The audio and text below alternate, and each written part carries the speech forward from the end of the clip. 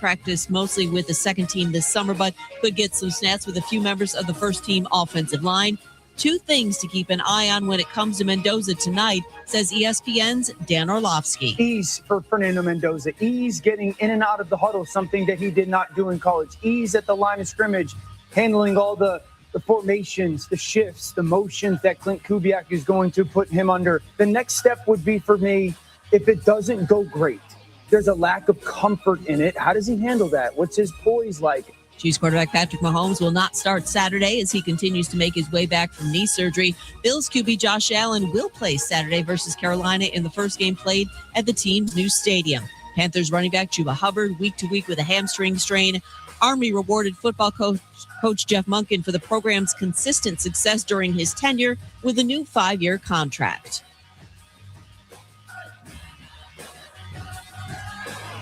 Hey, it's your resident Super Bowl champ, Chris Candy, coming up Friday. Baker and the Bucks couldn't agree on a new deal. I'll tell you if any bad blood will carry into the regular season. It's Unsportsmanlike, 6 a.m. Eastern, right here on ESPN Radio, ESPN2, and ESPNU.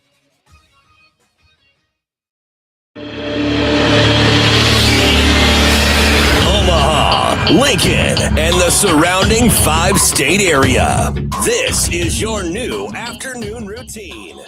Handley and Hansen. On AM 590. WOW. Connect with the show at Handley and Hansen on Twitter and Instagram.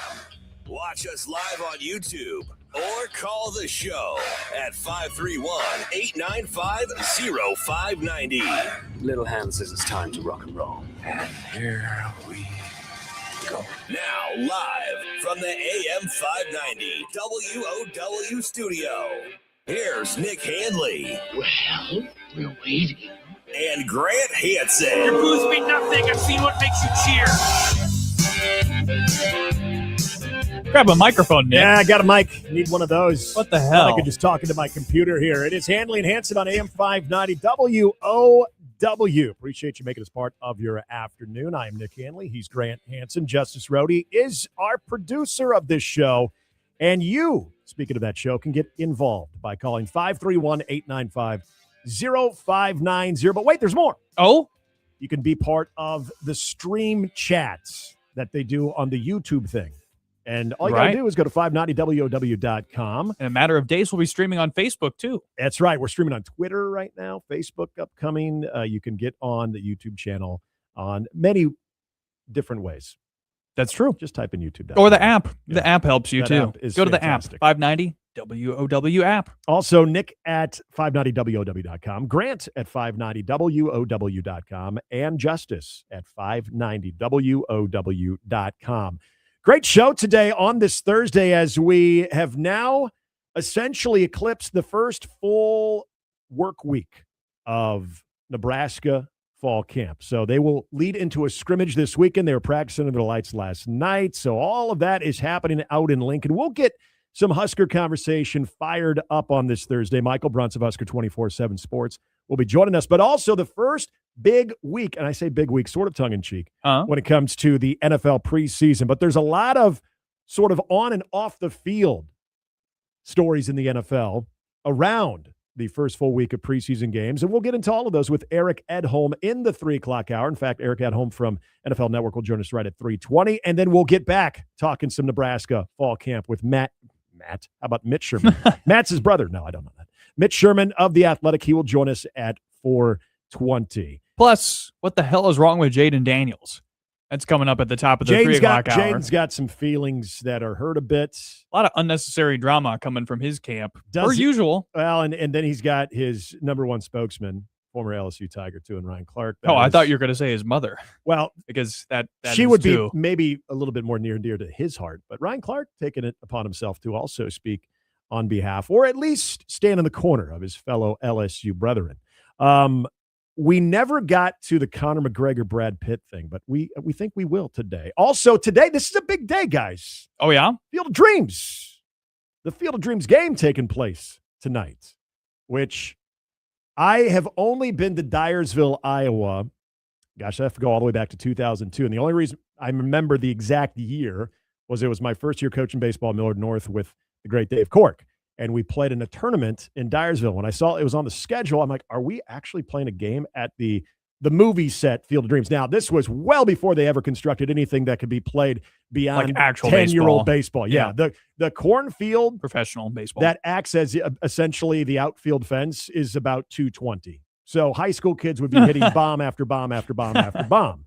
But now they've got this amazing facility. You still do have the movie set house, but it looks a lot different. I got to admit, though, when I went out to Dyersville, a big fan of the movie. We went once. I'm like, okay, cool. It's checking a box. Yeah, the obligatory, our team coming out of the cornfield picture, like the panoramic picture, had to get that. And then the thing that I also thought was very, very strange is the left field, left center property is owned by one group, and the right center, right field property is owned by a different group, and they have their own little nickety-knack shops. So, and they're all like the same stuff. I've never been. Yeah, it's fine. Now, I would love to go now to see the actual new stadium they're going to play a game at. That would be really cool to see. But, yeah, it was I'm going to stop short of saying it was a letdown, but it was So cool. I'm excited to share because the question you're going to ask at the bottom of the 3 o'clock hour, I'm not exactly sure what my answer was. I took a kind of non-conventional way of getting there. So we'll talk about that when we discuss who we would like to have a catch with if we were in Field of Dreams. I phrased it that way. Who would you want to have a catch Have a catch. with? Like, hey, Dad, you want to have a catch? You want to have a catch? It's one of the most Has memorable Reese ever moments. asked you that? He's never said a catch. See, He'll just that's say, the do you want to thing. go You have outside to and train play him better. baseball? He says, do You you have want to to go? train him better. Well, yeah, he's like, let's go outside and play baseball. And I said, okay, well, first we got to start playing catch. Then we can play. And who could forget later on in the show today, our top 5 at 5. And I am so excited. I want to hear from our audience on this one again, 531-895-0590. Or you can email us or drop it in the YouTube chat. Favorite high school PE activities, because we're going to run down our top 5 for this one. And I'm going to share maybe the greatest recreational athletics achievement I have ever seen. This happened in PE? That happened in PE. Sweet. And that is associated with my number 1 on my top 5 list. So it was fantastic, and I cannot wait. Yes. Well, that's what we have coming your way. But Field of Dreams, yeah. Start thinking about that, too, if you want to join in that conversation. Who would you want to have a catch with? But the caveat is it has to be a deceased MLB player. My pick is deceased. Yes. This can't be like, oh, Aaron Judge. Oh, cool. Like what about Randy Johnson? Can you do somebody who's retired? Retired, not dead? See, Randy Johnson's a been out guy of the that picture for a while. I'd like to have a beer with Randy Johnson more than anything. Okay. Like a catch might, I'm sure he would still be able to hurt my palm with. That would make sense. With just a nice, easy catch. There are certain guys that, yeah, it'd be cool to like play catch with them, but it'd be even cooler to sit down and just hear stories from the road. Like this year, Ben and I had a chance to sit down and talk a little bit with Jamie Moyer. That was really cool. That was just where it's hard between the two of us, between Ben McLaughlin and myself, to be speechless or to be short on words. But talking to him, we were very good listeners. Just I bet. Kind of, that's awesome. Oh, there was probably some laughs on our part and some, that's so cool. That was probably the only commentary that we really gave. And he wasn't like a dude that was like controlling the conversation or anything like that. He was just a very normal, chill, baseball-minded guy. And there was nothing at all about Jamie Moyer that you felt intimidated by, where you're like, oh, I'm talking to Jamie Moyer. Like, there's going to be certain guys, even well after they've been playing, you're going to see them, like Randy Johnson be one of those guys. Like, oh my God, I'm talking to Randy Johnson. This is amazing. Like Jamie Moyer just started talking to us, and I'm just like, you're awesome. So I've got 2 questions I want to pose. One's a serious question for today's show, or at least a business question for today's show, which was actually floated to me or came to me through listening to our colleagues from Husker Online. But before we get to that question and about these first 3 games from Nebraska's schedule that many people look at as devoid of meaning, perhaps. If you win them all, certainly. If you lose, it becomes full of meaning, actually. But last night, did you sleep through the storm last night or not? No. No, and I say that emphatically. I was pissed off because I woke up at 5:20 the night before to go down and just get on the treadmill because that was Reese's first day of kindergarten. So I wanted to make sure I got a little earlier. Yeah. I mean, when everybody wakes up in the house, I have to be in go mode. So I meant to do it again this morning.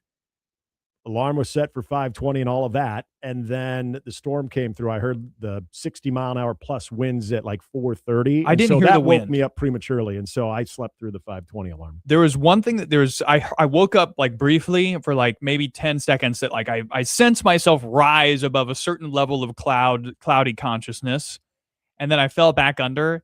And then there was a massive, massive lightning strike that could not have been more than it sounded like it was right outside my bedroom door, to the point where I was like, oh my God, did something get like lit on fire? Did a tree fall down? Or like it woke me right up immediately.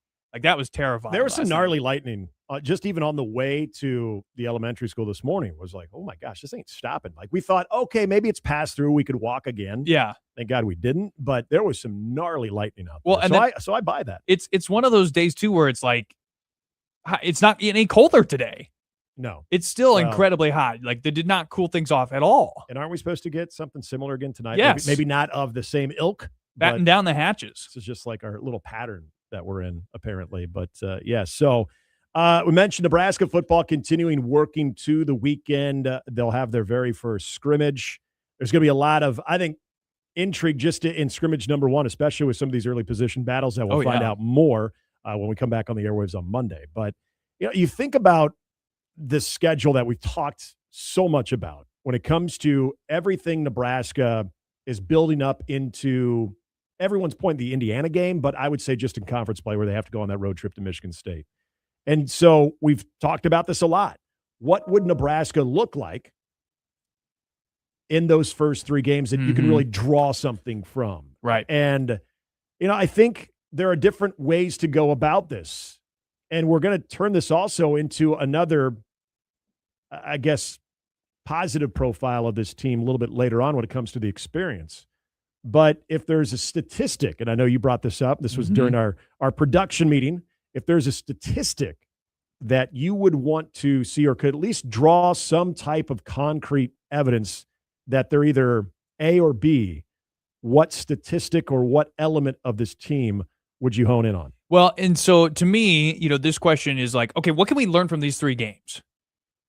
And can Nebraska prove anything to us? Well, the only way Nebraska can prove anything demonstrative in these first three games is by drastically overperforming in some stat, I feel like. At least when it comes to proving something positive, right? Like I said earlier, if Nebraska loses one of these games, they've obviously proven a lot of negative things. So when it comes to proving something positive, you have to overperform something. Yes. And as I was thinking about this question, again, as spurred by our friends from Husker Online, I came down to it has to be pass rush.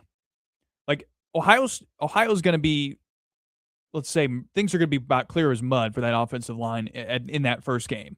It's going to be a little bit rocky for them, to say the least, especially for their first few games of the season. If Nebraska is not getting home in a big way in that game, if Williams Nwaneri is not living in the backfield for that game, if Cam Lenhart is not finding ways to rush the passer in that game, or if Nebraska's defensive ends or Jahir Whittington or whatever are not getting home, major warning flags.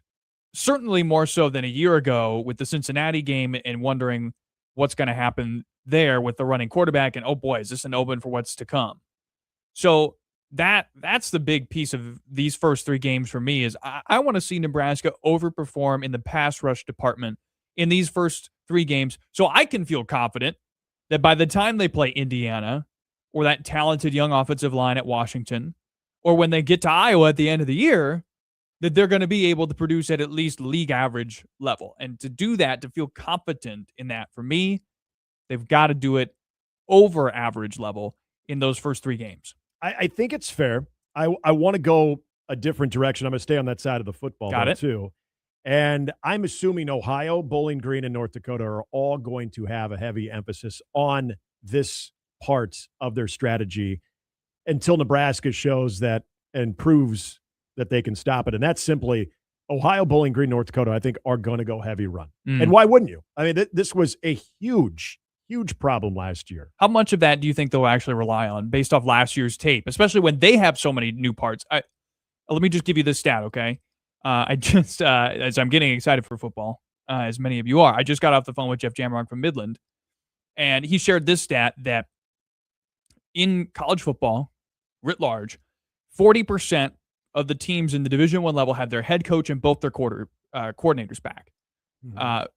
11% of those teams have all those things, head coach, both coordinators, and the quarterback. So there's so much volatility right now. How much do you think Ohio will actually rely on last year's film to talk about this year's team with a new defensive coordinator and a lot of new pieces? It's a good question. I still think you're going to look at personnel more than anything. And I think if you see guys like Riley Van Poppel and Cam Lenhart in there and manning the majority of the snaps on the front side of that defense, I think there is at least going to be we're going to make you stop it before we decide to adjust.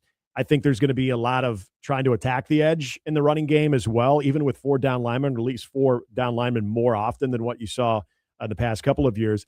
I just think it would behoove any team, whether we're talking about Ohio or Maryland, that you make Nebraska prove that they're going to stifle you there. And kind of to your point about the edge and getting home, I want to see what that TFL number looks like. And even if, say, Ohio and Bowling Green and North Dakota decide, okay, they're not going to run 50% of the time, they're going to go maybe more 40, 60. Okay, even when they're running, what do the TFLs look like? Do you see a group collectively, even if we're talking about 6 guys rotating in that first half or even 3 quarters, are those guys disruptive?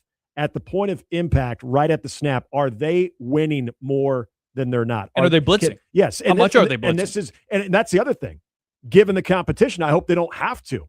Right. I hope, obviously, there's going to be run blitzes, but I hope they don't have to, because you don't want them to necessarily show any type of exotic blitz packages as well, even if it's trying to stop the run.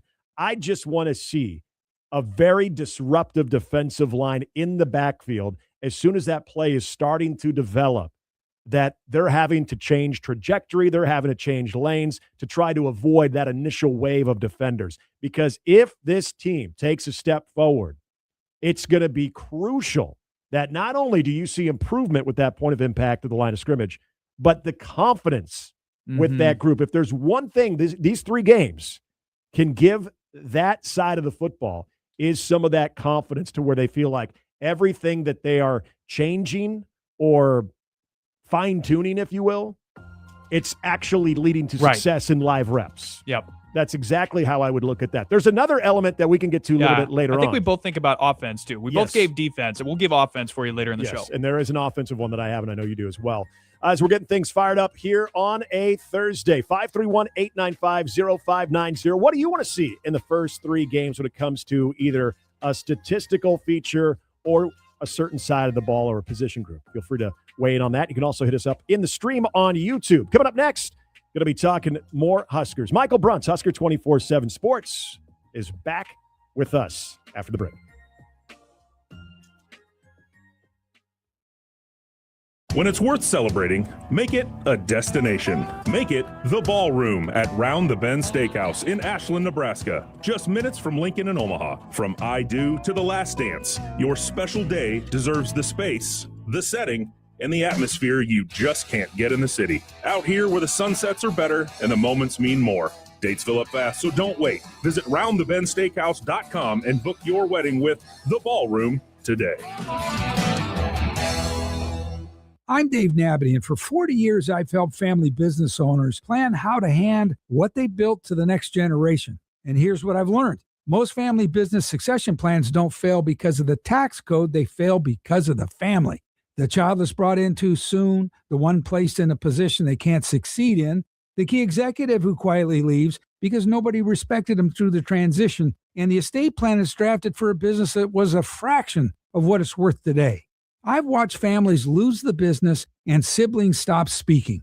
I've watched grandchildren grow up in homes torn apart by the decisions that could have been prevented. So I've written a free guide called The 10 Mistakes Parents Make When Selling Their Business to Their Kids. It's drawn from 4 decades of sitting across from families just like yours. If you own a family business and you're thinking about handing it to your kids someday, this guide could save your family and your company. Get it free at Nabity.com. That's Nabity.com. I'm Dave Nabity, and let's do this the right way. Tired of aches slowing you down?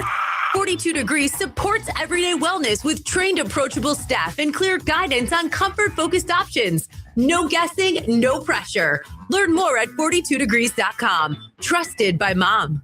The Summer of Performance event is going on right now at Acura of Omaha. Now it's time for you to take advantage of these low payment lease offers at Acura of Omaha, 4211 South 144th Street. Always open at AcuraofOmaha.com.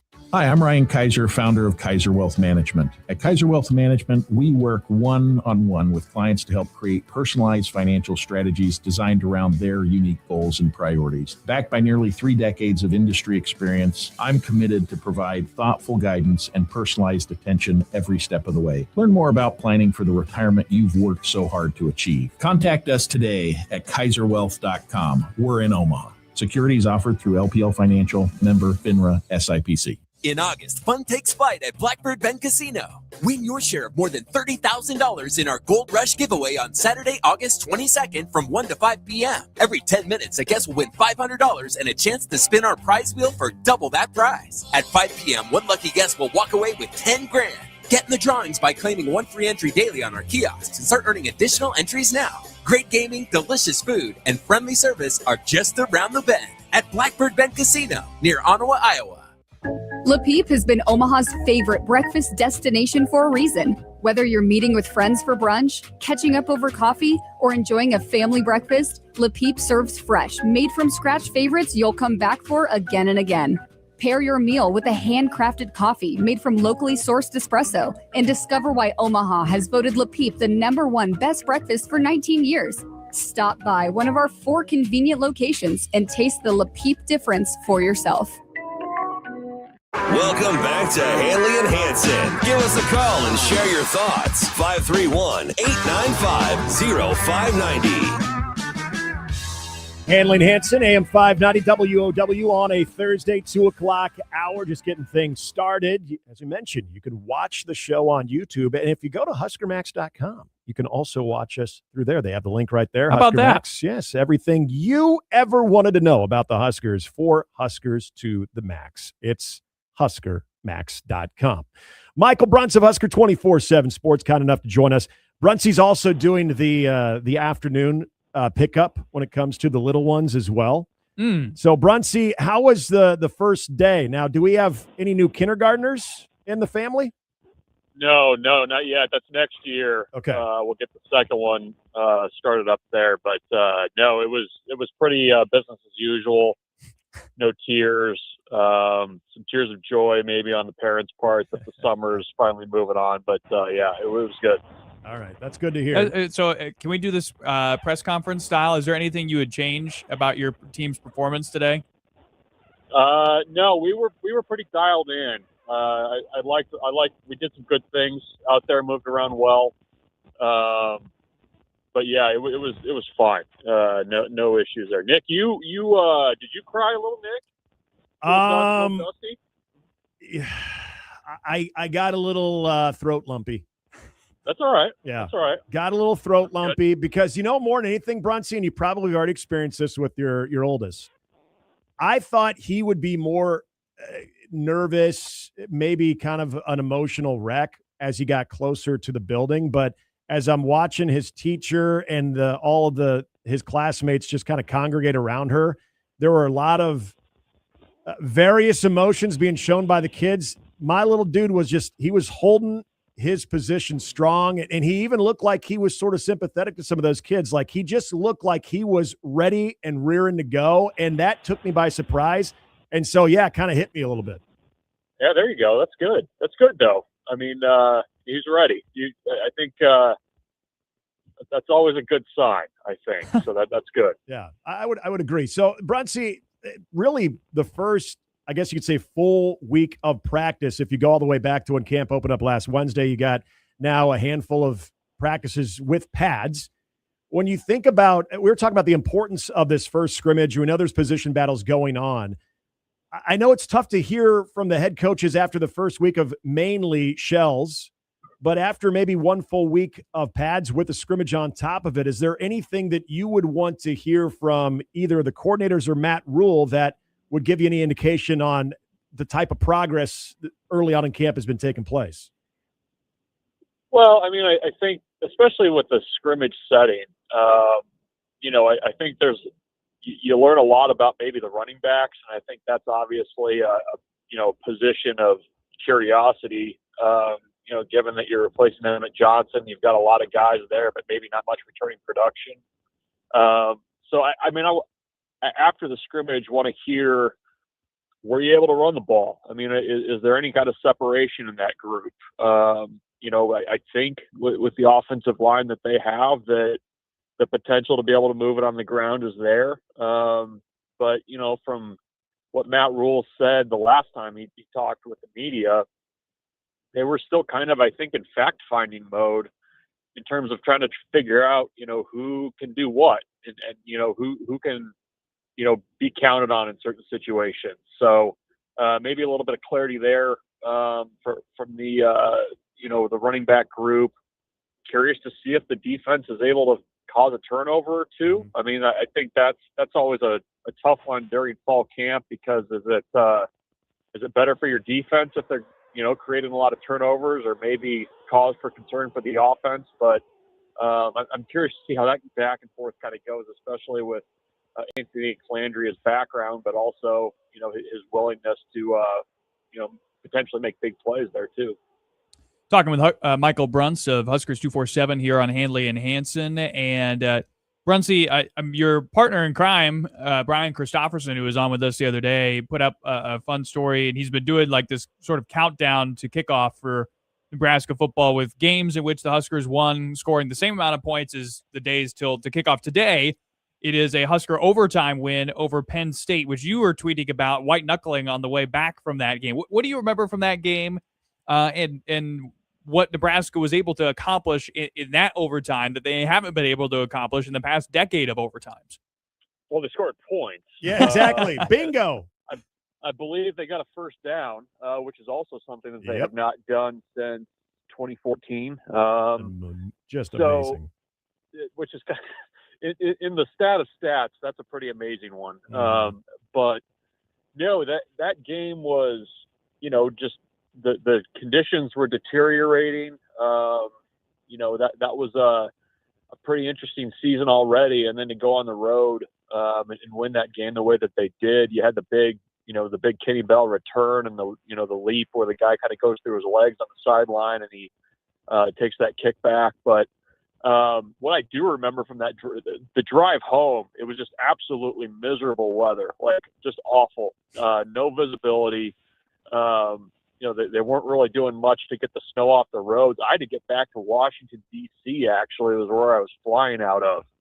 And maybe like 2 or 3 hours into the drive, and the snow had stopped. But, you get to be like 1 in the morning. You're kind of, you're kind of drifting a little bit. But a guy, like, hit something in the road on the interstate and went, like, directly like in front of me, like perpendicular to the way of traffic, and that one definitely got the pulse going a little bit around 1:30 in the morning. But it was just that drive was miserable, but it was certainly a memorable game. And actually, the previous time that Nebraska had been up there too, they won, and that's not an easy place to win. Yeah. So definitely a memorable game. Michael Bruns, Husker 24/7 Sports, with us on Handley and Hansen, AM 590 WOW. I'm Nick Handley. He's Grant Hansen. Brunsy, now using that game as sort of a benchmark, and of course we saw Pat Smith in that game kick the walk-off. He was 3 for 3 that day. Are we talking enough about the kicking game, whether we're talking about Archie or Kyle Cunanan? Are we talking enough about that in the offseason, or are there just too many other pressing issues that it's been a little bit overshadowed? Yeah, I think there's other stuff going on for sure. Sometimes I think it's kind of hard to know special teams in the off season, right? Like, it's one thing if guys are just banging it through in practice and you're feeling good about that, but can they do it when the lights are on and you're having to deal with all the pressure? I think that's the big question. I mean, as much as as much hand wringing as there was about special teams in the early off season, there still is some things that Nebraska needs to be better at. Net punting was not very good last year. It feels like there's a little bit more in the tank for Archie Wilson now that he's got a year under his belt and is a little bit more comfortable with everything that's going on. The kicking, the actual kicking itself, I feel like Nebraska's got guys that can get it done, but decision making on how you're going to bring the ball out, when you're going to bring the ball out, I think needs to be dialed in a little bit better. So, it's probably not being discussed a ton. I'm sure we'll get Brett Maher after a practice soon enough, but there's some work to be done there for sure. And I do think, though, with the way that this team is and the veterans that they've got in certain spots, I do think Nebraska has the potential to be a good coverage team and kind of build on what they did last year. I mean, that sounds what they're doing. It's, a lot of the same drill work, a lot of the same approach, but kind of fine tuning some things they feel like they can get better at and know they need to get better at. Brunsey, when we were thinking about Nebraska's football's first 3 games, the way that you can maybe find something out about Nebraska in the positive for those first 3 games is if they overperform in a particular statistical category, something that could maybe carry over into the rest of the Big Ten season. If you had to pick a stat that you want to see Nebraska overperform in drastically in those first 3 games, and let's throw scoring out of the picture here maybe, which would you pick and why?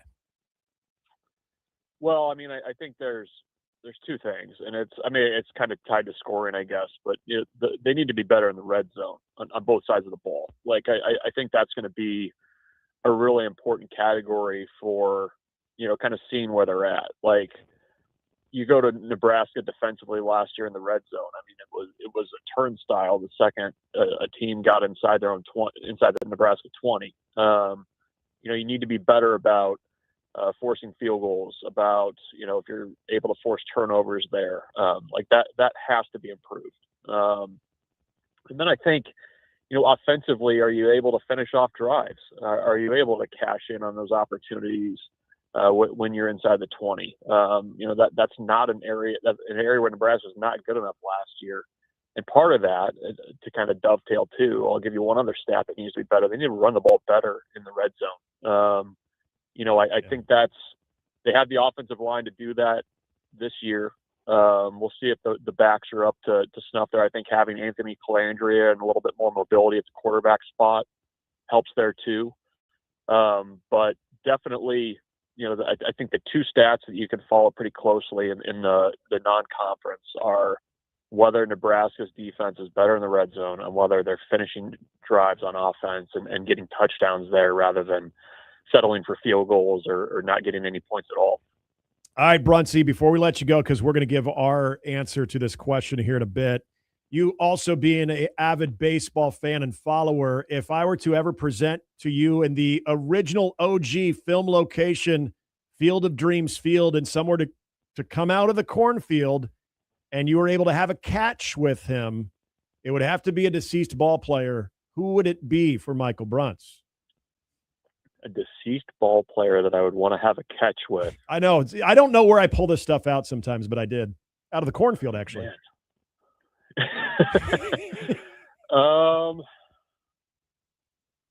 There's got to be an Oakland A in there. Yeah. Yeah. A lot of them aren't dead yet, though. Well, the ones at least that you'd want to play catch with. I get it. You know who would be an entertaining catch? Ricky Henderson. Oh yeah. I would play catch with Ricky Henderson. That's who I would go with. That's my answer. That's a great answer. That is pretty good. Brunsey, appreciate you joining us as always, man. Have a great rest of the day. Yeah, anytime, guys. That is Michael Bruns, Husker 24/7 Sports. R.I.P. Ricky Henderson. I know. 24? Yeah, I had to think about it. I'm like, that was recent. Could not remember exactly when that was, but that would be an amazing one. All right, coming back. Going to get back to this question that we led the show off of. If you're looking at those first 3 games, if there's a offensive, defensive, or even special team statistic that you can draw from even with the competition being quote-unquote lesser than what Nebraska will face, that you can feel good about the remainder of the season. We'll get back into that. It's Handley and Hansen on AM 590 WOW.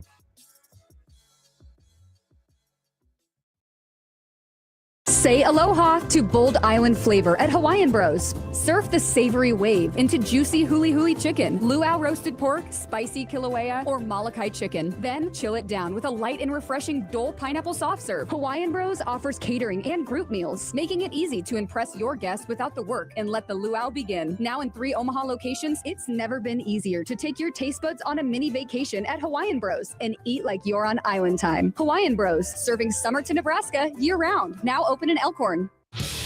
Rich Eisen. Jason McCourty here. Kyler or J.J. McCarthy in Minnesota? You got to give Kyler a shot. Do you really, Jason? Do you really have to give Kyler a shot? Did you see the quarterback play last year? Oh, 9 was banged up, Jason. 9 was banged up. See, you got to do a little bit more for us to just refer to you as 9. And Buffalo, they refer to their quarterback as 17. I'm okay with that. Rich Eisen. Every weekday, 11 to 2 on AM 590 WOW. Have you been to Deer's Farm lately? We may not be the biggest dealership around, but we strive to be the best. And Fremont agrees. We've been honored with 9 Best of Fremont awards, including Best Place to Work, New Car Dealer, Pre-Owned Car Dealer, Locally Owned Business, Tire Store, Auto Repair, Glass Repair, Body Shop, and Best Oil Change. See why so many drivers choose Deers Ford Lincoln. Visit us today at deersford.com. Fremont's best award-winning dealership. Have you been to Deer's Farm lately?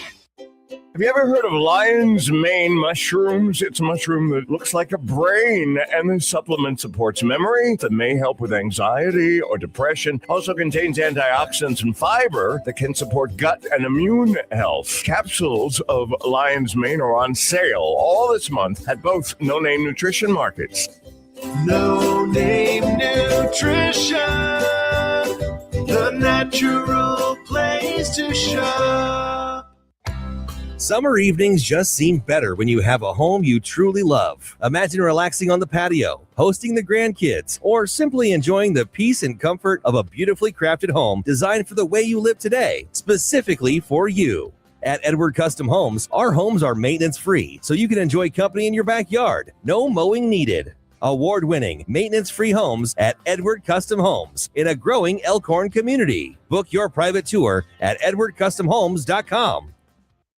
In Nebraska, honesty and integrity matter. These are the values local broadcasters live by. When others try to divide and mislead, you need a source you can trust that knows your hometown. Nebraska broadcasters aren't just voices on your radio and faces on your screen. We're your neighbors, focused on improving the communities we all call home, providing verified information you can trust.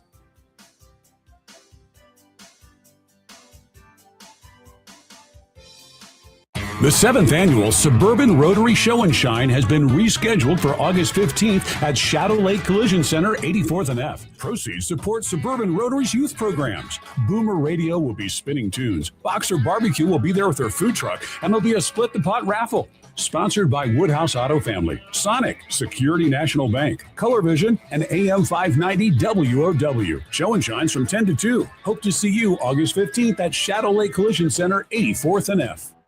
Welcome back to Handley and Hansen on AM 590 WOW.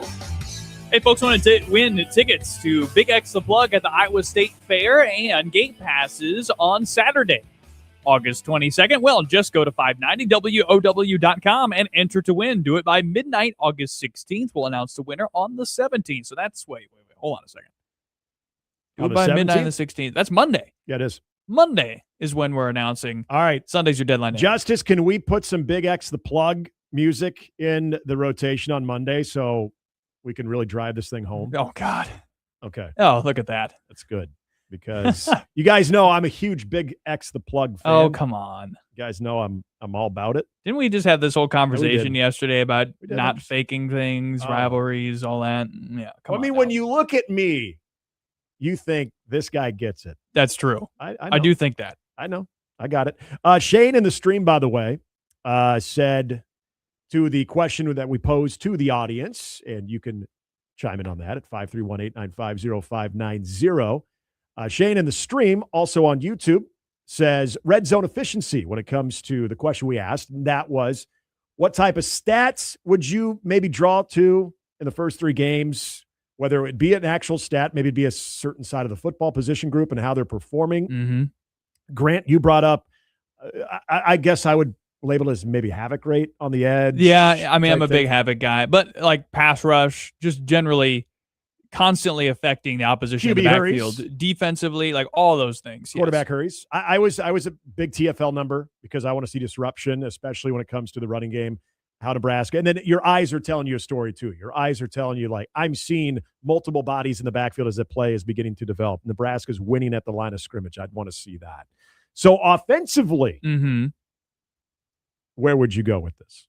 So Brunsey and Shane stole my fire a little bit.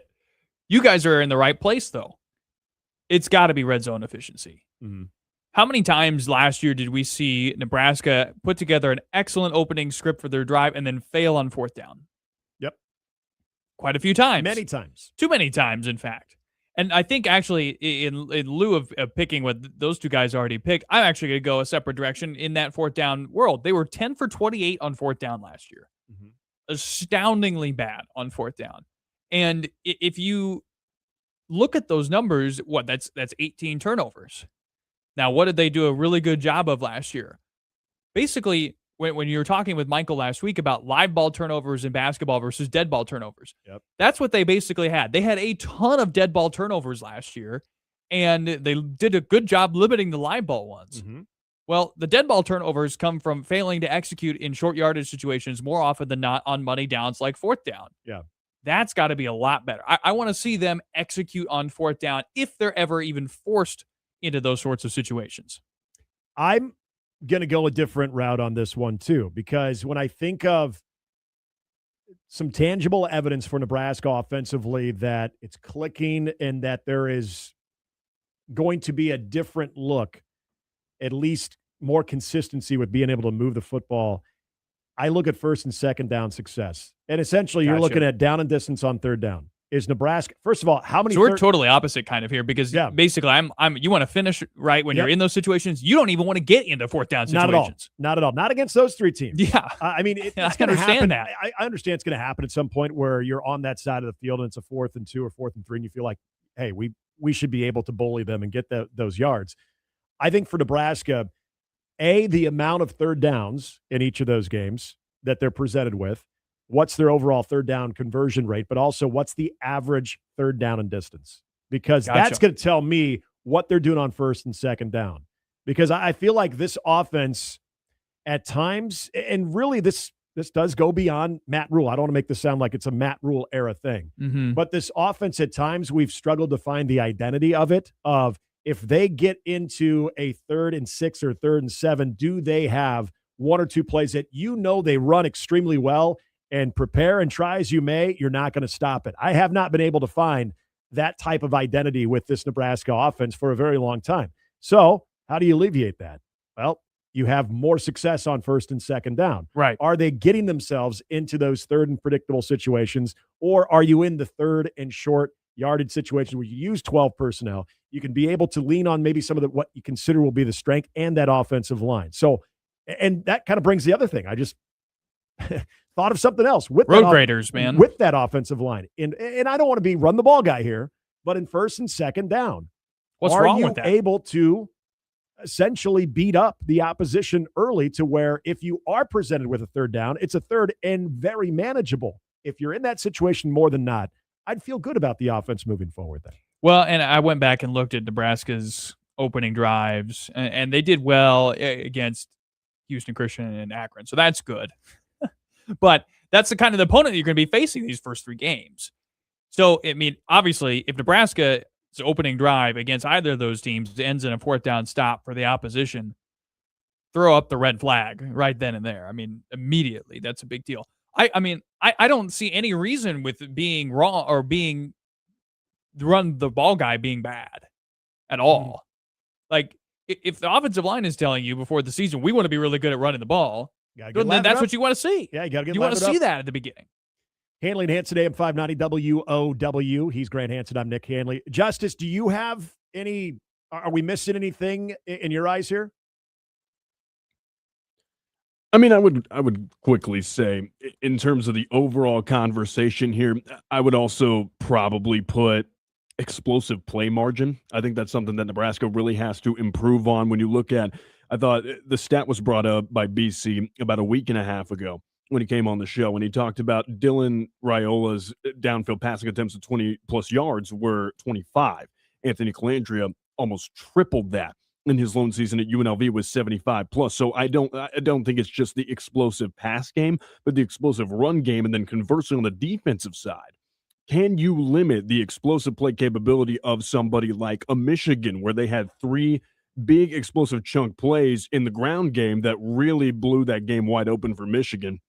And then you look at the USC game where King Miller runs for 200+ yards and you're trying to limit the explosive plays. I think the explosive play margin, Nebraska can limit that defensively and maybe maximize more of that with the risk-taking approach on the offensive side of the ball. I think that's a real area that Nebraska can overperform in and therefore lead to more wins in games that maybe they couldn't win on paper. That was part of the thing that made last year's defense so hard to figure out, because for probably 7 or 8 out of every 10 plays in the run game, they were pretty sound. Mm-hmm. But then the 2 that they were not were 70-yard touchdowns. Right. And so how do you even assess what's working and what's not? Because in theory, it's working 80% of the time. I'll give you credit on something. You brought this, we did that Husker huddle following the Cincinnati game. I wasn't as alarmed about it as you were. And I thought, lighten up, Francis. But, I mean, you were onto something. I'll give you credit there. It was something that, to your point, you started seeing some of those big gash plays. Even if they weren't as frequent, they were existing. And then I was maybe too naive to believe that as the season progressed, teams were going to continue to attack because you have those certain areas. Yeah, you have to hope that they'll get it figured out. Mm-hmm. You have to hope that Nebraska in game 1, as you would have to hope this year, if you're a fan listening to this right now, you'd have to hope that they're going to be better by the end of the year. And there were points where they did get better. But by the time you got to the November months of the season, the month of the season that matters the most, as we very well know, they hadn't made the strides they need to make. And obviously that's why Rob Orich is the DC right now and John Butler is not. But that just goes back to Justice's point about limiting the explosive plays. That was the bugaboo last year, to be sure. And that was part why last year's defense was so hard to solve, because it was working 80% of the time, except the final result, more often than not, you also have to include those big plays and touchdowns. There are going to be moments in those first 3 games, too, that you just got to remove yourself from the halftime stats and everything. Your eyes are going to tell you everything as well. True. It's going to look the part if things are off to a good start. It's good in all 3 phases. It's going to look the part. I'm not saying everything's going to be perfect, but you know what I'm saying. Right. All right. I know we've all golfed to various levels at some point in our life, and we know people who cheat at golf. This story that came out yesterday, though, is phenomenally bad, awesome, and everything in between. We'll describe what took place with a guy that was just trying to get a hole-in-one right after the break. It's AM 590, WOW.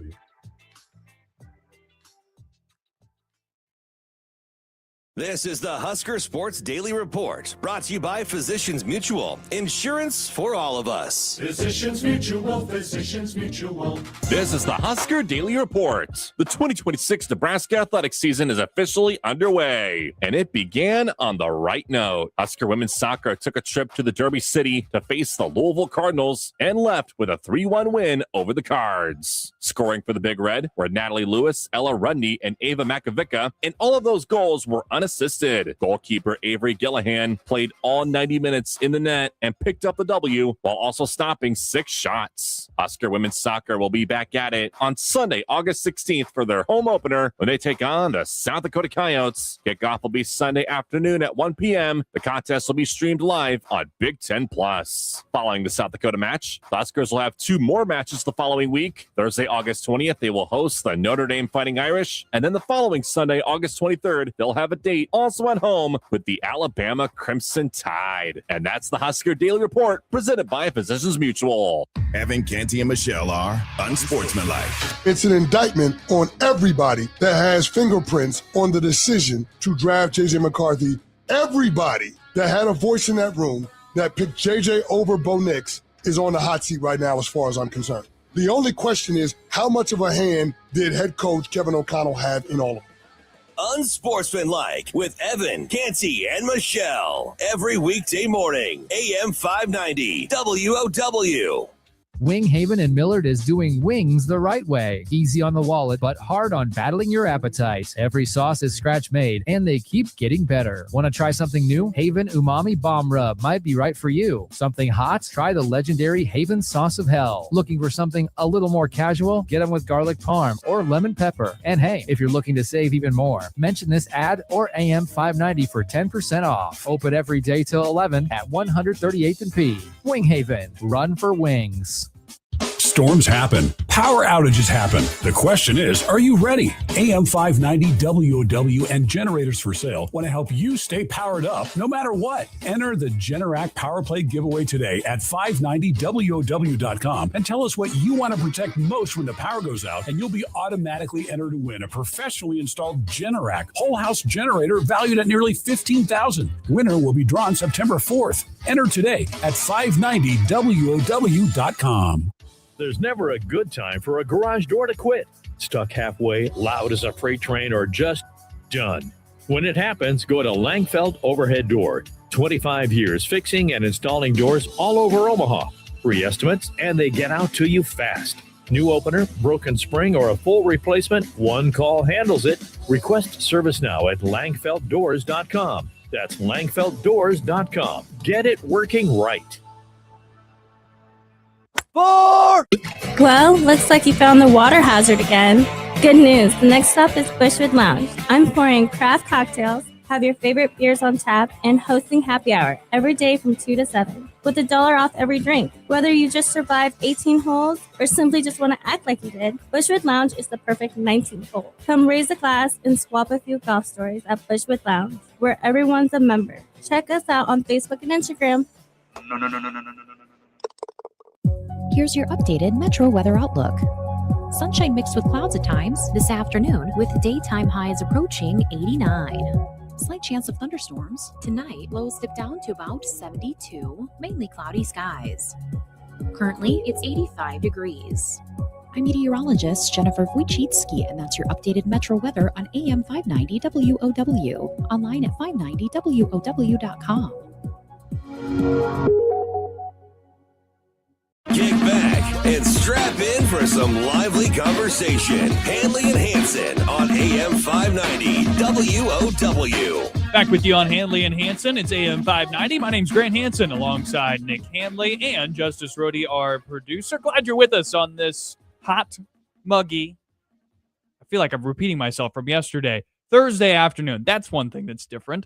Nick, golf. There was a cheater.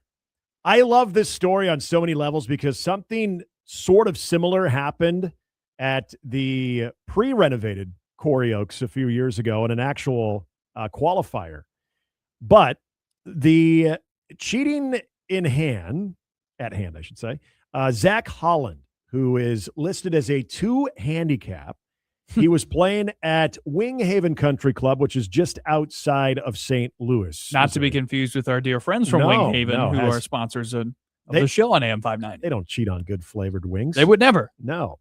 So he's in a member, and a lot of people that are listening, you're familiar with member events. It's a 2-person competition. Both have to be members of said country club. So this one would be Wing Haven.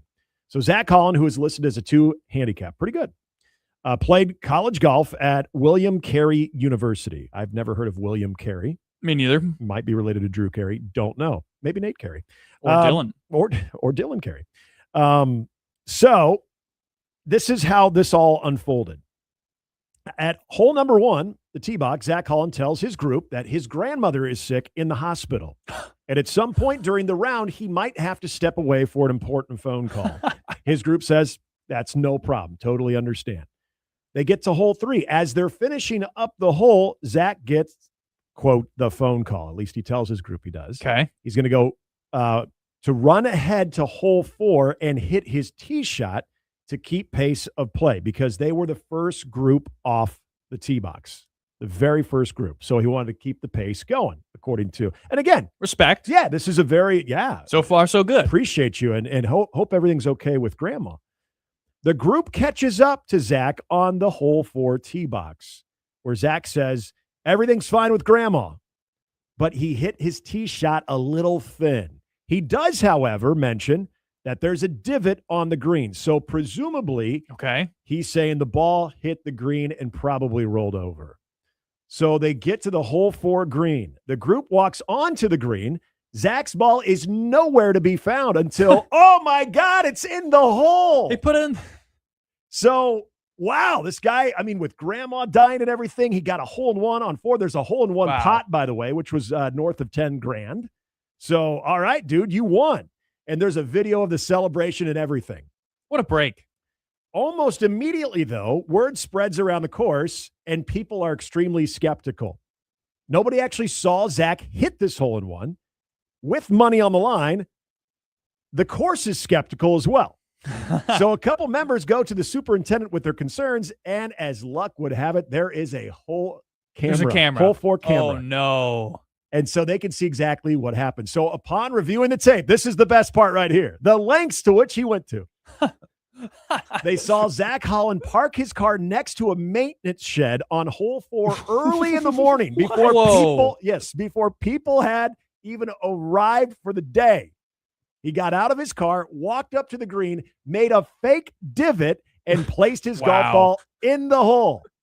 In the morning? Yes, in the morning, before anybody even got to the golf course, even like the superintendent or anybody. So this was probably like at 5 in the morning. Wow. He just had to check in on poor Grandma. That's all it was. I mean, I'm sure. And then he was like, well, I'm in the neighborhood. Yeah, right?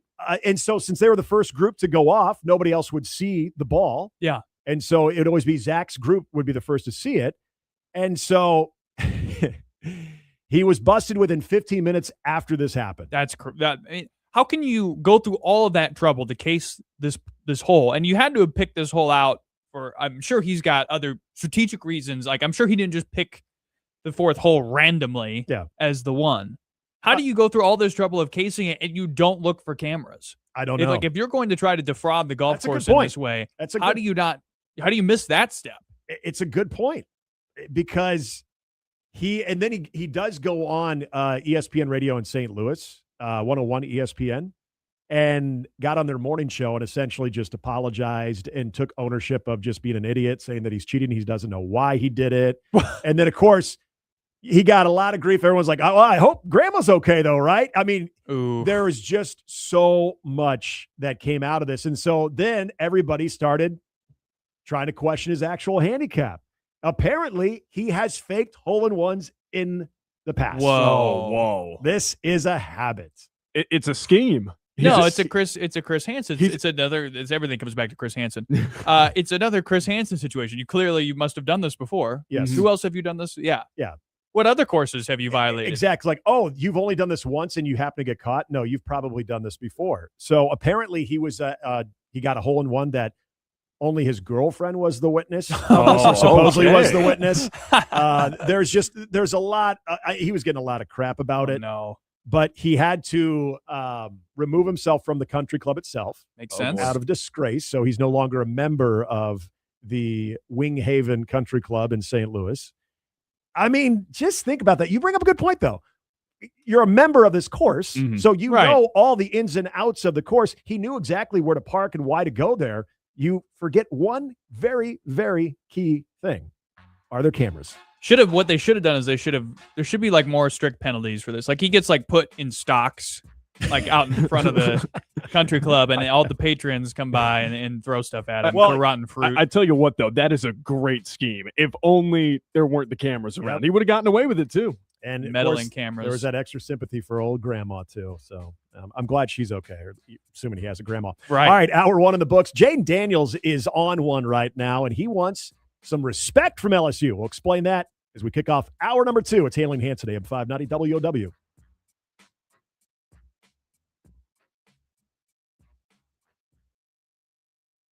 The legend has returned. Sports Talk Huskers. AM 590. WOW. Omaha. Is Sports Center. I'm Christine Lisi. A couple of months after being the top overall pick in the NFL draft, Fernando Mendoza will be making his preseason debut tonight. The Raiders' plan for the rookie quarterback is plenty of snaps against the Cardinals. He could get some with members of the first-team offensive line. Mendoza's practiced mostly with the second team after Kirk Cousins was named the starter. Arizona rookie quarterback Carson Beck rib injury will not play. The injury, though, is not considered serious. Bengals quarterback Joe Burrow and Cincinnati's other stars will play in at least a few snaps versus the Lions tonight. ESPN NFL reporter Jeremy Fowler. They're trying to get in and out and just get like a dress rehearsal, and you won't see Joe Burrow on the field very long. But the Bengals like how they did last year. Zach Taylor put him out there early in the preseason to get a dress run. It went well. Everybody was healthy. They got some good work in, made sure they were ready for week one. So they're going to replicate that plan. And also, Joe Burrow's missed significant time the last 3 to 4 years. So he wants to be out there with his guys, make sure that offense is crisp. Bills coach Joe Brady planning on everybody that's healthy playing Saturday against Carolina, including quarterback Josh Allen, in the first game ever played at the team's new stadium. Hey, it's your resident Super Bowl champ, Chris Candy, coming up Friday. Baker and the Bucks couldn't agree on a new deal. I'll tell you if any bad blood will carry into the regular season. It's on Sportsmanlike, 6 a.m. Eastern, right here on ESPN Radio, ESPN2, and ESPN. The AM 590 WOW app is here. Download it now at 590WOW.com or in your app store. You can take AM 590 everywhere. Every Husker game, every ESPN show, every Handley and Hansen broadcast. Anywhere you feel the need for sports talk and more, AM 590 WOW is right there with you. Get the app now at 590WOW.com. Give your family the gift of peace of mind by pre-planning your funeral arrangements today. At Good Shepherd Funeral and Cremation Services, their caring staff is dedicated to helping you make your wishes known in advance, easing emotional burdens and reducing uncertainty during a difficult time. With flexible funding options and affordable rates, Good Shepherd Funeral and Cremation Services is here to help you plan with confidence and care. Good Shepherd Funeral and Cremation Services, 2 Omaha locations or online at gsfuneral.com. If you don't know Jack, call Jill of All Trades, voted Best of Omaha 3 years in a row. My name is Christy. They painted our whole house and they did some soffit work for us. I would highly recommend Kim. She is fantastic. She has a great eye for detail. Her crew was wonderful. Everything was clean when they left and it was fantastic. Call Kim at Jill of All Trades today, 402-905-8144. That's 402-905-8144. The AM 590 WOW app is here. Download it now at 590WOW.com or in your app store. You can take AM 590 everywhere. Every Husker game, every ESPN show, every Handley and Hansen broadcast. Anywhere you feel the need for sports talk and more, AM 590 WOW is right there with you. Get the app now at 590WOW.com. Omaha heat can be brutal, and a broken AC makes it worse. If your system can't keep up, call Controlled Comfort for fast, professional cooling service. Their certified technicians diagnose issues quickly and restore comfort when you need it most. Stay cool, protect your system, and avoid costly breakdowns. Homes and businesses alike enjoy reliable indoor comfort through the hottest days of summer across Omaha all season long. Schedule your service today at ControlledComfort.com. Controlled Comfort keeps it under control. Have you been to Deer's Ford lately? We may not be the biggest dealership around, but we strive to be the best. And Fremont agrees. We've been honored with 9 Best of Fremont awards, including Best Place to Work, New Car Dealer, Pre-Owned Car Dealer, Locally Owned Business, Tire Store, Auto Repair, Glass Repair, Body Shop, and Best Oil Change. See why so many drivers choose Deer's Ford Lincoln. Visit us today at deersford.com. Fremont's best award-winning dealership. Have you been to Deer's Ford lately? Summer evenings just seem better when you have a home you truly love. Imagine relaxing on the patio, hosting the grandkids, or simply enjoying the peace and comfort of a beautifully crafted home designed for the way you live today, specifically for you. At Edward Custom Homes, our homes are maintenance-free, so you can enjoy company in your backyard. No mowing needed. Award-winning, maintenance-free homes at Edward Custom Homes in a growing Elkhorn community. Book your private tour at edwardcustomhomes.com. Welcome back to Handley and Hansen. Give us a call and share your thoughts. 531-895-0590. Hour 2, Handley and Hansen with you on this Thursday. Justice Rohde, our producer. I'm Nick Handley. He's Grant Hansen. Happy you are with us. 531-895-0590 is the number to get into the show. Of course, you can be a part of the conversation also on the stream on YouTube. You can go to Husker Max and find us there. You can go to 590WOW.com and find it that way. And, of course, you can stay up to date with everything on our very free AM 590 WOW. I forgot the O in there. Fit it in? WOW We're good. App there. It's absolutely free, but make sure you find, when you search on your Apple or Google Play Store, it's the AM 590 WOW app. Connor in the chat says, greatest turnaround in golf history. Yep. That's true. It was pretty sweet.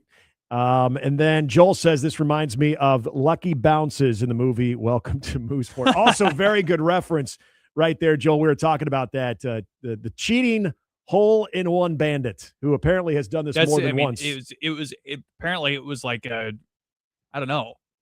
It's certainly a pattern. I'm trying to think of the word for it, though. He's a repeat offender. He is a repeat offender. Right. Zach Holland. The recidivism is very high, but like what's like he's compelled to do it. It's compulsion for him to cheat on hole-in-ones. Well, there's monetary incentive there, too. You should turn up on My Strange Addiction. I cheat on hole-in-ones. I can't do anything else. There is monetary incentive there. I do acknowledge that. So this is what I do hope happened, by the way.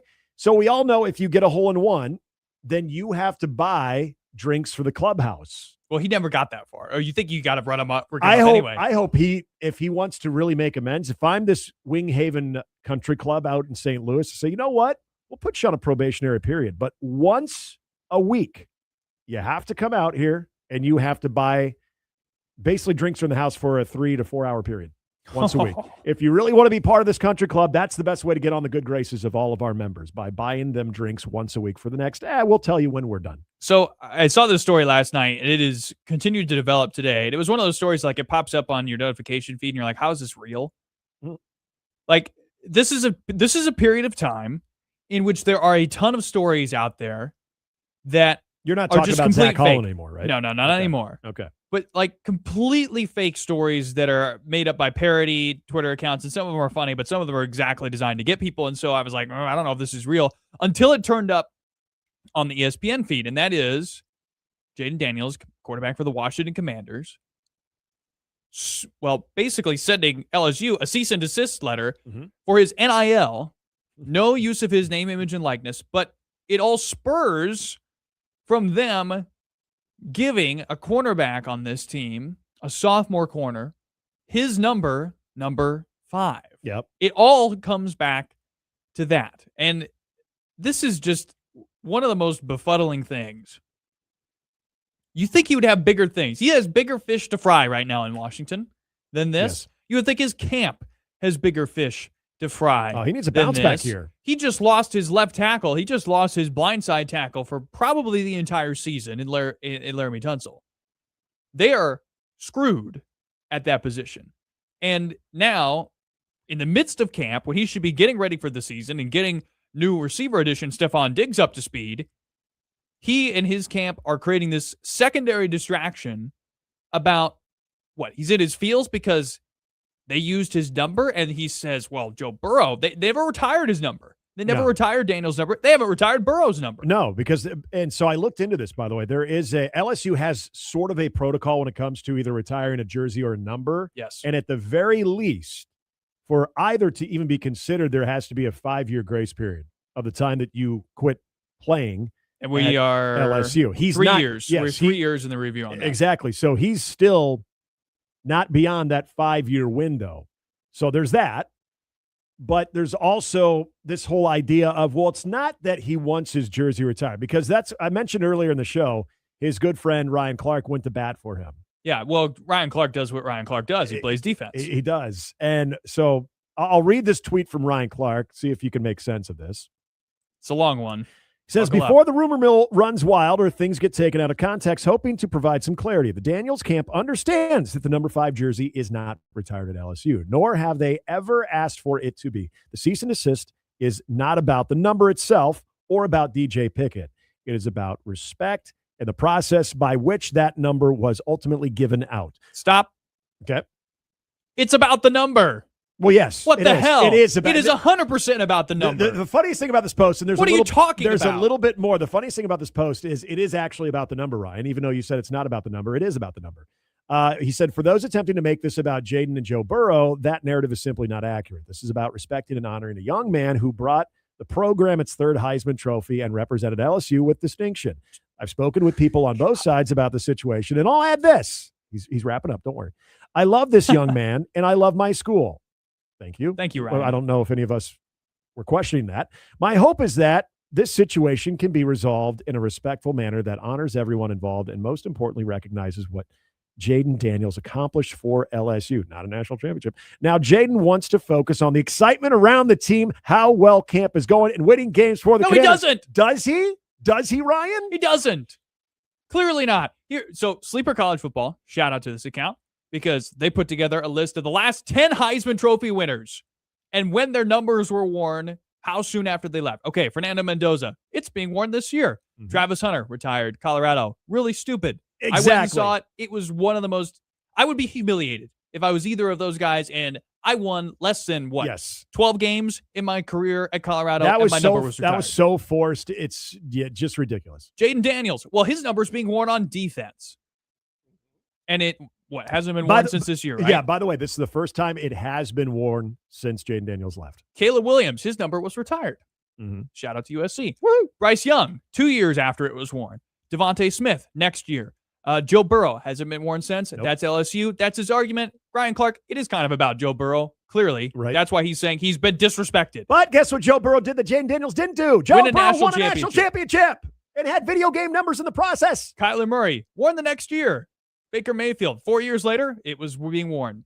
Lamar Jackson, worn the next year.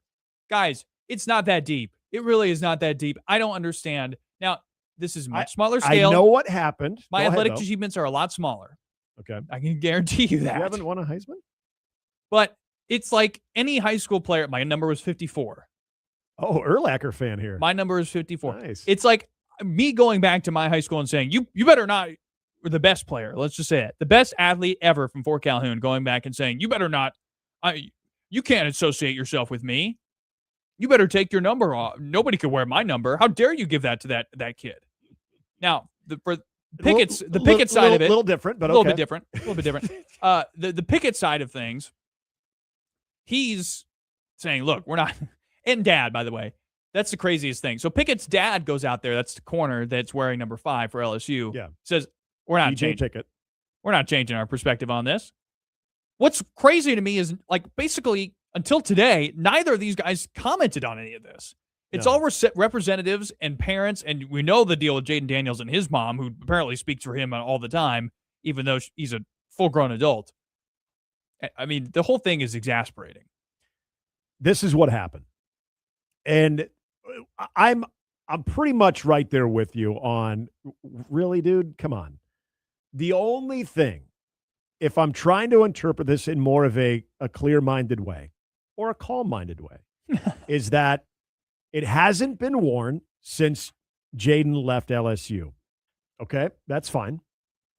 If it were to be worn again, I think Jaden Daniels and his camp felt that there should be at least some communication from the football program and or athletic department of, hey, we have a young man that this number means a lot to him for whatever reason. Maybe that's not even the case. I don't know. But wants to wear number 5. Obviously, we respect the last person who wore that, and it was you, and you won a Heisman Trophy. This is great. Are you cool? Do we, gosh, I can't believe I'm saying this. Do we have your blessing to wear this? I feel like that's what, and in Ryan Clark's long-winded Twitter response, I feel like that's what he's getting at as well, because when Clark says It was about the process by which the number was ultimately given out. That's how I interpret it, is that the Jaden Daniels camp just wanted someone from athletics to reach out and be like, are you cool if this dude wears that? And that he probably would have said, yeah. It doesn't matter. This isn't the Mafia. What's up, Justice? Yeah, can we actually flip this conversation? What about the DJ Pickett side of all this? Because if you remember LSU tradition, the number 7, which is not the number that he's currently wearing, he's wearing Jaden Daniels number 5. Honey Badger? If this correct. Yeah, but the number 7 is traditionally given to guys like Tyrann Mathieu, Patrick Peterson. Patrick Queen wore it at one point at LSU, to the most dynamic defensive playmaker. Fournette wear it too? I think Fournette wore it. Yeah, I think Fournette wore 7. It's meant as a significant jersey number to the best playmaker on the roster. If DJ Pickett is on that trend, this is a 1-year holdover jersey at number 5 before he gets to number 7 as the most dynamic playmaker on the field. So I don't really understand the concern, but from DJ Pickett's point of view, is this almost... I don't want to say, does this almost like shake the confidence a little bit, but does this create an undertone of disrespect for him? That's what I'm wondering in all this, because does he look at this and say, a guy who won the Heisman Trophy thinks I'm not fit enough to wear his number? I'm a young up and coming playmaker. What does that say? I don't think he cares. And I mean, apparently Lane Kiffin, it was the previous staff, Brian Kelly's staff, that promised him the number. So Lane Kiffin was apparently just trying to honor that promise, which is funny that Lane's the least dramatic person involved in this whole thing. Because, again, when I was talking earlier about, like, I saw this and I was like, oh, is this even real? I saw this today and I was like, no way, this is real. It's real. DJ Pickett didn't want anything to do with this. Apparently. Did not want anything to do with this story today. The Daniels camp has requested that LSU return its copy of the Heisman Trophy. That's where I'm like, okay, this is where we're going What is now. going on? Yeah, so if you guys are going to disrespect me in the process of passing down that number, then I want something that I brought to this university, being the 3rd Heisman Trophy winner. I'm taking my ball and I'm going home. And why is this the thing he chooses to play hardball about? Now, we can, wrap this up with his statement where he says, I've been locked in on training camp. He posted this on Instagram in yellow, by the way, no notes app, just a really gaudy yellow. I have been locked in on training camp, and that's been my number one focus, says Daniels. I have a lot of gratitude for my time at LSU, and I'm proud of what my teammates and I accomplished there. Obviously, there are issues to be worked out between my team and LSU, and my hope is that it'll get done privately. What? You better talk to your boy Ryan Clark about that. My sole personal focus is on Commanders football. No, it's not, because you're getting bent out of shape over a stupid number. I realize the business of football is unique, and I trust this can all be resolved. He's the 3rd person to win the Heisman Trophy for LSU. He didn't even play most of his career there. And here's the thing. He's getting killed on Twitter. Yeah, and rightfully so. I was, yes. Because and I want to read this meme because the Ryan Clark comments as well on his post. Oh, man. You don't understand what he did to your boy. We'll leave you with this. This is, again, one of those fake NFL reporter parody accounts. Sometimes they have their use. This is one of them. Richard Johnson is the name. Jaden Daniels' camp has reportedly reached out to Nickelback requesting the band change its name to Pennyback, citing Nickelback's uncomfortably close association with his number 5. Again, whether you wanted it to be a story or not, buddy, you're smack dab in the middle of it. And you brought, unfortunately, a young man in who wanted nothing to do with this. J.D. Pickett wanted nothing to do with this. All right, NFL, first full week of the preseason kicks off tonight with a handful of games. We're going to talk to Eric Edholm about some early NFL storylines. He joins us right after the break on AM 590 WOW.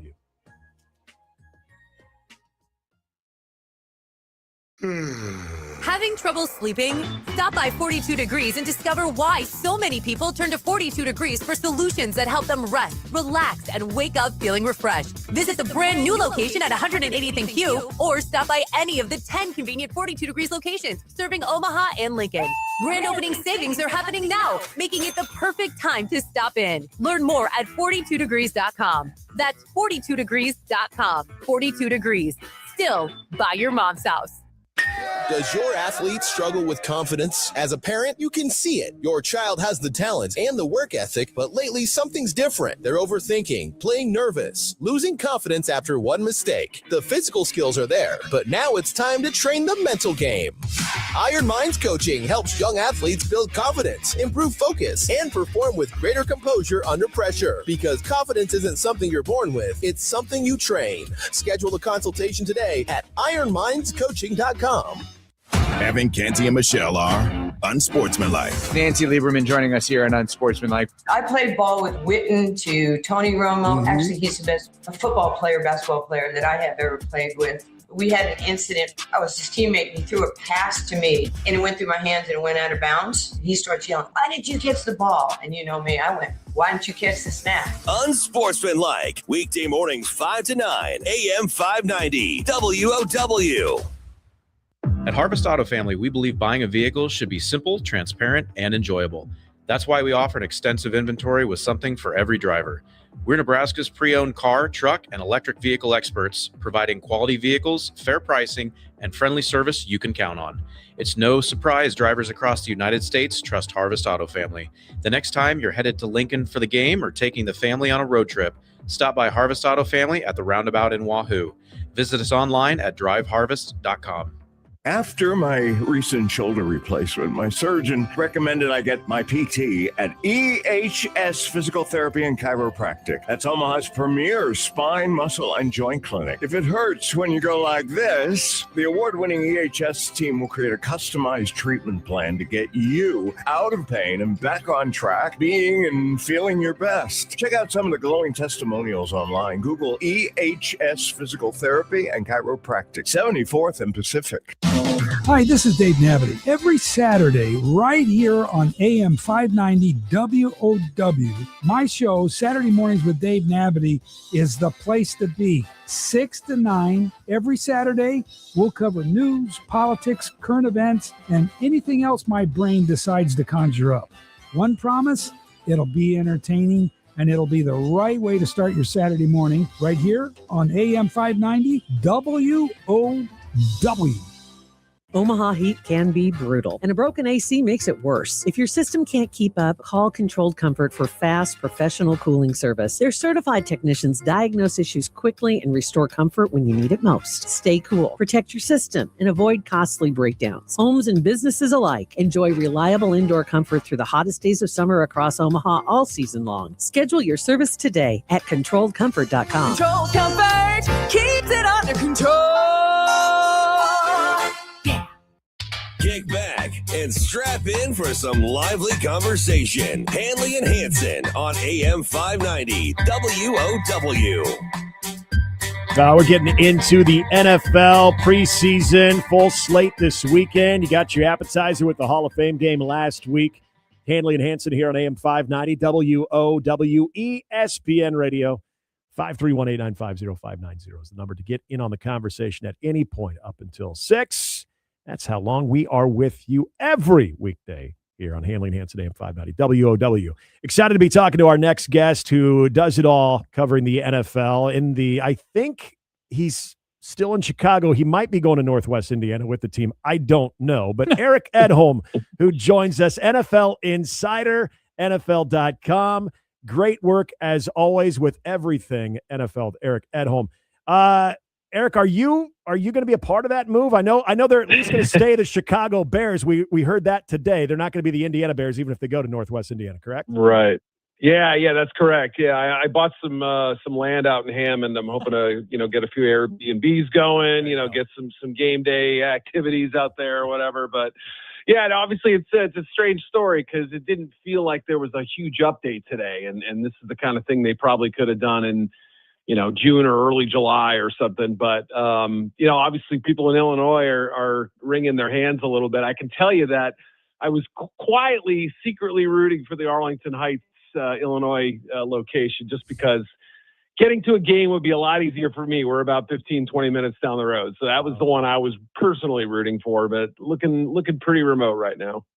So, Eric, I just in the vein of the Bears comments from Ben Johnson about the scoring offense for this upcoming season, how do you feel like the rest of the league perceives that? Like, is it a situation where Johnson is too haughty and too full of himself, and everybody wants to humble him this year, or I mean, how do they take that in? Yeah, I mean, I'm sure there are people out there thinking, who does this guy think he is, right? I mean, 5 years ago, nobody knew his name. Now, granted, he's had a pretty fast acceleration through the league, but I'm sure there are some people out there who are saying, oh, really? Well, you're not going to set the record against us, but the strides they made in year one were terrific. His job was to get Caleb Williams on track, to build an offense like a ship in a bottle in the offseason, and he's adding pieces this year too, and adding layers and depth to it too. So, when you think about, even with all the success last year, there were times when the offense didn't really get going in the first half, or it felt like they would wait till the fourth quarter almost to kind of get going. So there's a lot of room for improvement. As good as they were offensively last year, there's more down-to-down consistency that can be achieved. There's more series-to-series consistency and effectiveness. So, while it may come off as pretty bold comment from a second-year coach, I also think that there's some real truth to it, in the sense that, boy, if last year was the starting point, it's entirely possible that whether it's this year or next, they can get pretty close to that that mark if all things go well. Talking with Eric Edholm here on Handley and Hansen, AM 590 WOW. There's a slate of games tonight, and you can maybe look at each matchup and point to a team that has a very intriguing season in front of them. If you're looking at Green Bay and Pittsburgh compared to maybe the Colts and the Patriots, the Lions and the Bengals, out of just that group, who's got your attention maybe at least early in the regular season when we get things officially kicked off? Yeah, I want to see where the Steelers fit in the AFC North, right? It's a good division nominally or theoretically, I guess. Obviously last year I think wasn't quite as strong as everybody expected. Cincinnati wasn't, able to make the playoffs and have, their best team out there. The Browns, even though they've added, 2 straight draft classes, I think there's some, clear room for improvement, especially at quarterback. And they're obviously a team whose preseason games matter a lot. But Pittsburgh's in an interesting spot too in Mike's first year there. Obviously Aaron's going to have this season, and then we know he's out of the picture. How much do they believe that he's got a chance to actually lead them, deep into the playoffs, or make some noise, or even make it for that matter? So, there's a lot of questions there. You also have to kind of think in this preseason about how next year's going to go. Drew Aller's got to get reps. Will Howard's got to get reps. Do they possibly keep 4 quarterbacks? There's a lot of interesting stuff going on with them. No Michael Pittman, so they're still getting some guys back from injury, but yeah, they're a pretty interesting team when you kind of think about. Obviously, Baltimore is in a good position to bounce back, I would imagine, even with a first-year head coach. But don't forget about the Steelers; they're still kind of lurking a little bit. Eric, where does the NFL have this quarterback development problem thing? Like, where's this springing from? It's a narrative I don't buy into. Do you? In the sense that you can only play one at a time, right? There's always going to be a limit to what you can do with the guy you're grooming, right? But I also think there's a succession plan problem in the NFL too, right? I think we speed some rookies up and want to get them on the field before they're ready, or sometimes teams hold them back or don't have the right preparation to get them in the starting position. So I think from that standpoint, you gotta look at those aspects and say, how can we do this better? There is no, I would say, fully established spring development league where you see quarterbacks routinely finding opportunities in the NFL. That really hasn't happened yet. So can they take better advantage of that?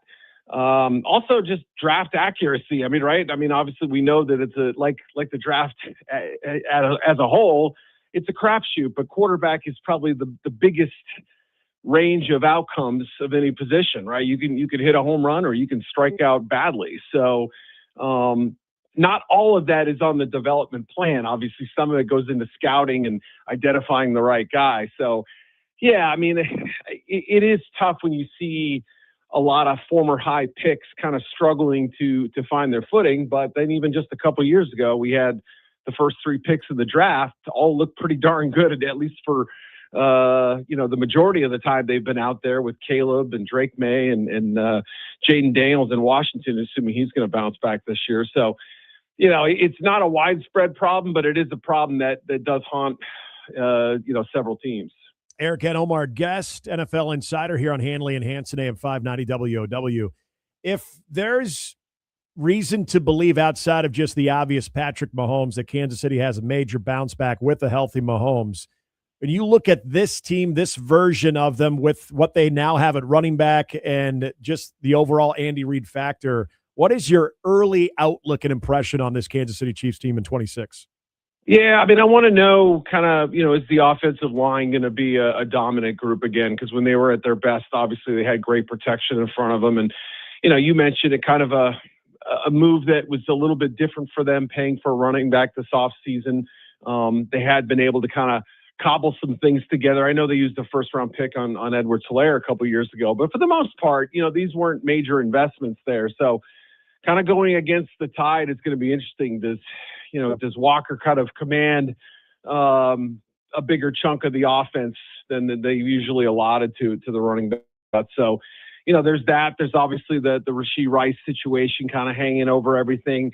Maybe that's mitigated by, a kid like Cyrus Allen, who's at a good camp and a fifth-round pick who's sort of playing above his skis at this point. And, they obviously have some second- and third-year receivers who could take jumps too. So, defensively, the pass rush has got to get better. They got their run stopper with Tonga in the middle. Felt like added some interesting pieces. I really liked R. Mason Thomas out of Oklahoma, so I think that could help. Peter Woods, I think, could be a good interior rusher for him too. But then also the secondary and, what kind of shape they're in on the back end, because obviously, for a long time that was a position that they were able to replenish in very creative ways and get good production out of those guys. So, losing two of your top defensive backs, never a great thing.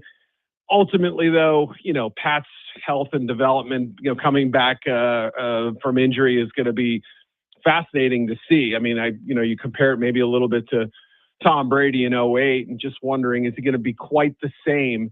Early reports seem good, but, we're all kind of waiting till we get eyes on him.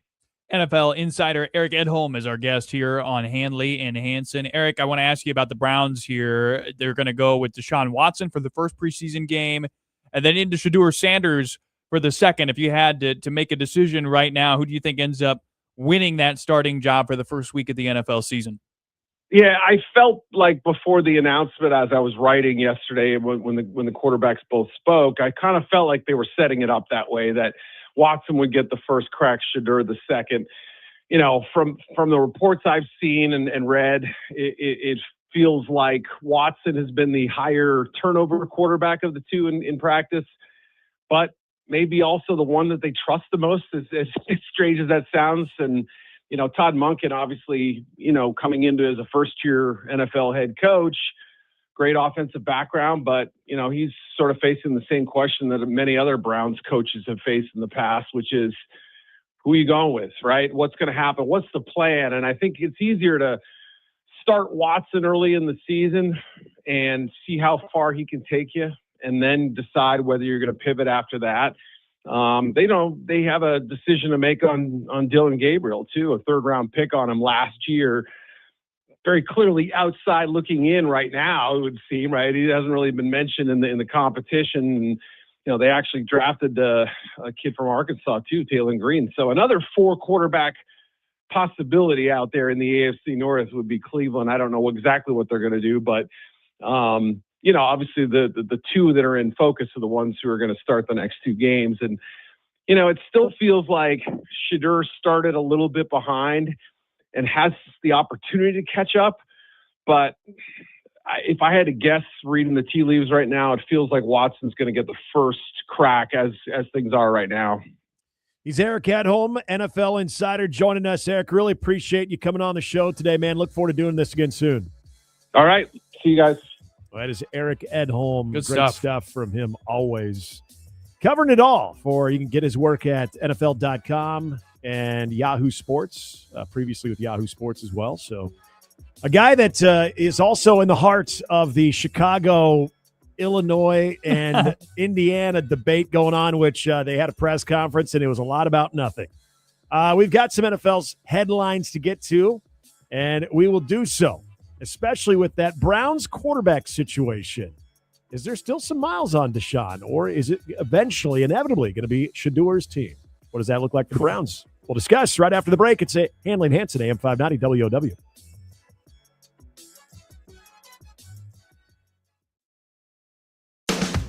Live music 3 times a week just west of Elkhorn. The Doghouse Saloon in Waterloo. Wednesday nights, it's Chad Lee. Friday nights, live bands. Sunday afternoons, music on the big patio, cold beer in hand. Ride out, drive out, everybody's welcome at the Doghouse. And when the Huskers play, Dog fires up the smoker. So come hungry on game day. Take the Waterloo exit to the Doghouse Saloon.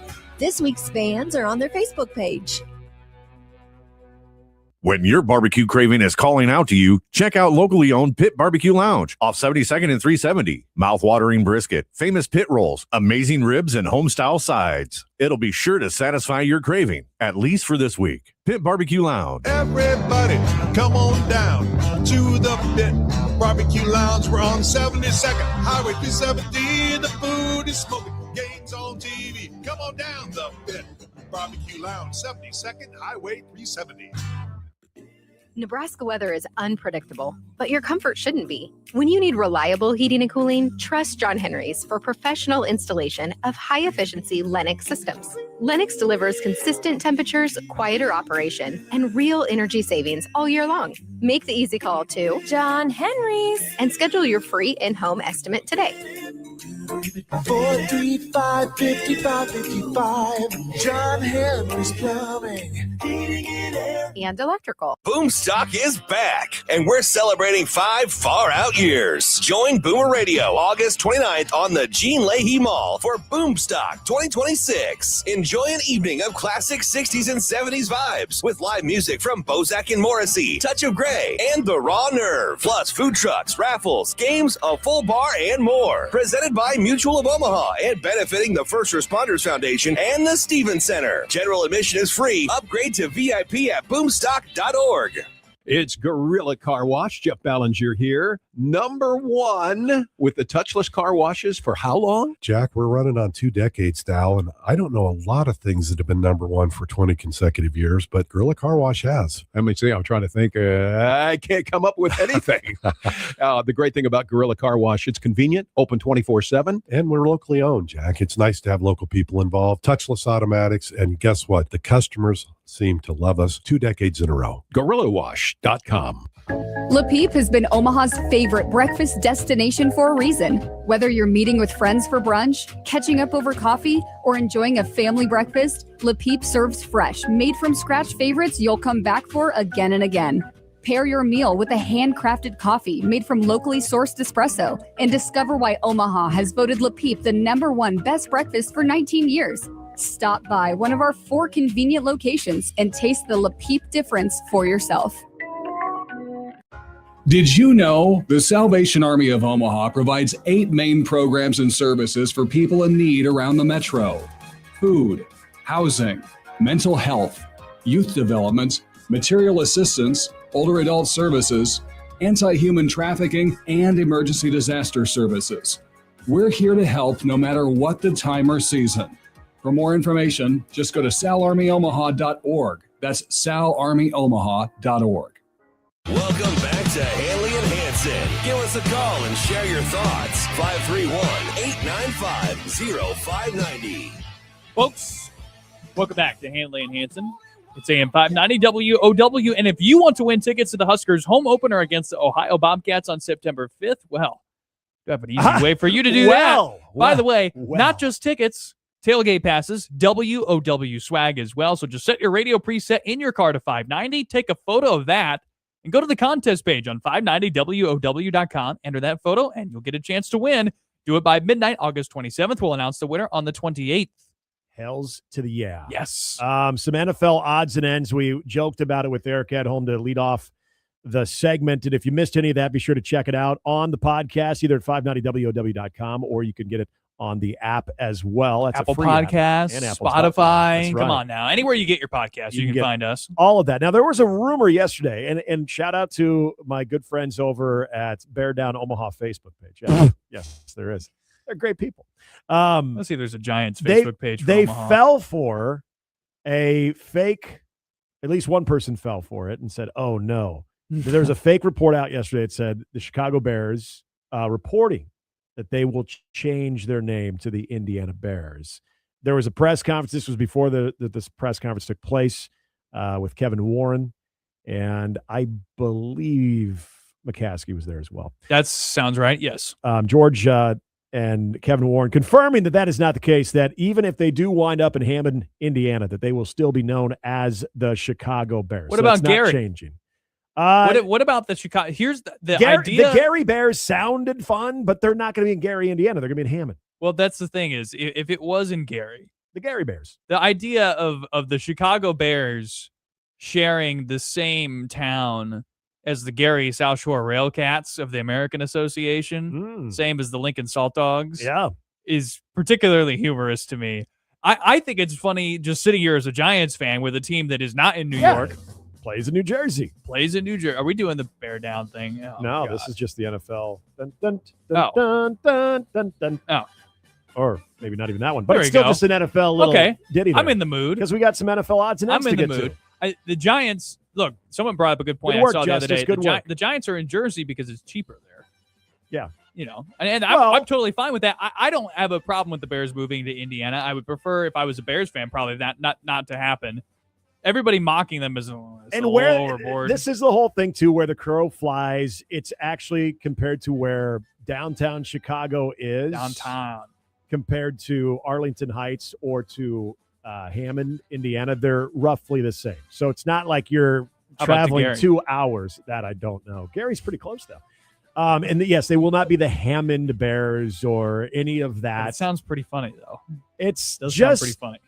It's one of those things that I've had hate on both sides of this. Like, I was pissed off the Chicago Bears for assuming that Illinois would get their poop in a group and get a tax guarantee. And so they decided to buy this huge parcel of land in Arlington Heights. Chiefs are doing the same thing right now too. Like just struggling to get this whole thing ironed out. It sounds like, they've also got a couple of Super Bowls too. And they're in Missouri. Yeah. They got some Super Bowls to kind of maneuver their way through and maybe force and bully some stuff through. Now I'm kind of ticked off at Illinois because Chicago, you can tell they're waiting and waiting. They're like, yeah, right now it looks like all the focus is on Northwest Indiana, but Illinois, we haven't done it yet. Illinois, and that's also what was said at the press conference. Kevin Warren said there still has not been any offer from the state of Illinois. So shout out to Illinois. It's like Illinois is like, screw it. We're good with it, which that's fine. You're going to have a lot of pissed off fans there. So it's just, I said this before, it's a pissing contest. It's amateur hour, however you want to describe it, between the two parties. It just is what it is. Okay, file this, Nick, under injuries that you don't really hear about in September and October and November, but could be a reason why a team underperforms. The butt? What? The butt? Is it a butt injury? No, it's a wrist one. Okay. Actually, for Cade Mays, the center for the Lions, who's going to miss 8 to 10 weeks. Hopefully this doesn't stretch too long for him, but this was their big acquisition at center. This was, I think on Monday that this was announced. This could actually end up being a big deal for them. So keep an eye on that. If the Lions are underperforming, I mean, look, they've struggled since Frank Ragnow retired to fill that role. Keep your eyes there. And their offense has also struggled since Ben Johnson left, who now wants to set the scoring record, as he mentioned yesterday. And as you heard from Brian Christopherson, it got his attention, and other people that are in the league. You asked Eric Edholm about that. Ben Johnson he's going big. And this is the one thing that I'll say about him. He is unapologetically that way. He doesn't care. He doesn't care if that is put a bullseye on this football organization. He feels confident. He likes what he has at quarterback. And I know so many people were sort of taken back by this. Like, I get it. Unless you're a Bears fan, you don't understand how Ben Johnson is. But Ben Johnson's he's a different cat. He is an absolute different cat. I would be inauthentic, unlike Ben Johnson, who's very authentic, if I sat around this microphone today after telling you yesterday how you need, if you're Kyle Whittingham, to get after it a little bit more, to be in it a little bit more, that I enjoy these type of characters in football, be they heroes or villains. And then I said, Ben Johnson needs to tone it down here today. That would be very hypocritical of me. So I'm not going to say that. Good, don't. Because I like Ben Johnson as a character. I like Liam Cohen as a character with the Jags. Everybody was mocking him when he first got hired for the Duval sort of thing. I was okay with the personality. But guess what? He proved it on the field this past year with the Jags. So you have two guys that were going at each other earlier this month about regression, sort of not directly, but indirectly. They're great personalities. I think the league benefits from having them. I agree. Back to a question that you asked Eric Edholm about the quarterback situation in Cleveland. Oh, yeah. Yeah, there's an obvious name, and I'm glad Eric mentioned him, too, that is not even factored into the equation at all, and that's Dylan Gabriel. When you think about him getting drafted before Shedeur Sanders, the question I have, there was a time, and it wasn't that long ago. I mean, enough time has passed, but not that long ago, that Deshaun Watson was worth the guaranteed money that the Browns were willing to give him. There needs to be a 30 for 30 on him. There does, and we obviously know about the transgressions, or at least alleged transgressions with the masseuse or many masseuse, that there has been, then you get the injury and everything to come with it, that Deshaun Watson really clinging to life when it comes to his NFL football career, at least in a role that we remember him to be in. I just remember. My question is, can he, now being healthy, can he actually remind us about how dynamic of a quarterback that he is or once was? No. There was a play last year, I believe it was a Ravens game in Cleveland, where he's like spinning around in the backfield. He's 18 yards in the backfield, and it's like, oh my gosh, is this going to be the old Deshaun Watson? And then he had one of the most pitiful, putrid throws I've ever seen in my life, which either ended in an interception or he got hit from behind. It was a horrible play, and I was like, it's over. It's over. And here's the skill positions right now, okay? Jerry Jeudy's wide receiver 1. Casey Concepcion. Denzel Boston. Those are the receivers.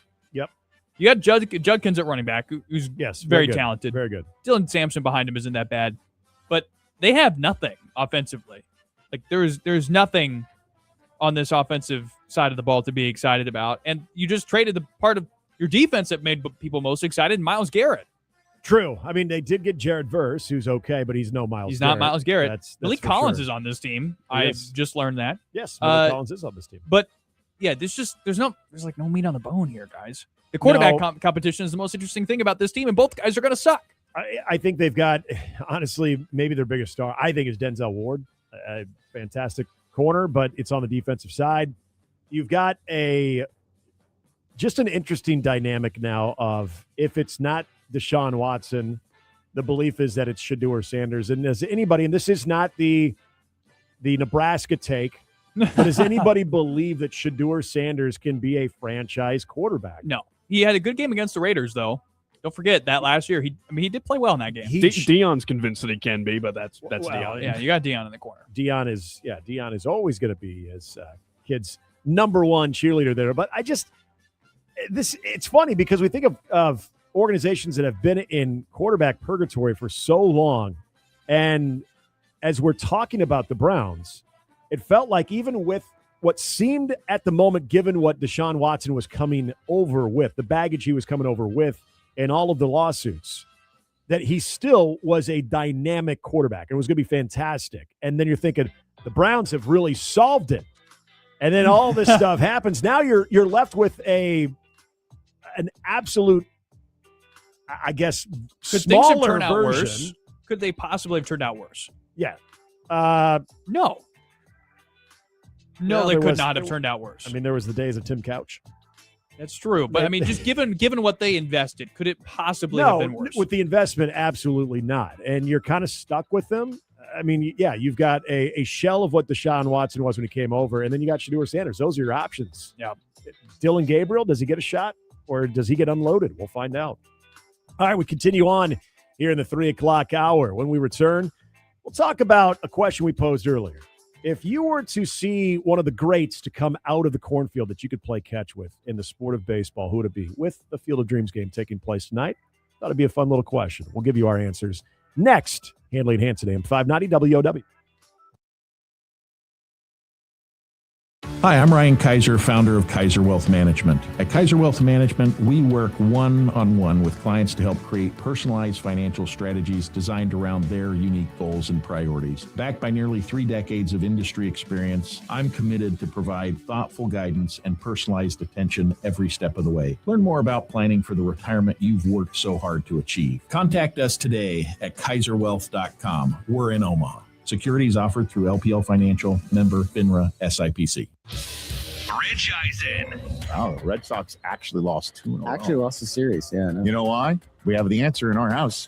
Coop got out of camp. Hey, go away, Coop. Go back to camp. He went into camp the night they started their 4-game sweep of the Yankees. Really? That's when he went into camp. And so he comes out of camp. They've lost 2 in a row. You're done, Brock. I'm like, welcome home, Coop. This is great.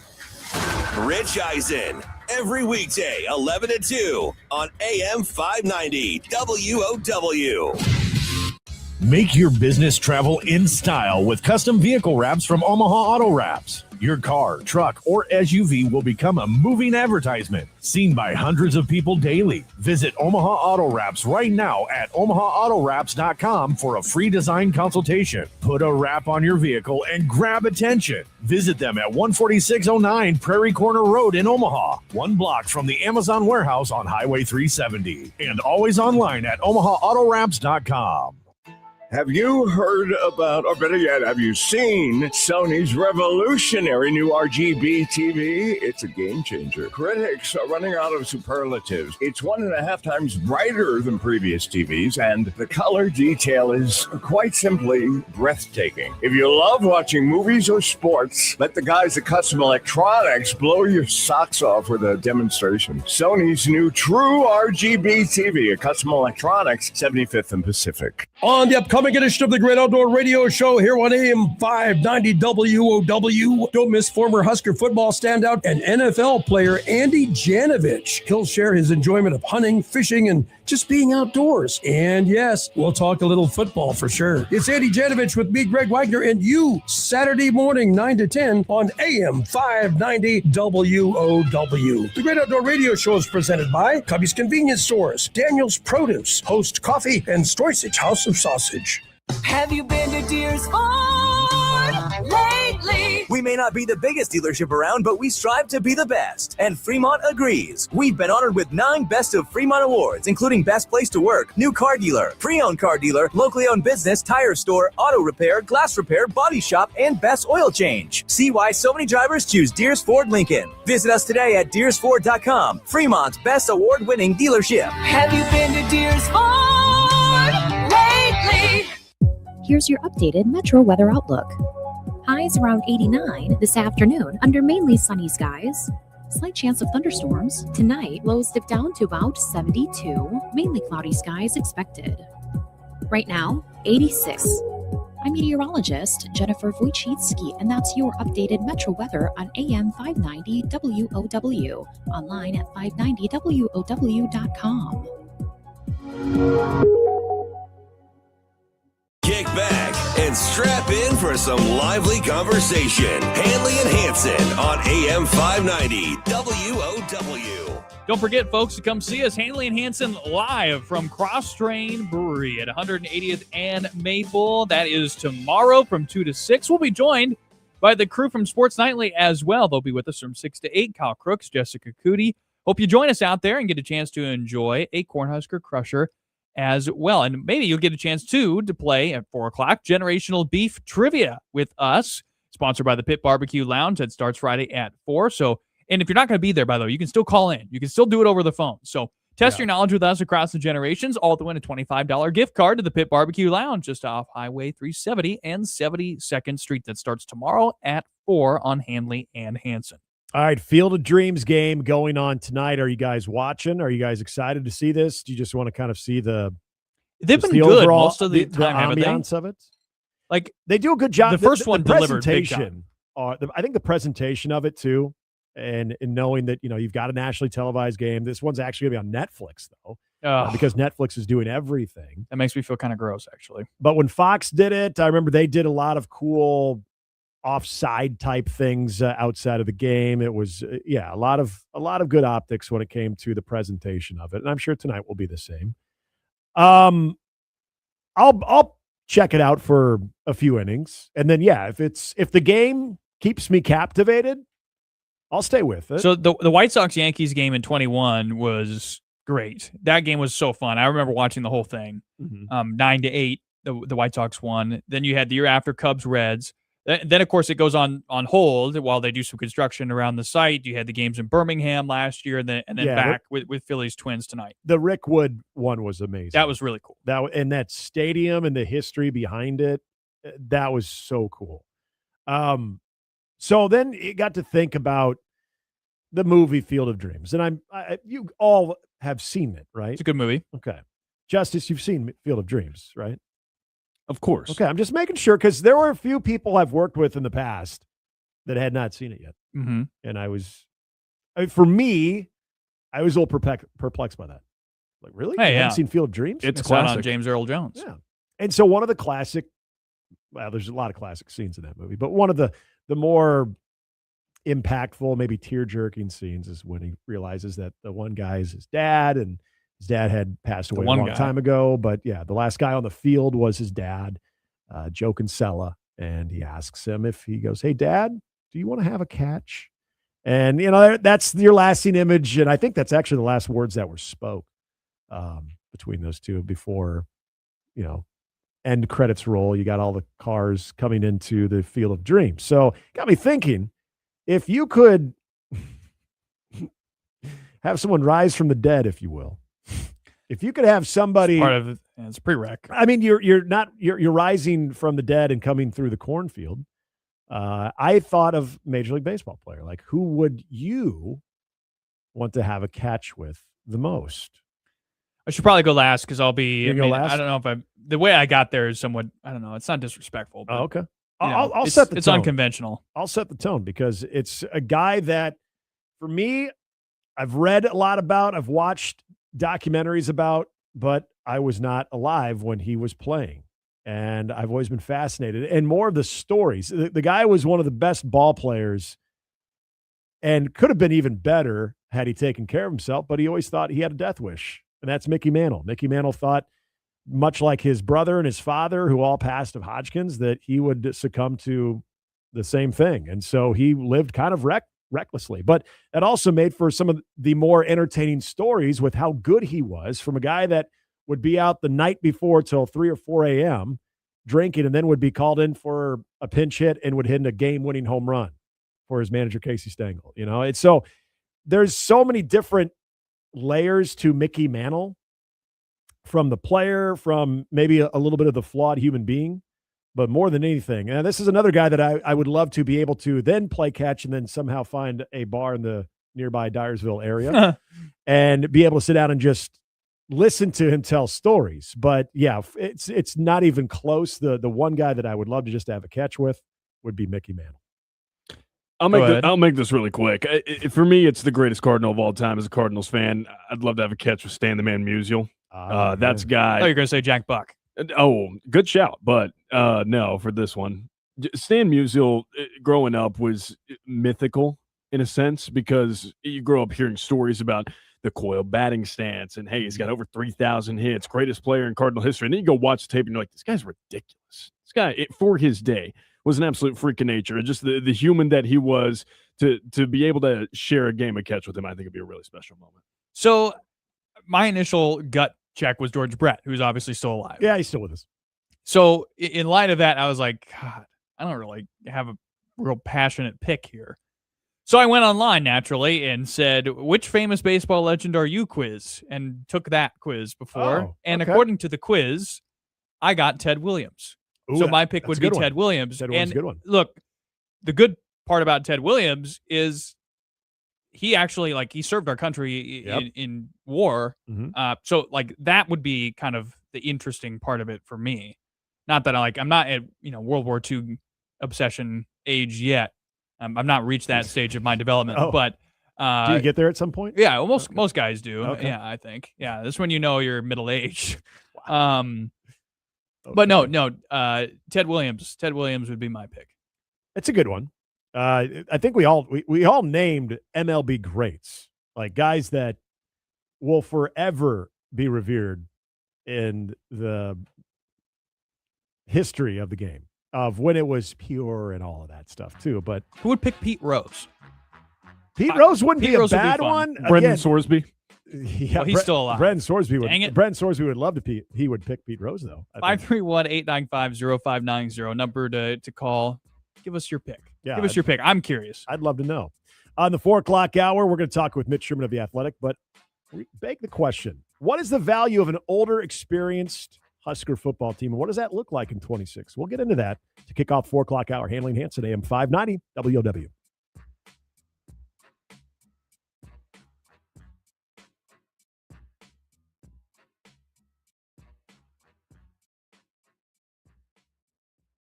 The legend has returned. Sports Talk Huskers. AM 590 WOW Omaha. This is Sports Center. I'm Christine Lisi. First overall pick in the NFL draft, Raiders quarterback Fernando Mendoza set to get plenty of reps in tonight's preseason opener. He's practiced mostly with the second team this summer, but could get some snaps with a few members of the first team offensive line. Two things to keep an eye on when it comes to Mendoza tonight, says ESPN's Dan Orlovsky. Ease for Fernando Mendoza. Ease getting in and out of the huddle, something that he did not do in college. Ease at the line of scrimmage, handling all the formations, the shifts, the motions that Clint Kubiak is going to put him under. The next step would be for me, if it doesn't go great, there's a lack of comfort in it. How does he handle that? What's his poise like? Chiefs quarterback Patrick Mahomes won't play Saturday as he continues to make his way back from knee surgery. Bills QB Josh Allen to play Saturday versus Carolina in the first game ever played at the team's new stadium. The Rams expect receiver Puka Nacua, who's dealing with groin soreness, to return to practice next week. Baseball, Caleb Durbin's grand slam is up the Red Sox lead to 5-0 on the Blue Jays top 8. Boston trying to snap a 5-game losing streak. If you run a small business, you've got to try Gusto. Get unlimited payroll runs and get your payroll taxes filed automatically. Offer health insurance, 401k, and more. Get started for free at gusto.com.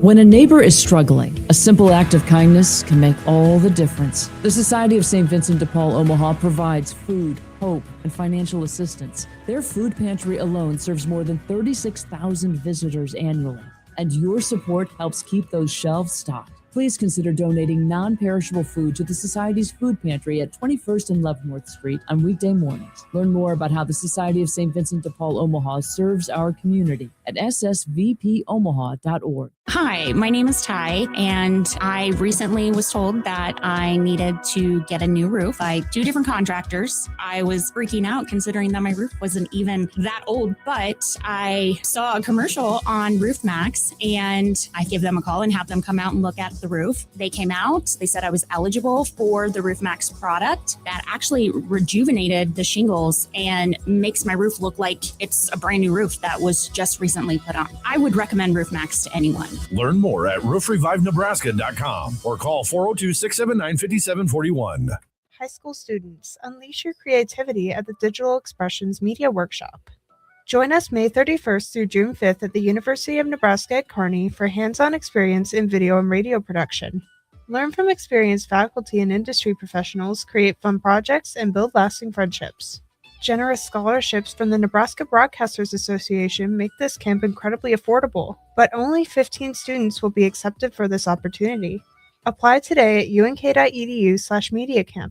The 7th annual Suburban Rotary Show and Shine has been rescheduled for August 15th at Shadow Lake Collision Center, 84th and F. Proceeds support Suburban Rotary's youth programs. Boomer Radio will be spinning tunes. Boxer Barbecue will be there with their food truck, and there'll be a split-the-pot raffle. Sponsored by Woodhouse Auto Family, Hub International, Equity Bank, the Schubert and Lassett Group, and AM 590 WOW. Show and Shines from 10 to 2. Hope to see you August 15th at Shadow Lake Collision Center, 84th and F.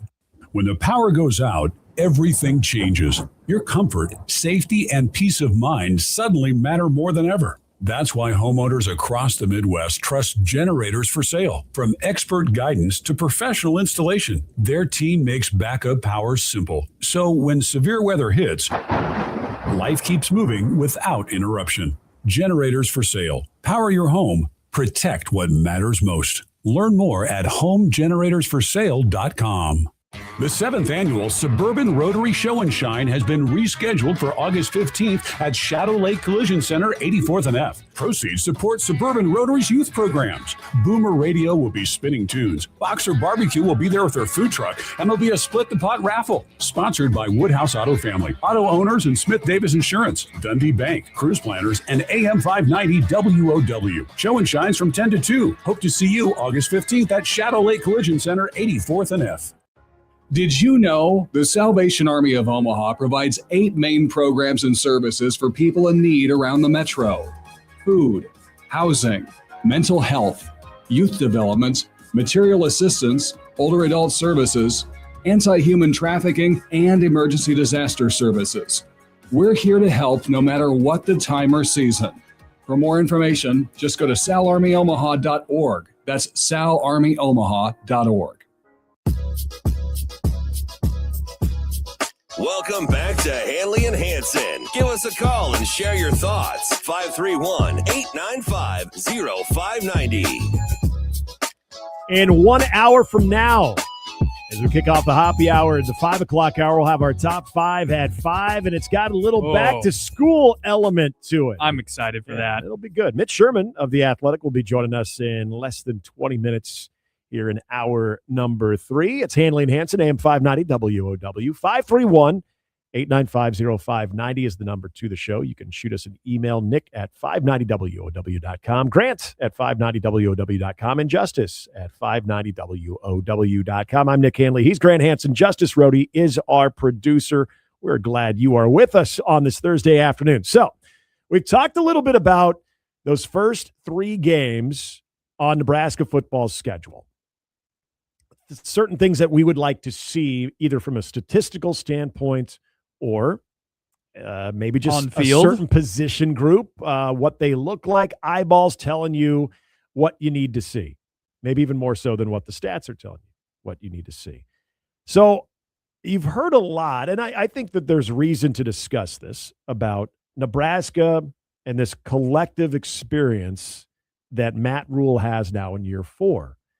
And even though it's not a lot of guys that have played in this uniform together, and the majority of them even in meaningful snaps together, sure, you've got an average age of just under 22. You're 21 and a half as opposed to either 19 or 20. And that's 28th nationally, right? Yes. Yeah. And the thing that I really did gravitate to, and Matt Rule has said it now on a couple of occasions, is talking about the difference between he uses an example of Justin Evans at 19 compared to a Justin Evans at 21 or 22. And you look at a lot of those offensive linemen, those are guys that are in their early 20s as opposed to 19 or 20. That's not to say a 19 or 20-year-old could handle that type of challenge and that type of pressure, but you got grown men who've been in college football and been in Power 4 college football weight facilities, right? Strength and conditioning, nutrition plans, all of that. And you've just have the games that have been logged, whether it be in the Big Ten, whether it be with Nebraska or various conferences. That I think, by the way, I think they're 3rd in the Big Ten. Yes, they are. Yeah. Yeah. And last year, they were one of the very youngest teams. Hasn't that been the narrative for Matt Rule the entire time he's been here at Nebraska? Team. They've always been young until this year, for the most part. And I think they got old in a very key spot with that offensive line, which is why they put a lot of money in there. So I asked the question, you've heard all that, and I think it's valid that Matt Rule brings it up. I think there's reason to believe, and I think this is why the coaching staff is optimistic about this group collectively, is because of that very reason, because of an older, more veteran type team. But what does that look like on the field? What do your eyes tell you? What should you see if this team truly is better because of their experience? What moments of the game and what types of games should you see that experience or that veteran-laden element of this team really show up? It's a great question. We talked earlier about my thing that I want to see from the offense is improved 4th down work. And I think that shows up here again. So, again, last year, Nebraska 10 for 28 on 4th downs. That's 18 turnovers that don't get counted in the turnover margin. So, Nebraska, again, last year did a good job limiting live ball turnovers, as it were, with fumbles and interceptions. Not so much executing on 4th downs, which would be the equivalent, in my opinion, of dead ball turnovers in hoops. Mm-hmm. So, that is an interesting part. Like, when Nebraska's in short yardage, they win. That has to be on both sides of the ball. I think, to me, that's a sign of experience and physical growth for this team this year. The other point I wanted to add on this, too, is regarding Anthony Calandria. I'm curious your take on this. So I said during our Cold Hard Truths segment, sponsored by SOS on Monday, shout out, that you have to judge Calandria based off of his body of work, not comparing him to anybody else. And I said, look, I'll leave the door open to even still talking about his time in Virginia and including that into the discussion around his career-long turnover issues. I think it is unfair even then to include some of those things because he's a different player now, right? I don't know if we talk Is about. he, though? I mean, we don't well, know. okay, that that's yet. a good point. Is he? Hold on. The hope is that he's he is. different in terms of experience. That's where I'm going to, right? Like, Sure. how often do people think about him in the experienced quarterback side of this equation? He's going into what would be, at least depending, it's his full year as a starter. Yeah. He's coming off working with an offensive guru in Dan Mullen. This should be a year where he takes a step forward, and he's a guy that is showing the experience that he actually has. I'm glad you brought up the Dan Mullen thing because I don't think that gets enough play. But continue. Sorry. So that's kind of where I landed. Like, it's like, okay, well, hold on now. Calandria fits in this experience conversation too, actually. No doubt. And I think it's good to bring that up. Handley and Hansen here on AM 590 WW. You're not going to bring that up, but we are. That I think that you look at the experience element. I know I do. I go right to the offensive line. Oh, yeah. But I think you look at then the Rob Orich connections. And those guys are also experienced. Calandria probably doesn't get as much of the conversation, but for that experience, this is a really good point on your part. For this team, for the eyeballs to tell you, there is a moment of experience versus inexperience. Mm-hmm. There's a result of experience versus, you start pointing it out. There's no doubt quarterback, especially for a guy who has a little bit of a reputation of being turnover prone. It's not even necessarily this team trying to overcome some mental obstacles, which for whatever reason still exist. But it's also for some of these individuals to shed some of those, whether they're fair or unfair or just or unjust labels, that you shown that with all of sort of the John Wayne style play at quarterback, which I think is a big reason people are kind of excited about Anthony Calandria, mm-hmm. that you take those calculated risks as opposed to those reckless risks. Right. So to me, that would be a difference between a Anthony Calandria in year 1 or 2 as a starter as opposed to an Anthony Calandria in year 3 or 4 as a starter, is that he's still taking some good gambles, but they're more calculated. They're more high percentage. They're going to give you maybe a little bit of a higher reward as opposed to a higher risk. So I think that's one element for sure. Mm-hmm. I go back to the mental element in games against, let's just say ranked opponents. Sure. That's a hurdle. Nebraska, especially the home games, I zero in on Washington, Oregon, and Ohio State, that I truly believe there's going Not to Oregon. be. Oh, I'm sorry, Indiana. I Yeah. meant Indiana. I truly believe that Nebraska is going to have a quarter, and I'm hoping that that'll take place in the first half, where the juice is there, they're feeding off the crowd's into it, and they're having some momentum. But at some point that whether it's Indiana, Washington, or Ohio State, they're going to have their moment. How does Nebraska clap back? How does Nebraska at home, when they deal with adversity, how do they look in those adverse conditions mentally? Because you know it and I know it. There are many times that you can almost see it on the field after one of those odd situations or a moment where Nebraska was on the cusp of a breakthrough and then it goes the other way. The air comes out of the stadium, but more significantly, it comes out of that sideline. And you can point to it. And we all say collectively, oh God, here we go. I don't like this. I don't like this. Can this group in those moments start to build up that trust that they're past those mental hurdles? Because I thought we'd be saying that about We've been asking this that for a team. long time. To me, that would also be a reason I would think experience could maybe be the difference when it comes to knowing that there are still more plays out there to be had as opposed to, oh God, here we go again.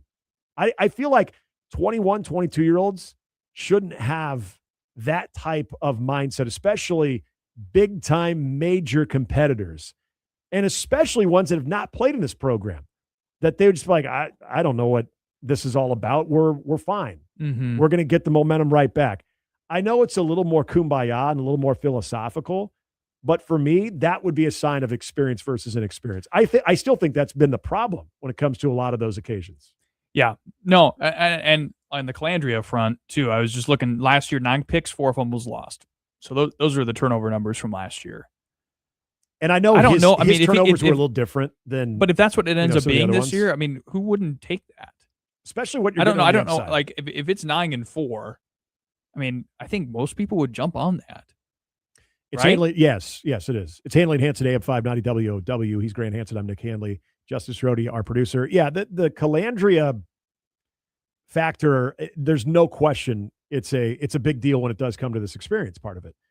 I just think that when people present an experienced team, and obviously you can look it up on your own. It's not like we're being sold a bill of goods on this team being veteran. Their age would do that for. I want to see that show up. And this is where, you can look at stats. Kind of like what we were talking about in the first hour. You can look at stats. You can be like, okay, now I get it. But I think, isn't this also an area where your eyes should tell you more than what you're looking at on the stat sheet? You don't do stupid stuff. Yeah. That's another thing, right? Older teams don't do stupid things. Hitting guys late out of bounds, poorly timed penalties, poorly timed turnovers. So, like, again, to circle on the Calandria part of the discussion, right, where I said at the beginning, well, I didn't phrase it the right way. He's a different player now. You have to hope he's a different player now. And that you hope that the trend from his time in Las Vegas continues. Mm-hmm.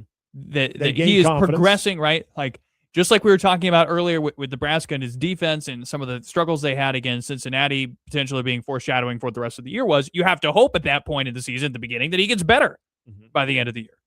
That Nebraska does a good enough job developing him that the way they coach Dylan and the way they're able to limit Nebraska's turnovers a year ago, they replicate that process while still adding, again, as you were saying, those calculated risks, keeping that a part of his DNA. So, like, almost, I don't know, genius is a little bit of an exaggerated word, but like not completely hampering his genius, but containing it a little bit so it's not all crazy out over the place. The off-schedule part of it can be, I think, a big weapon for this offense, as long as there is purpose behind it. Yeah. It was kind of funny because Mike Sauter brought this up when he was talking about Trey Taylor and his pocket presence at Millard South on how most quarterbacks at that level, they'll climb momentarily and then they bail out, and that, Trey Taylor continues to climb and climb and climb and climb. When there's the bailout from Calandria, is there purpose behind it, or does it have more of a panic look, of a sort of last-ditch effort look too? And again, there's an experience look and an experience look of what I think that should be. We'll get Mitch Sherman's thoughts on this. He joins us from The Athletic, and we will talk to Mitch right after the break. It's Handley and Hansen on AM 590 WOW.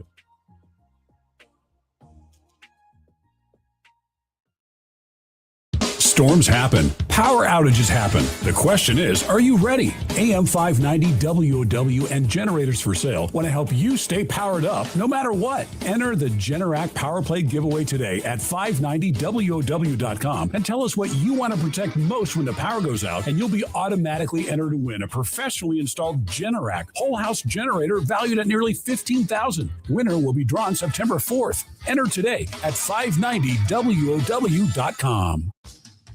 You like a little competition? The Marksman Indoor Range has leagues and bowling pin shoots all year long, so you can shoot for score against the best in the area.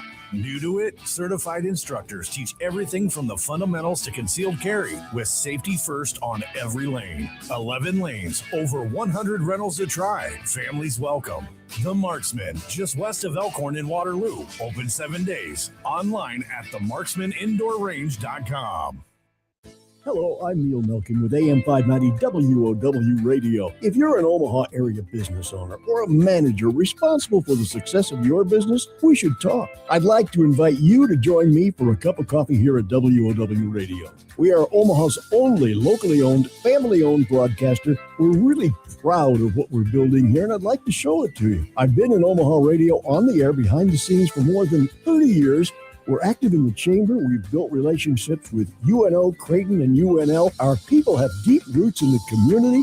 Join me for an hour and a coffee and some pretty good conversation. Let's explore the ways we can work together and build a better community. You and us. It won't cost you a thing, just an hour. Call me to set up a time. No pressure. 402-422-1600. It's easy, it's free, and we just might hit it off. We're locally owned Walnut Media. We know Omaha. We'd like to know you. 402-422-1600. Ask for Neil. Having trouble sleeping? Stop by 42 Degrees and discover why so many people turn to 42 Degrees for solutions that help them rest, relax, and wake up feeling refreshed. Visit the brand new location at 180th and Q, or stop by any of the 10 convenient 42 Degrees locations serving Omaha and Lincoln. Grand opening savings are happening now, making it the perfect time to stop in. Learn more at 42degrees.com. That's 42degrees.com. 42 Degrees. Still by your mom's house. Evan, Canty, and Michelle are unsportsmanlike. It's an indictment on everybody that has fingerprints on the decision to draft J.J. McCarthy. Everybody that had a voice in that room that picked J.J. over Bo Nix is on the hot seat right now as far as I'm concerned. The only question is, how much of a hand did head coach Kevin O'Connell have in all of it?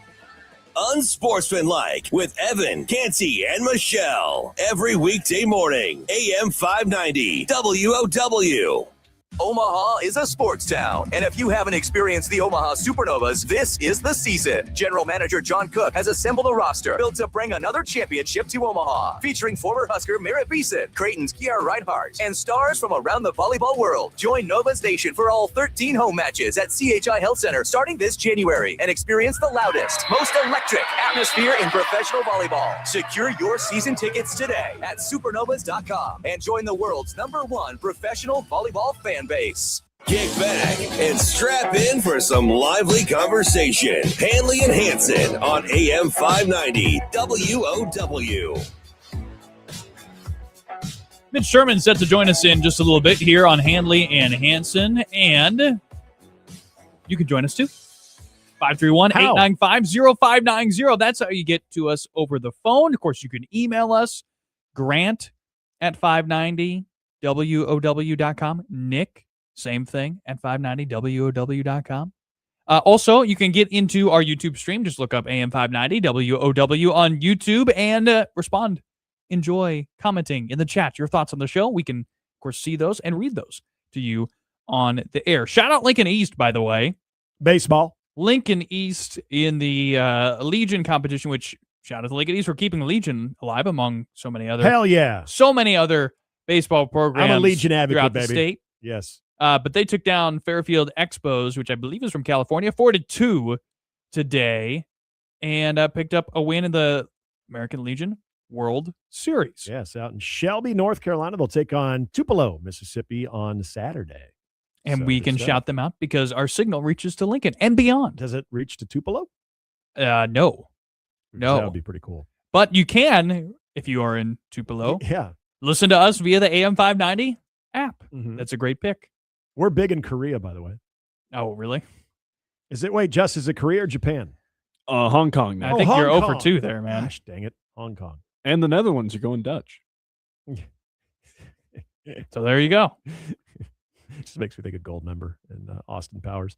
Mitch is going to be jumping in here in just a moment. Just got confirmation from him. So cool. We'll be joined by Mitch Sherman of The Athletic here in a moment. Again, tomorrow, when we are out live at Cross Train on 180th and Maple, we'll have a lot. We'll be inundated with a lot because we'll have Dana Holgerson speaking to the media as well.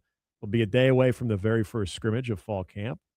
I think it's going to be interesting to hear, especially on Monday, how everything went, or Tuesday, whenever the coaches speak next. I think it's on Tuesday, but you will have Matt Rule speaking on Saturday as well. A little bit of the list. It's a big back-to-back. Yes. Friday, Saturday. So some good content coming your way, which interested to see how it all plays out. Position battles are starting to probably situate themselves. Mitch Sherman is now joining us here on the stream as we welcome in from The Athletic. And Mitch, if you were to get sort of the overall feel of the first full week of fall camp, a couple of days now into pads. I know you had a chance to see a little bit of practice earlier in the week as well.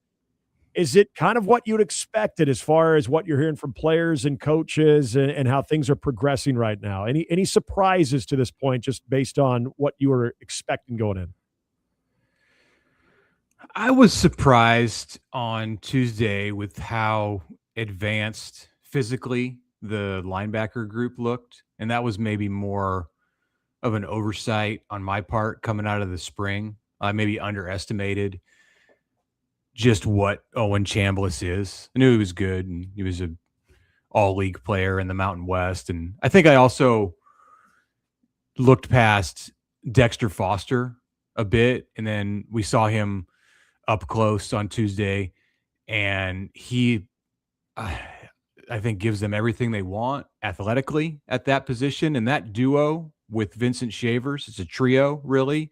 And it's more than that because I think Dawson Merritt is also, and Will Hawthorne and Christian Jones, like up and down that list. They're not going to play 6 guys at 2 positions, most likely not in meaningful reps, but they have options there that was not really something that I gave a whole lot of thought to as a position of strength going into the, coming out of the summer. And not only that, but the words that Rob Orich spoke about Rob Dvorak and how the two of them have connected. I wondered about that because Orich brought some of his guys with Corey Brown and Roy Manning and Tyler Yelk.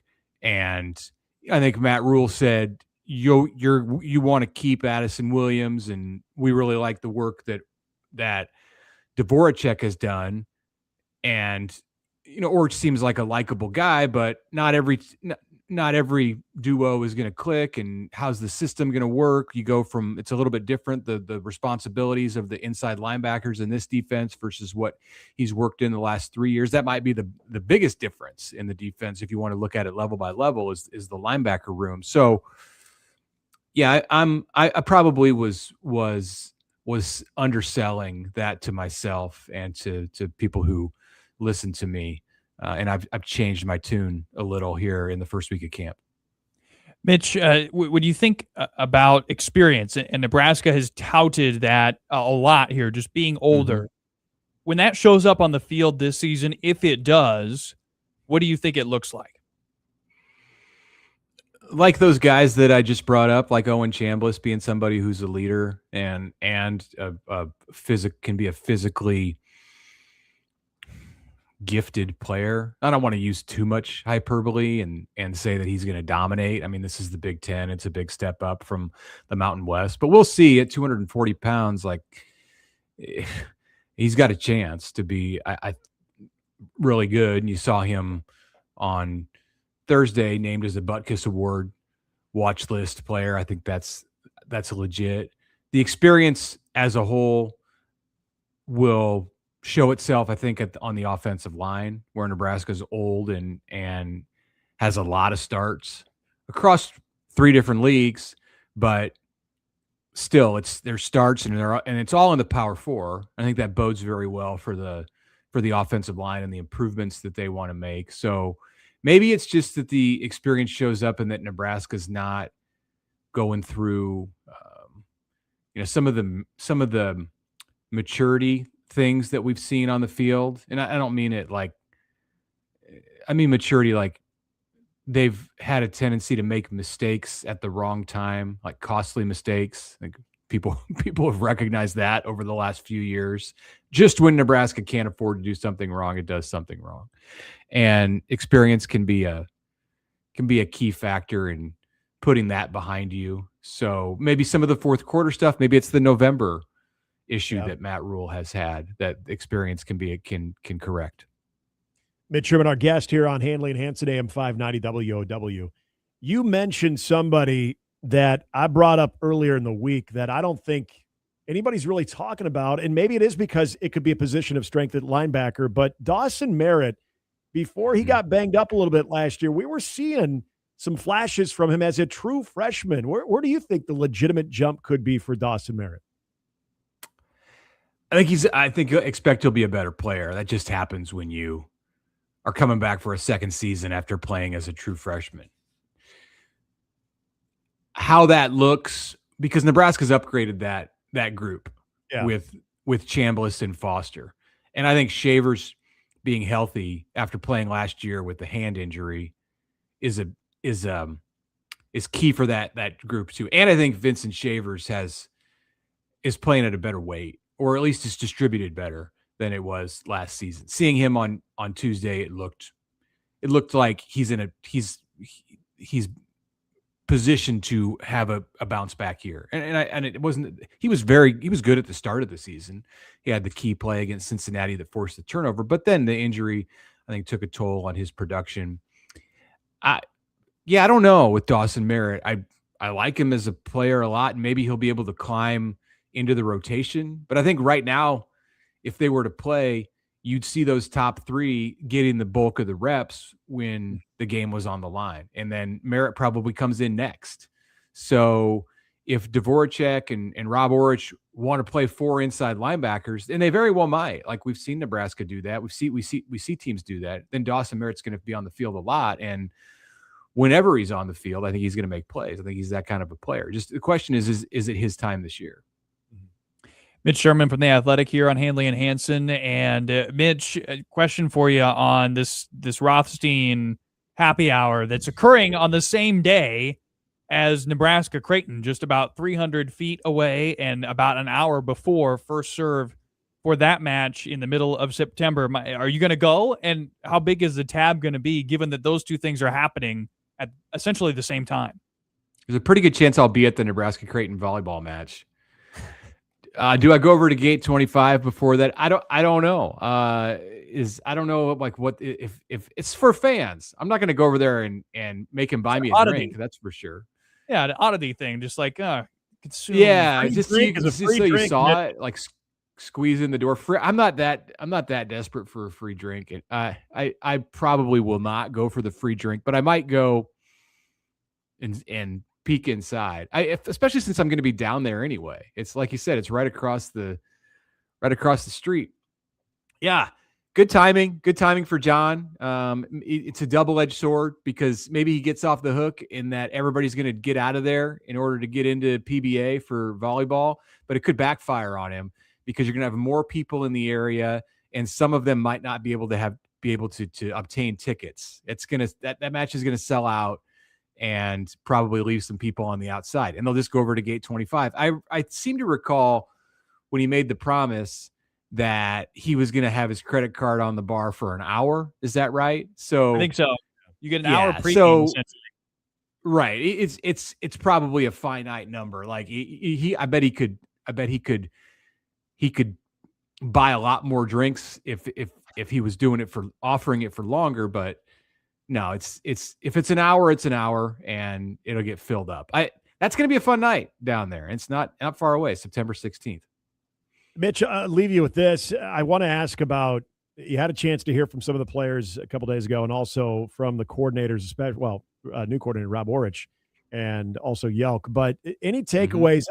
We were talking about Orich. It just seemed to be extremely confident the way he presented himself and just the way that he kind of presented the early goings of this defense. Did you pick up on that as well, or do you have a different take on it?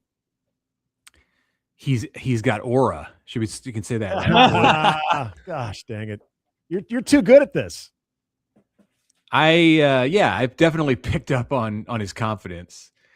And some of it is just that he's so much different than John Butler. And John Butler was a confident guy, but couldn't be a whole lot more different in terms of his personality from what you get with Rob Orich. Orich is, Butler, I think, was very aware of everything that he said, and he was not going to elevate someone. He's just a personality. The personalities are different, and I think the coaching style is different. And the question is, this is what matters: is the team going to respond in a different way? They have different personnel, and part of what attracted Nebraska to Rob Orich was clearly that he was going to be able to bring some players, and not just the guys from his roster at San Diego State, he brought 2 key contributors who are going to start this year in the middle of the Nebraska defense. So that's huge. But I think he also helped Nebraska get Anthony Jones, who could be a starter on the edge and be a big-time pass rusher for the Huskers. I think he helped solidify things with Andrew Marshall, who's coming back for another year as your number 1 corner. So there was a lot that went into Matt Rhule being sold on Rob Orich, but I think a big part of it of how this all works out is how those players, a lot of them knew him before, but how they respond to him, and that feeling, that vibe that you get from him in a 10-minute media session, like that's got to be amplified several times over when he's in the defensive meeting room or when he's on the practice field or when he's on the headset on a Saturday. So from what I've observed, it's very good. And I think that's probably why he's had success in a hurry at the places that he's been as a defensive coordinator. He's 3 for 3 and going in and turning around a defense quickly. I think it's because players respond to him, and you're seeing signs of that early in Lincoln. Mitch Sherman of The Athletic got enough to join us today. Mitch, appreciate it. Have a great rest of your Thursday, man. Thanks, you too. When we come back here in the 4 o'clock hour, we're going to get back to that Nebraska in their first 3 games. We're going to circle back to some of the conversation that we had, but also with a little bit of that experience involvement too. How confident are you that Nebraska will look the part against the Ohio's, the Bowling Greens, and the North Dakotas? We will discuss and take your calls as well, 531-895-0590. If you want to weigh in on the conversation, also do it on the YouTube chat as well. It's Handley and Hansen on AM 590 WOW.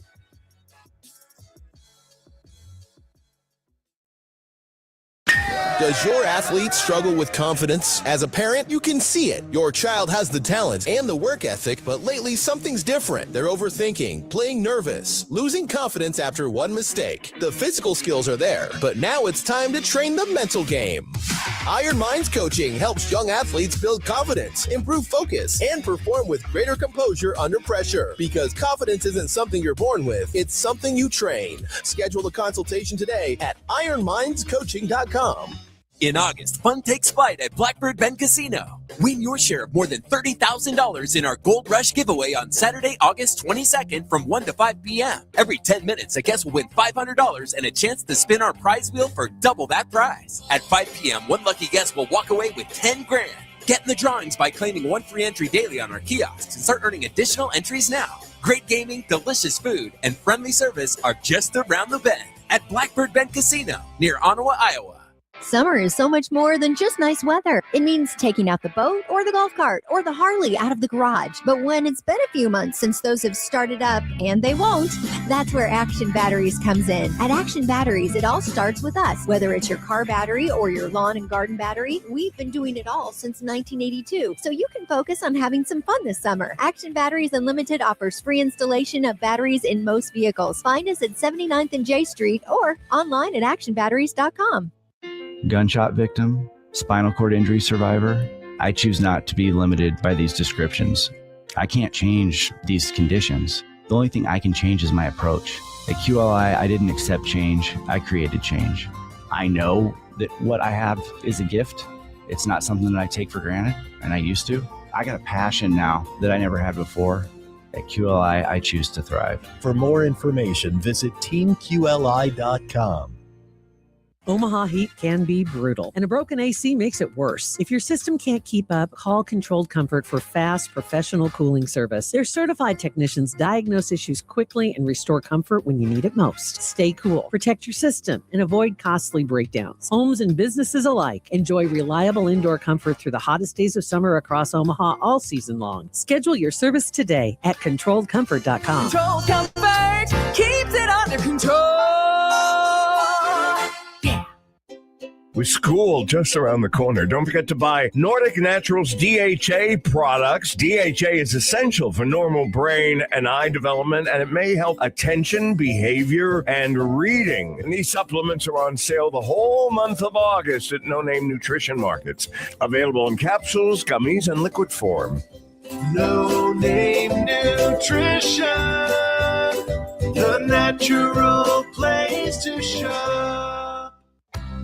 Summer evenings just seem better when you have a home you truly love. Imagine relaxing on the patio, hosting the grandkids, or simply enjoying the peace and comfort of a beautifully crafted home designed for the way you live today, specifically for you. At Edward Custom Homes, our homes are maintenance-free, so you can enjoy company in your backyard. No mowing needed.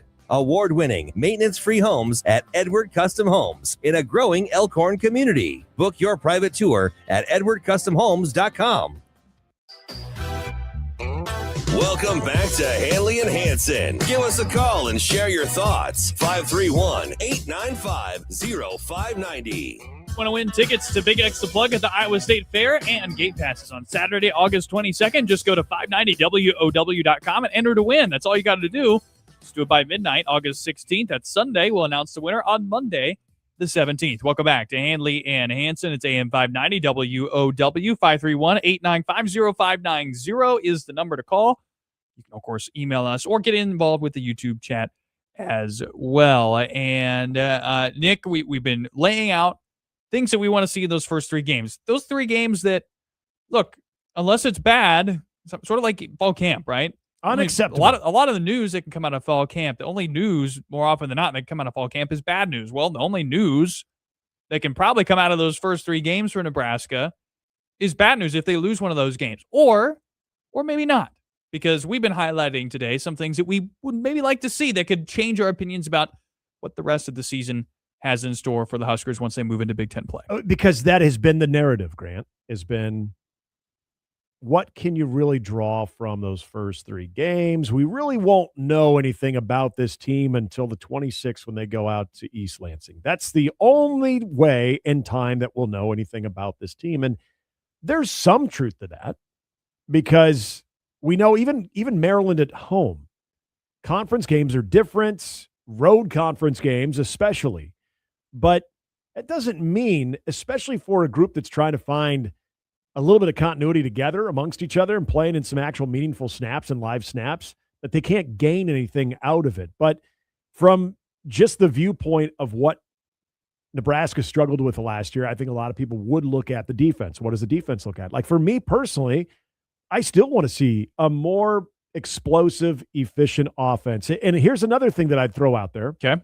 With that whole experience conversation, they better be explosive against who they're playing. Exactly. But here, when we're talking about the experience element of Nebraska, on top of areas that you hope there is an upgrade, I would look at, yes, explosive plays, being able to move the football efficiently, but also be able to do it in a lot of your vanilla sets without having to show off anything. Because, as we know, you don't want to give Michigan State too much. But if you can't beat a team into submission with your core plays, given the Ohios and Bowling Greens, and all due respect to FCS North Dakota, a team that has improved since the last few years, since the last time Nebraska played North Dakota in 2022, it's a better FCS squad. If you can't have your core, just the plays that you know are going to be more basic and not as exotic as things you might want to try a little bit later on, and you're struggling with that, and you're keeping the teams within arm's reach in the first half, yeah, that makes you get a little itchy and scratchy. But if you're showing separation, much like we saw Nebraska in the non-conference portion of the season last year, where you were seeing backups in as early as the third quarter, you were seeing not just the backup quarterback, but the third-string quarterback coming in multiple games. Like, if we're seeing that stuff, yeah, I feel good. You can't do much better than that. And that at least gives you an idea that, okay, there's talent there, and they're doing what they should be doing against inferior opponents. Let me put a number on mine. So I was talking earlier in the show about sacks. Pressure, I want to see that in a sort of bigger sense. I want to see an impactful number at the end of these three games in the sack category. Mm-hmm. Now, what's that number? I'm going to say 12. I want to say at least 12 sacks in those first three games.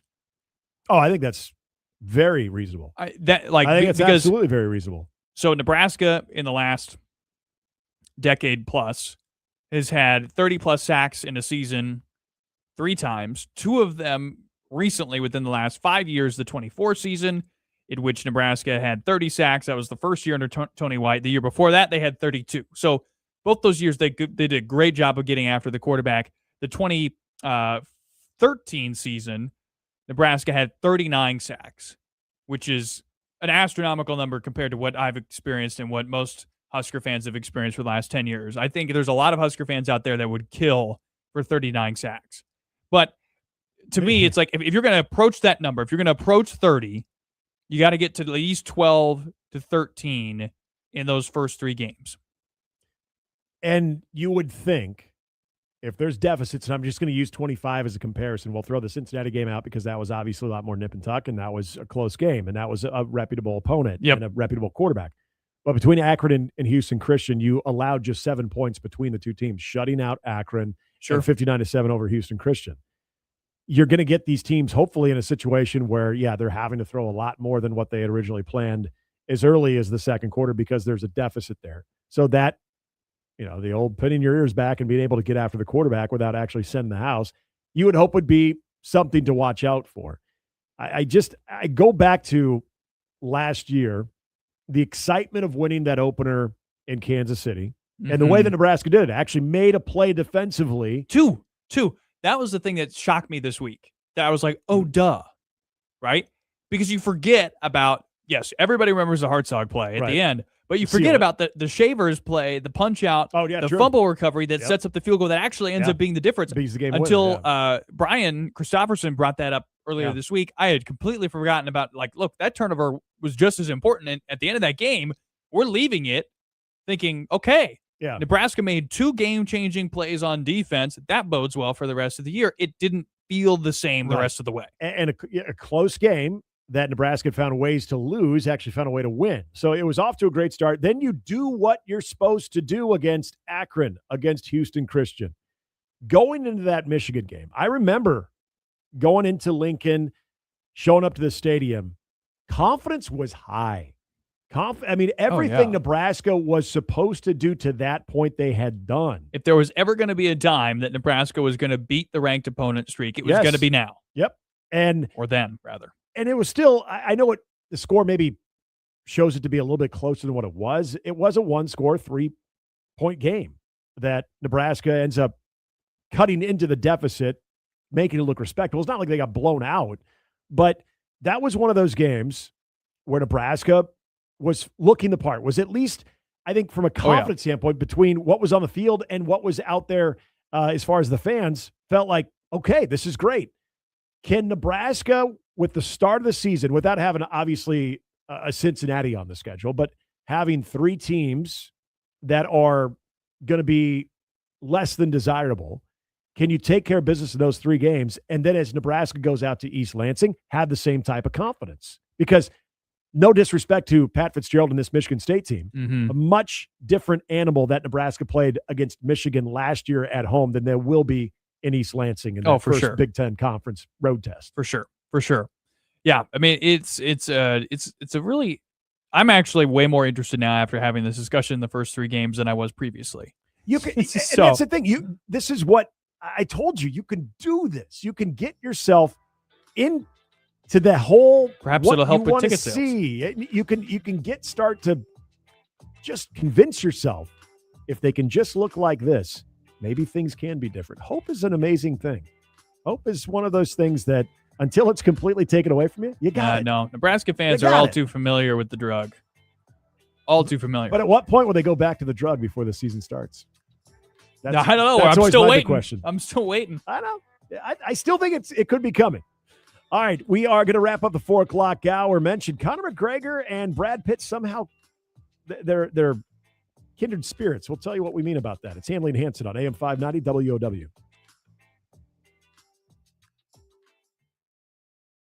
Hi, everybody. McGraw-Milhaven here, host of America at Night. When you tune in each and every night, our goal is to find interesting guests talking about interesting topics that are important to you.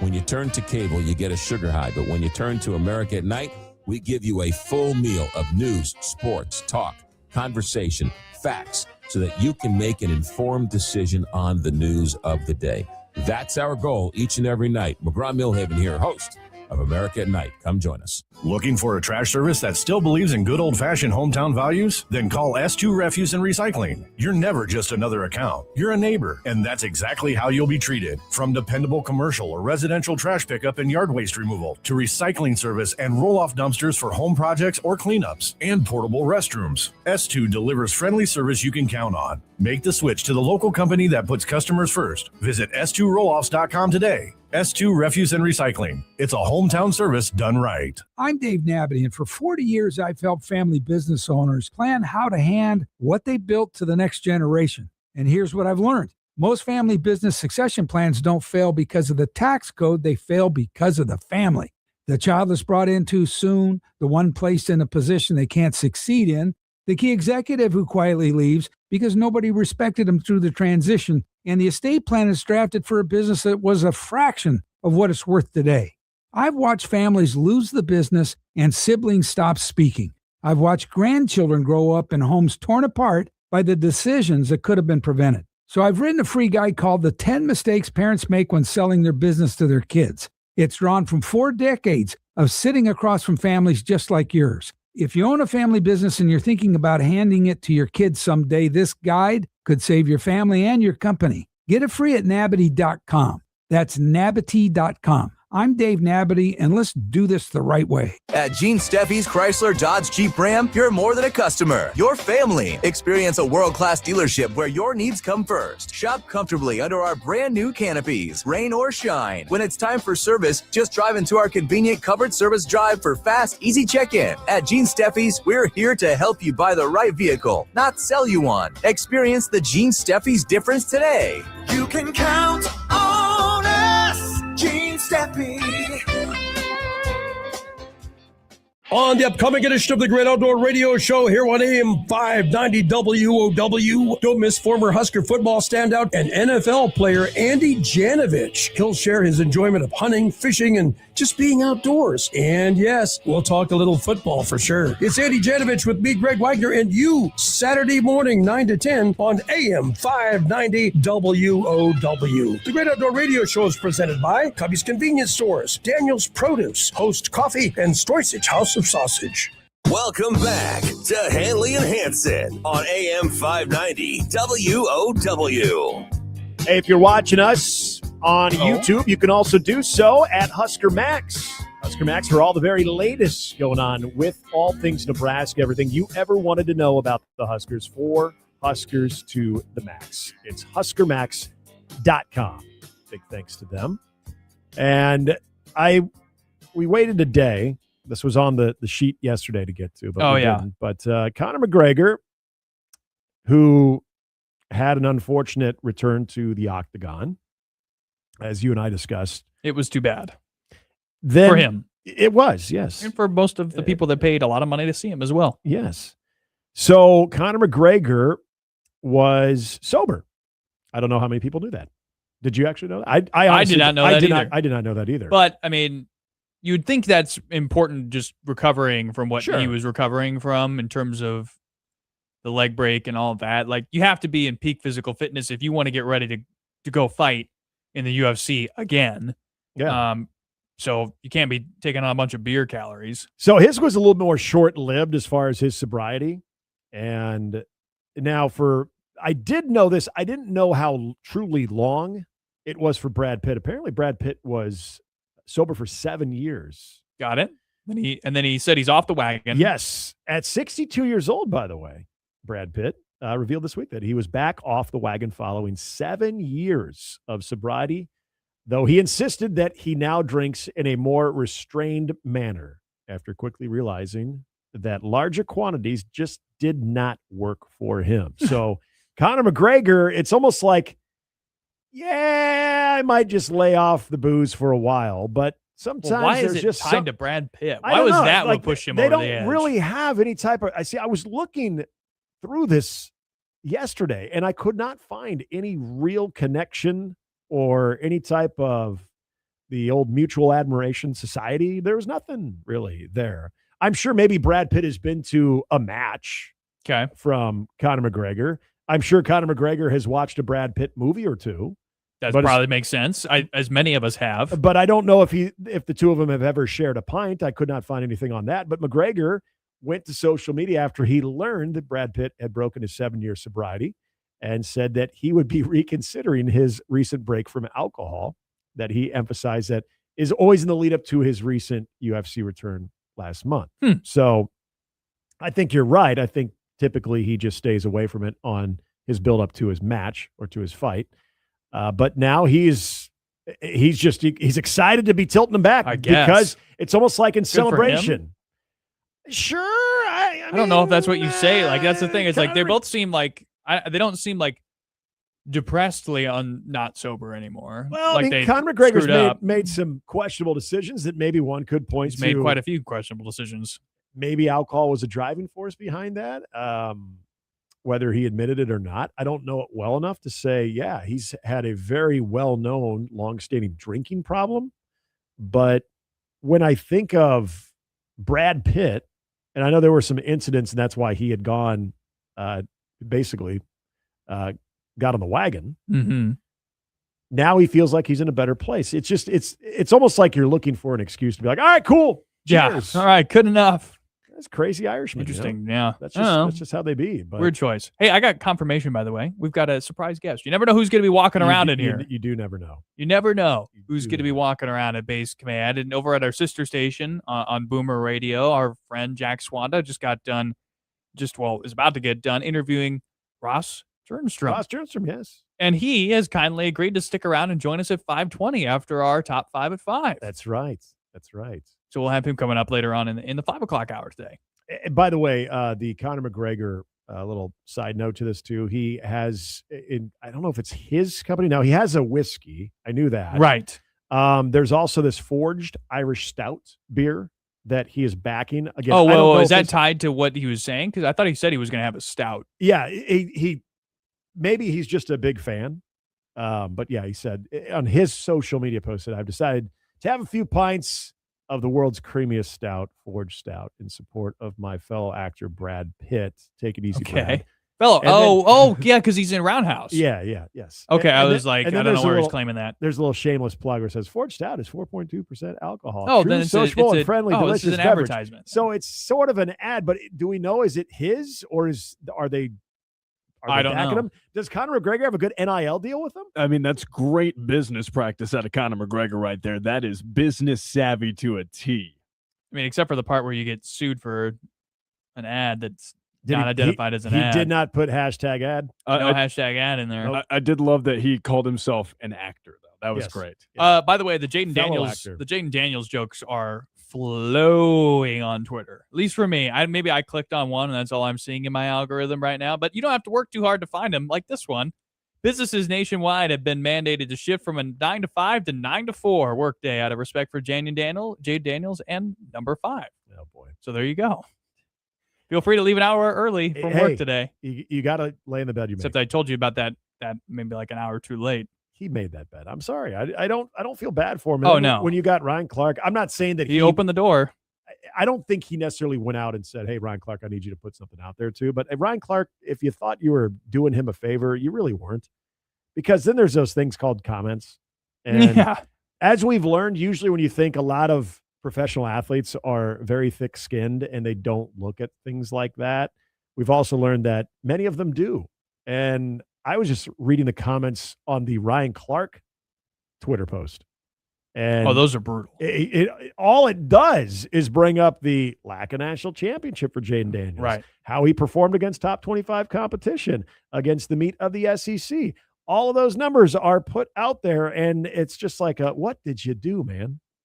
What did you think you were going to do? I'm seeing too. I saw this tweet from our colleague or ESPN affiliate colleague in Myra Metcalf, who was saying retired jerseys and retired numbers are two different things for a lot of schools.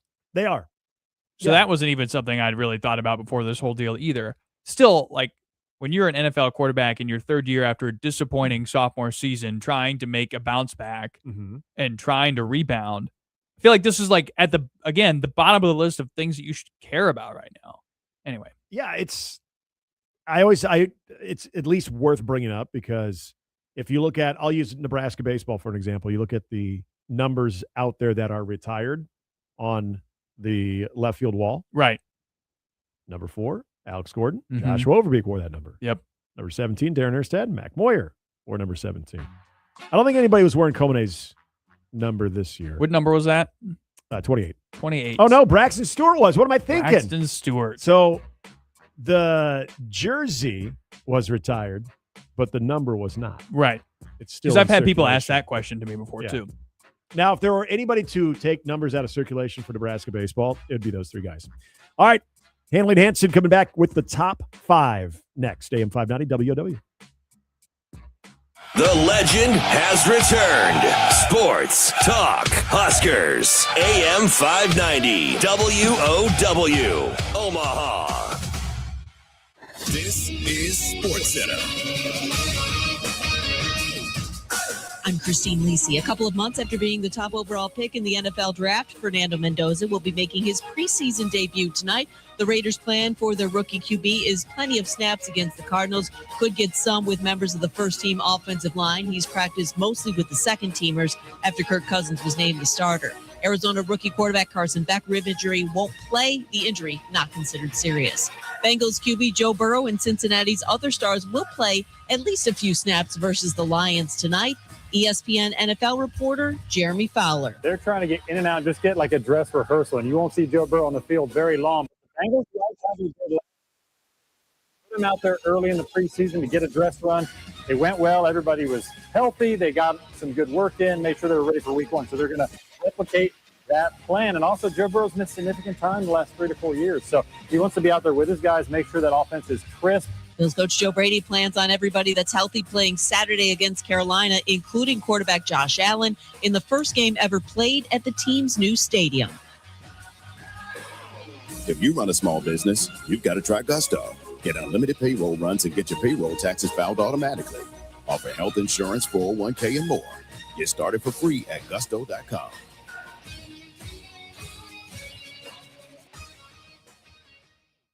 Time now for the Injury Report, brought to you by Abood Law Firm. When injuries happen, go to aboodlawfirm.com. This week in notable injuries, Fremont, Nebraska native and Dallas Wings forward Jessica Shepard was ruled out for the remainder of Sunday's game against the Minnesota Lynx after she hurt her right ankle in the first quarter. Shepard had been averaging a double-double for the Wings this season, and as of Monday morning, the severity of the injury and a timetable for her return are unknown. That's your Injury Report, brought to you by Abood Law Firm. I never needed an attorney until this happened. Call Abood Law Firm. You want a pro in your corner. Get 40 years of experience. Their slogan, we're here to help.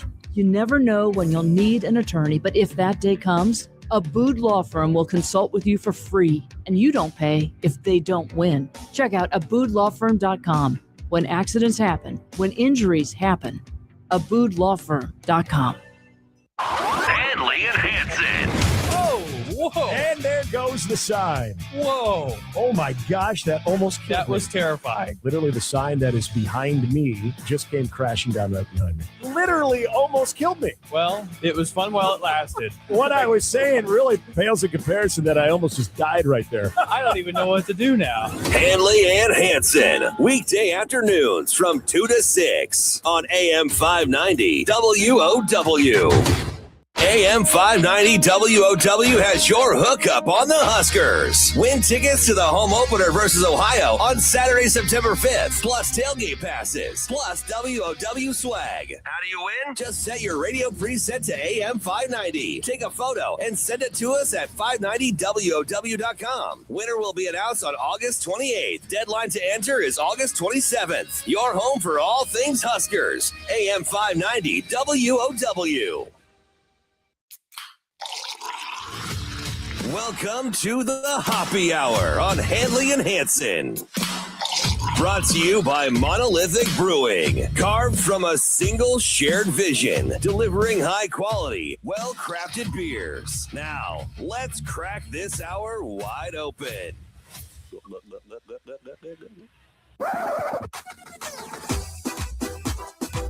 Final hour means it's the best hour of the day. It's our Hoppy Hour, brought to you by Monolithic Brewing at 120th and Fort, where you will not want to miss.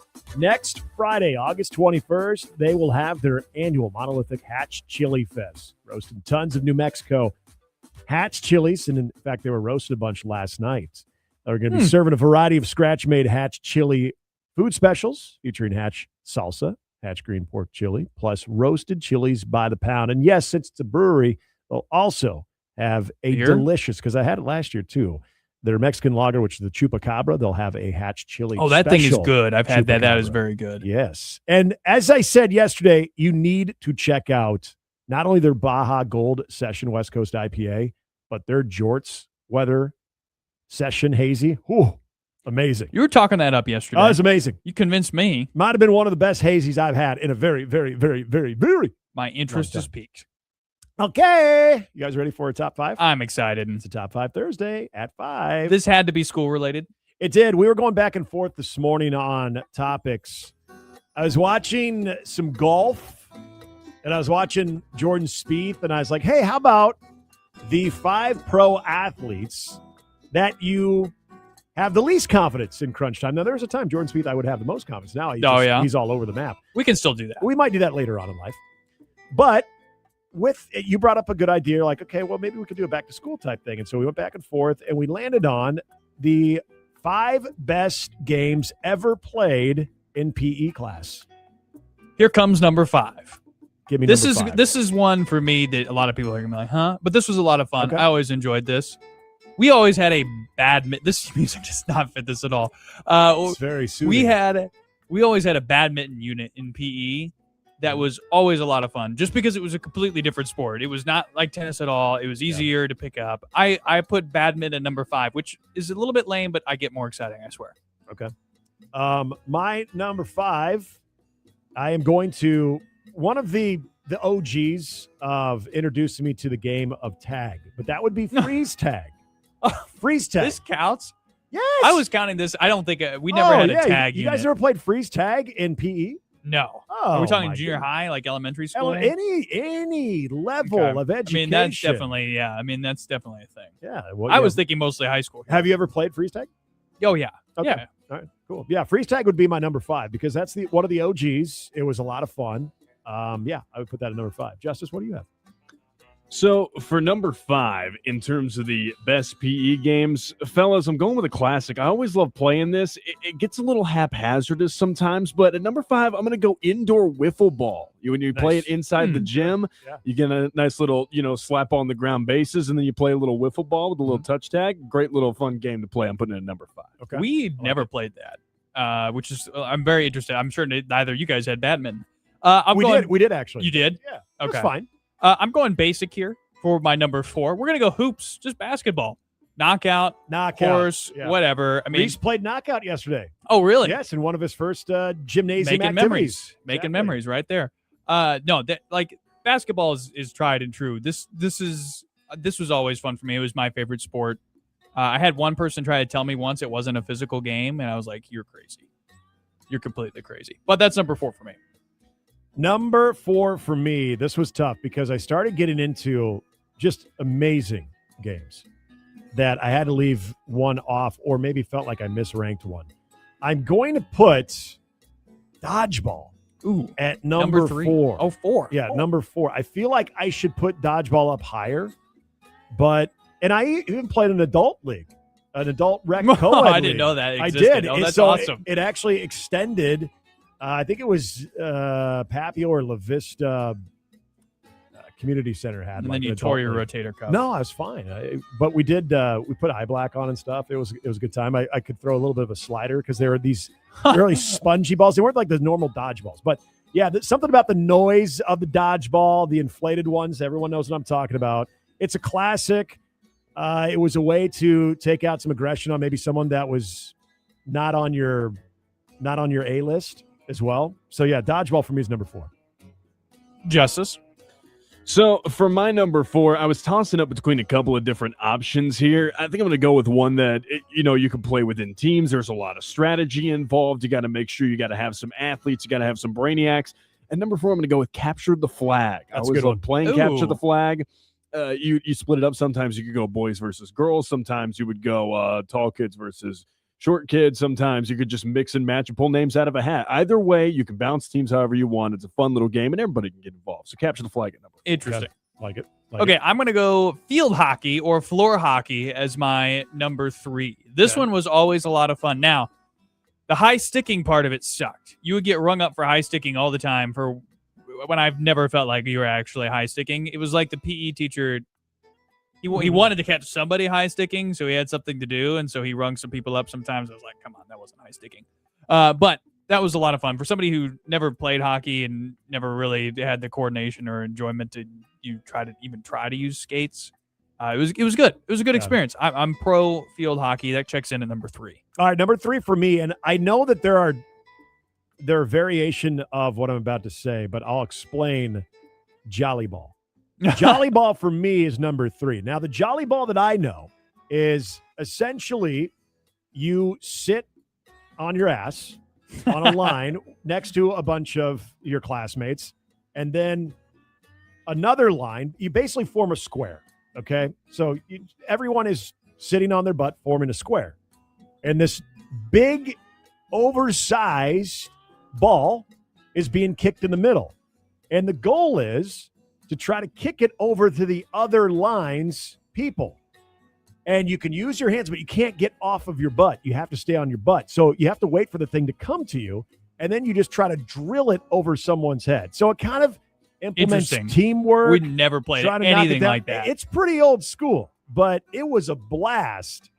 And I'm telling you what, again, with the size of this ball, I mean, this thing was huge, like a huge boulder. It wasn't as heavy as a boulder. Obviously, that'd be a problem. But when you would try to kick it over someone, they would try to actually catch it, because if they catch it, you're out. Yeah. But it's hard to catch this thing.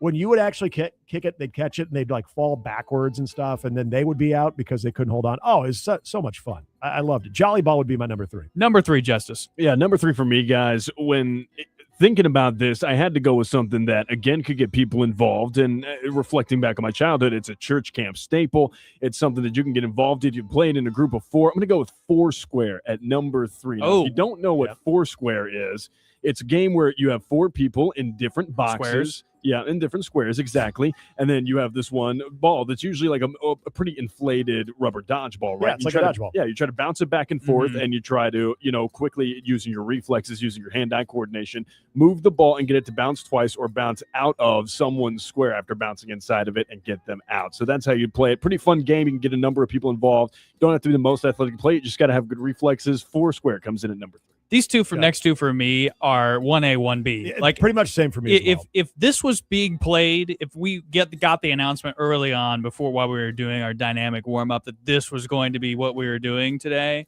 this was going to be a good day. There was a lot of excitement to end the day with either one of these. So number 2 for me, Ultimate Frisbee. And this was a high riser and nearly ended up being number 1. But this was such a fun one because, again, you could play it with everybody. Yeah.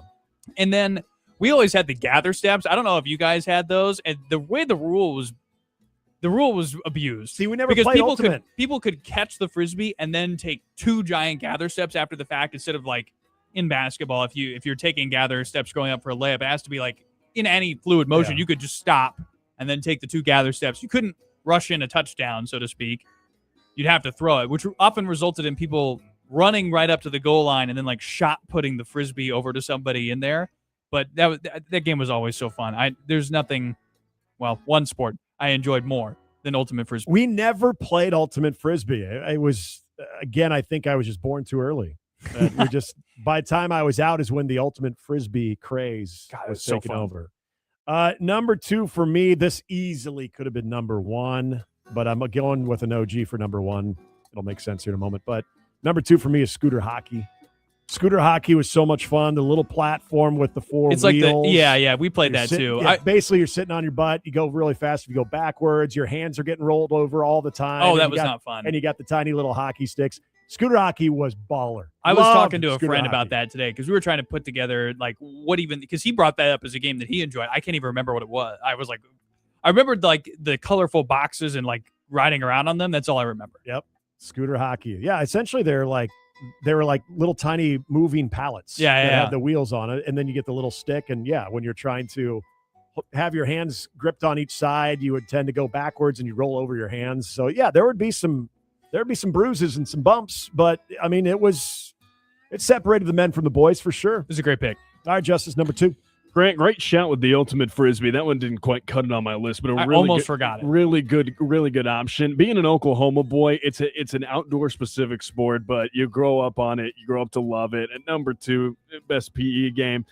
Give me touch football. It's touch football. You get out there, throw it around. You get out there with a pigskin. It can't be number 1 because it's not super inclusive and it's pretty limited to the outdoors. But there's nothing better than getting out there, throwing the pigskin around, playing a little touch football. That comes in at number 2. There was never a better day in PE class at Fort Calhoun High School than when mat ball was the game of the day. Mat ball over kickball. That's a good one. Every day, and that is my number 1. That was the best sport that I had two great mat ball memories. One, and again, if you're not familiar, it's basically kickball, but you have 4 bases. Yeah.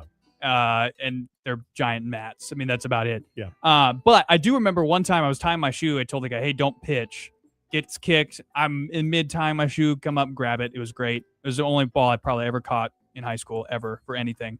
It was a fantastic time. The other belongs to, I teased this at the top of the show, like the best recreational athletic achievement I have ever seen belongs to my good friend Cole Klabundy, who, what a name. In high school, Cole. That's a name right there.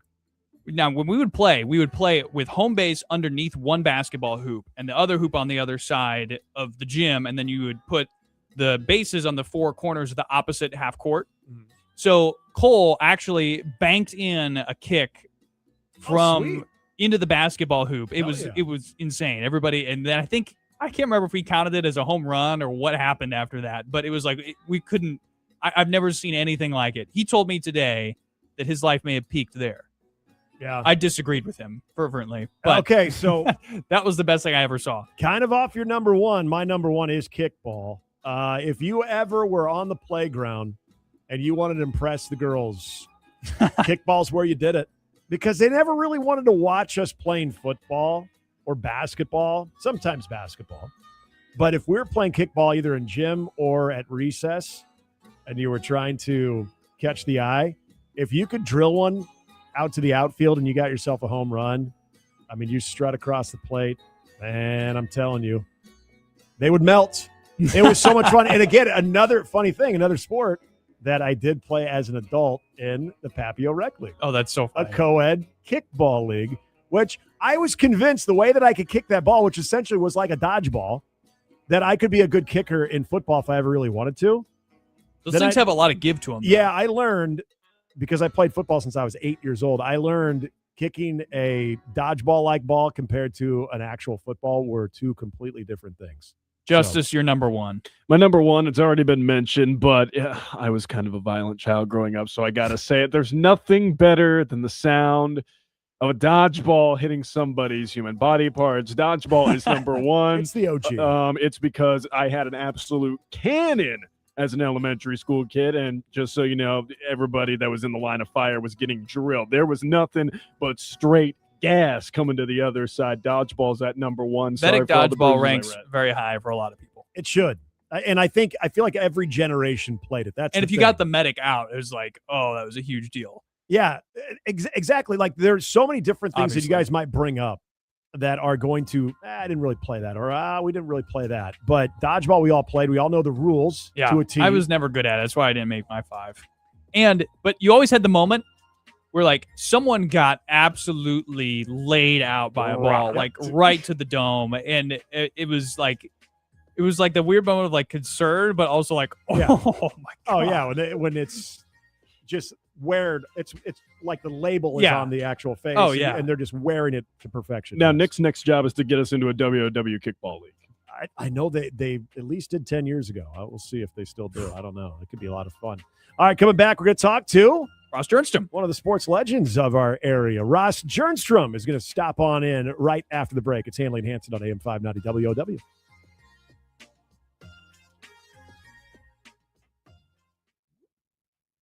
You can tell a lot about a brewery by the people behind the bar. At Monolithic Brewing, they're always chasing the perfect pint, combining creativity, collaboration, and craftsmanship in everything they brew. It's the kind of neighborhood place where you'll find familiar faces and something new to discover with every visit. Pair your favorite beer with one of their unique burgers, wraps, or shareable appetizers. Then stick around for special beer releases, live events, and a tap room that's as welcoming as the beer is memorable. Monolithic Brewing, small batch. The Golix. If Aaron Donald does come back, do you believe this has the potential to be the best defense in the NFL this year? Oh, without question. You look at the depth on that D line. Add Myles Garrett to that. Add the possibility of Aaron Donald to that, which I think we both think he is going to come back. And we saw last year's Super Bowl team, Seattle, basically win with a really, really, really strong defense. 9 to 11, weekday mornings on AM 590 WOW. Round the Bend Steakhouse in Ashland, Nebraska has been putting meat in your mouth since 1995. Round the Bend proudly supports local family farms by exclusively partnering with certified Angus beef. Our steaks are hand-cut in-house daily and wet-aged 40 days for flavor and tenderness that straight slaps, bro. Translation, it's stupid good. We're smack dab between Lincoln and Omaha, just off I-80 exit 426. Round the Bend Steakhouse, home of the Testicle Festival and beef done right. After my recent shoulder replacement, my surgeon was pretty particular about where I should go for PT. I am so gratefully recommended working with Brennan at EHS Physical Therapy and Chiropractic. Their three-man staff use either movement or chiropractic or both to help you heal quickly and naturally. Of course, your pain is unique, so let them create a customized treatment plan to help get you back on track. Google EHS Physical Therapy and Chiropractic. Boomstock is back, and we're celebrating 5 far-out years. Join Boomer Radio August 29th on the Gene Leahy Mall for Boomstock 2026. Enjoy an evening of classic 60s and 70s vibes with live music from Bozak and Morrissey, Touch of Grey, and The Raw Nerve. Plus food trucks, raffles, games, a full bar, and more. Presented by Mutual of Omaha and benefiting the First Responders Foundation and the Stevens Center. General admission is free. Upgrade to VIP at boomstock.org. Hi, this is Dave Nabity. Every Saturday, right here on AM 590 WOW, my show, Saturday Mornings with Dave Nabity, is the place to be. 6 to 9 every Saturday. We'll cover news, politics, current events, and anything else my brain decides to conjure up. One promise, it'll be entertaining, and it'll be the right way to start your Saturday morning right here on AM 590 WOW. There's never a good time for a garage door to quit. Stuck halfway, loud as a freight train, or just done. When it happens, go to Langfeld Overhead Door. 25 years fixing and installing doors all over Omaha. Free estimates, and they get out to you fast. New opener, broken spring, or a full replacement, one call handles it. Request service now at langfelddoors.com. That's langfelddoors.com. Get it working right. Welcome back to Handley and Hansen on AM 590 WOW. As we said, you never know who we might just have pop in here, and very excited to be welcoming into our AM 590 WOW studios here on Handley and Hansen, the great Ross Jernstrom, longtime sportscaster, sports director over at WOWT. And it's funny, when people retire, they don't necessarily retire, because I feel like Ross, you're working maybe even harder than you have been before. And you were one of the hardest working guys when it came to covering local sports, but doing a lot of great stuff at Westside. Great to see you. Well, I'm glad to be here, guys. This is a nice studio. So glad WW Radio is back on the air. I mean, it's I grew up with this station, so it's great you're doing a talk show. Great for the community. But yeah, after I retired in 2020.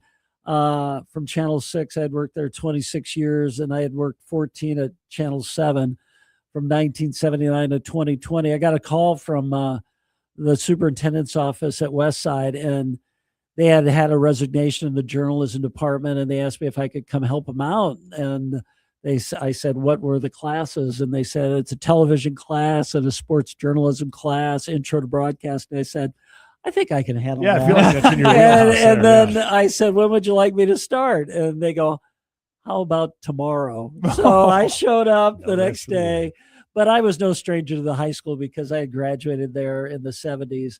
And then was over there all the time because their teams are so successful, talking to the coaches and the players. And then I also was on some of their committees, the Hall of Fame committees, and also I MC a lot of their sports banquets and things like that. So I walked in the door. I knew where to go. Yeah. Well, we were just talking before we got on the air a little bit about some of your students and getting some awards at the Nebraska Broadcasters Association last night. Shout out to them. For the second year in a row, one of my students has won the best sports story in the state. There's only 4 categories. They have best news story, best play-by-play, best public service announcement, and best sports story. And we had done a story on the girls golf coach at Westside, Jared Hellman, and his wife who's struggling with cancer. And one of my students, I suggested the story, went and interviewed the family and the players. And it was kind of a really heartwarming story because the girls ended up winning the Metro Golf Championship. And then they finished as the state runner-up. So it was a really successful season for them. And it kind of rallied the team to do it. And he told a good story. And I was very proud of him. I follow you on social media.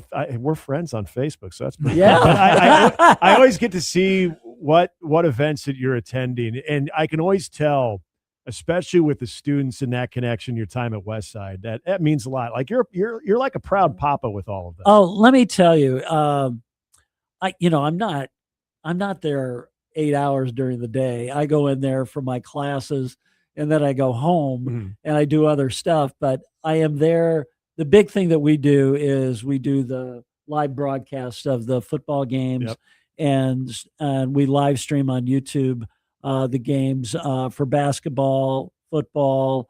We do some of the baseball and soccer games and some of the volleyball games, but all the basketball and football. And you wouldn't believe how many viewers we get. I bet. And because it's on YouTube and it goes all around the country. And this year we're switching to Huddle, but we will get. I can remember we played Bellevue West one year when Westside was number 1 and Bellevue West was really good. We had 11,000 viewers. Oh my gosh. 11,000 viewers That's on amazing. YouTube that night.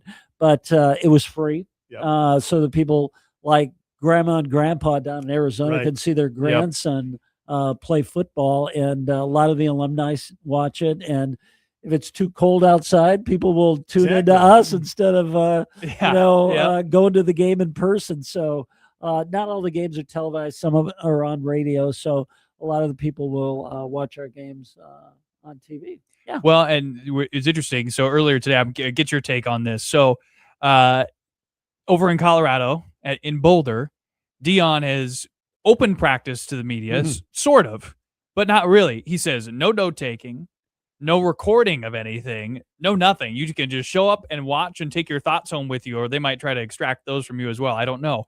But he has locked that thing down. Nebraska's had an interesting history when it comes to its open practice. It's different now than it was 20, 25 years ago, but it's never been like that. Well, let me tell you, when I first started in TV back in the 70s, Tom always had, those scrimmages in the fall and spring. We would show highlights. He would let us shoot the whole thing. And we would show highlights that night of the scrimmage on the 10 o'clock news. Can you imagine that now? Oh my gosh. Well, and one time we went down to, we always did, because we were the ABC station, we would go down to Norman and do a preview earlier in the week. And we're down there, and Barry Switzer is the head coach. And he goes, you guys want to come over and get in the huddle? And we go, well, Coach Osborne never lets us in the huddle. He goes, what is he worried about? He runs the same doggone plays every game. He goes, it's nothing new. It's an option right, option left, or a trap play up the middle. So it was kind of funny. And we enjoyed it. But I mean, things were so open back in those days. And you didn't have all the .com people. We would do one-on-one interviews with Coach Osborne every Monday. And we'd just stand in the end zone. He'd do one TV station and go down and do 4 of them. And then he'd talk to the World Herald, and that was it. But, people just didn't do that back in those days. Yeah. I as you're saying that, it kind of takes me back to when I would watch local sports, local news, whether it was KTV or WWT or even KMTV. And as I got older and then be involved in sports, you always want to know if your team was going to be in the highlights, like high school sports and everything like that. But I remember Sunday Sports Extra too. And when that started, and I remember the guys that, going back to you, Dave Weber, John Chapman, Merlin Klaus. Yes. Some of really the best people, great sportscasters, but even just better people. Oh, well, thank you. It was such a great group. And that dedication where, a small block of high school sports or local sports wasn't enough. Every Sunday night, we're going to make it even bigger. That was such a hit. I love that. Grant, you weren't born yet when the show came on. I know. But when I came over from Channel 7, they said they wanted to do a half-hour show on Sunday nights from 10:30 to 11. And we would focus on, I was the producer and the host, but Merlin Klaus would do a story on some high school team. I'd have Dave do some story. I might write it, but he would voice it. And John Chapman would do the weekend sports. But we had a great team. We were called the Channel 6 Sports Machine. Yep. But let me tell you, it was so fun, and we showed it. We had a good time. But we had great viewership. We were the number one in that time slot.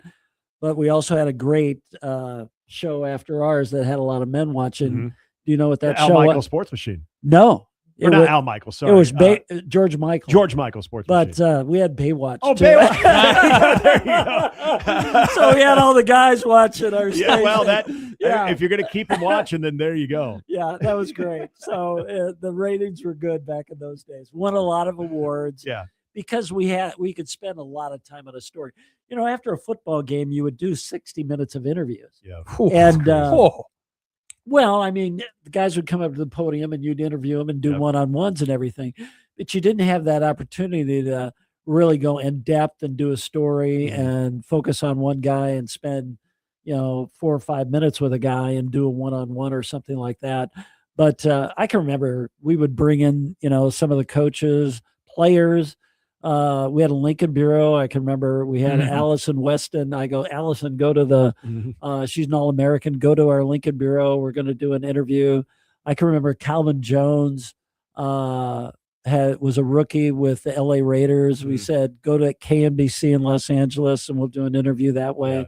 And we could do these satellite interviews with athletes that had, gone on to do different things in the pro leagues and connect with them. But it was a great half-hour show. I really enjoyed it. Cool. And we did it for 15 years until Dave Weber retired.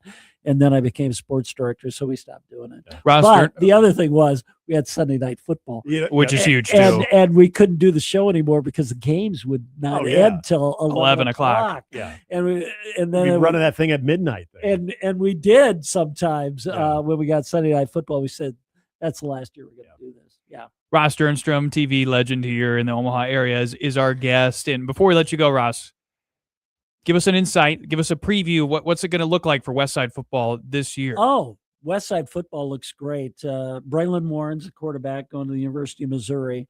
Braylon was the starting quarterback a year ago, and he's gotten bigger and stronger. And he's got Tay Jenkins, who was the state's leading rusher from a year ago. And Tay's had a great summer. He's really built up, but he's going to have another great season. Then they got 2 transfers in from Bellevue West and a Grigsby from Central, who scored 3 touchdowns against Westside last year. There's a name that everyone remembers. So we've got some talent on the team. Kicking specialists are back, and that looks good. And we'll know how they all do the third Friday in October when they play at Millard South. So it should be a great year for Coach Lamonji, and he's excited about the team. I talk to him all the time, and Westside will be there. I'm sorry. No, you're good. I thought that was in my ear. Yeah. Like, all right, Justice, calm down over there. No. I got to ask you before we go too, real quickly. I know you always get asked, even when you're not full-time on the air in Nebraska, it's going to be a good year. I don't think this is a make or break year I still think they're a year away. And they've beefed up their offensive line. I think that is something they had to do because you know how many sacks they had a year ago. Oh, yeah. And I just think I went to the spring game and I like Calandria. I thought he's versatile. He can run, he can pass, but I think he's one of those guys when it's 3rd and 4, he can make that first down, and I think that'll be a plus for him. And he's not going to stand back there like a statue. He's going to throw the ball pretty quick. I noticed in the spring game, as soon as he got the snap, he knew where he was going. And I was impressed with that. We got 3 running backs. So I think we got some depth there at running back. The big question is the defense, and that's where they had problems last year, especially in November. And we'll see how that goes. I'll be interested to see. Hopefully, those first 5 games will really prepare them for the Big Ten, and they can go 5-0, fellas. Yeah, before that, they'll be favored. They'll be favored in all first 5 games. And then Indiana comes to town, and we'll really find out what they're like. Yeah, Ross, awesome. Great having you stop by. Just love following everything you're doing with Westside and just continuing to be a part of big local sports around here. Awesome stuff. Keep up the great work. Thanks, you guys, Grant, Nick. Thank you very much. Have a good show. Thanks. We'll be back. You teased our next segment, too. Dion's got the media on lockdown in Boulder. We'll tell you more about that on the other side of the break. It's Handley and Hansen on AM 590 WOW.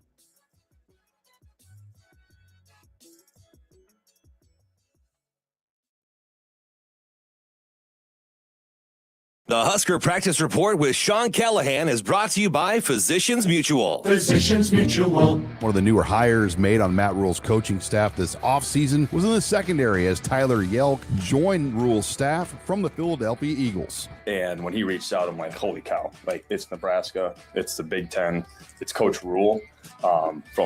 We didn't work with him at Temple, but 1 degree of separation, knew a ton of people in his circle. And so, I felt like I had a really transparent lens into what this place was, our alignment, my alignment with him without even knowing with him. So it was a no-brainer. And now moving forward, Yelk has probably one of the more competitive position battle rooms going on right now at safety. Really appreciate the way they've responded. After practice 5 or 6, wherever we're at, it's become a blur. But this early in camp, I really like where we're at. Still room to grow. We're not where we need to be, but like where we're at. The Huskers are off today. They're back on Friday and Saturday, including a scrimmage expected on Saturday. Reporting here with the Nebraska football team in Lincoln, I'm Sean Callahan of HuskerOnline.com.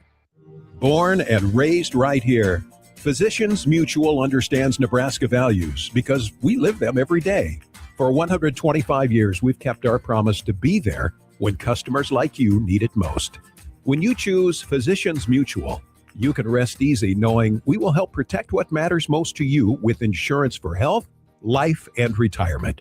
Built on trust, focused on your future. Visit physiciansmutual.com. Physicians Mutual, Physicians Mutual. Tired of aches slowing you down? 42 Degrees supports everyday wellness with trained, approachable staff and clear guidance on comfort-focused options. No guessing, no pressure. Learn more at 42degrees.com. Trusted by mom. Gunshot victim, spinal cord injury survivor. I choose not to be limited by these descriptions.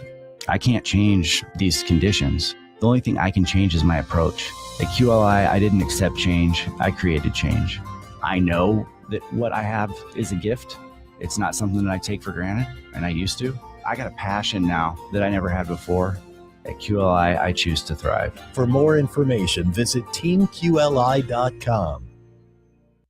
Does your athlete struggle with confidence? As a parent, you can see it. Your child has the talent and the work ethic, but lately something's different. They're overthinking, playing nervous, losing confidence after one mistake. The physical skills are there, but now it's time to train the mental game.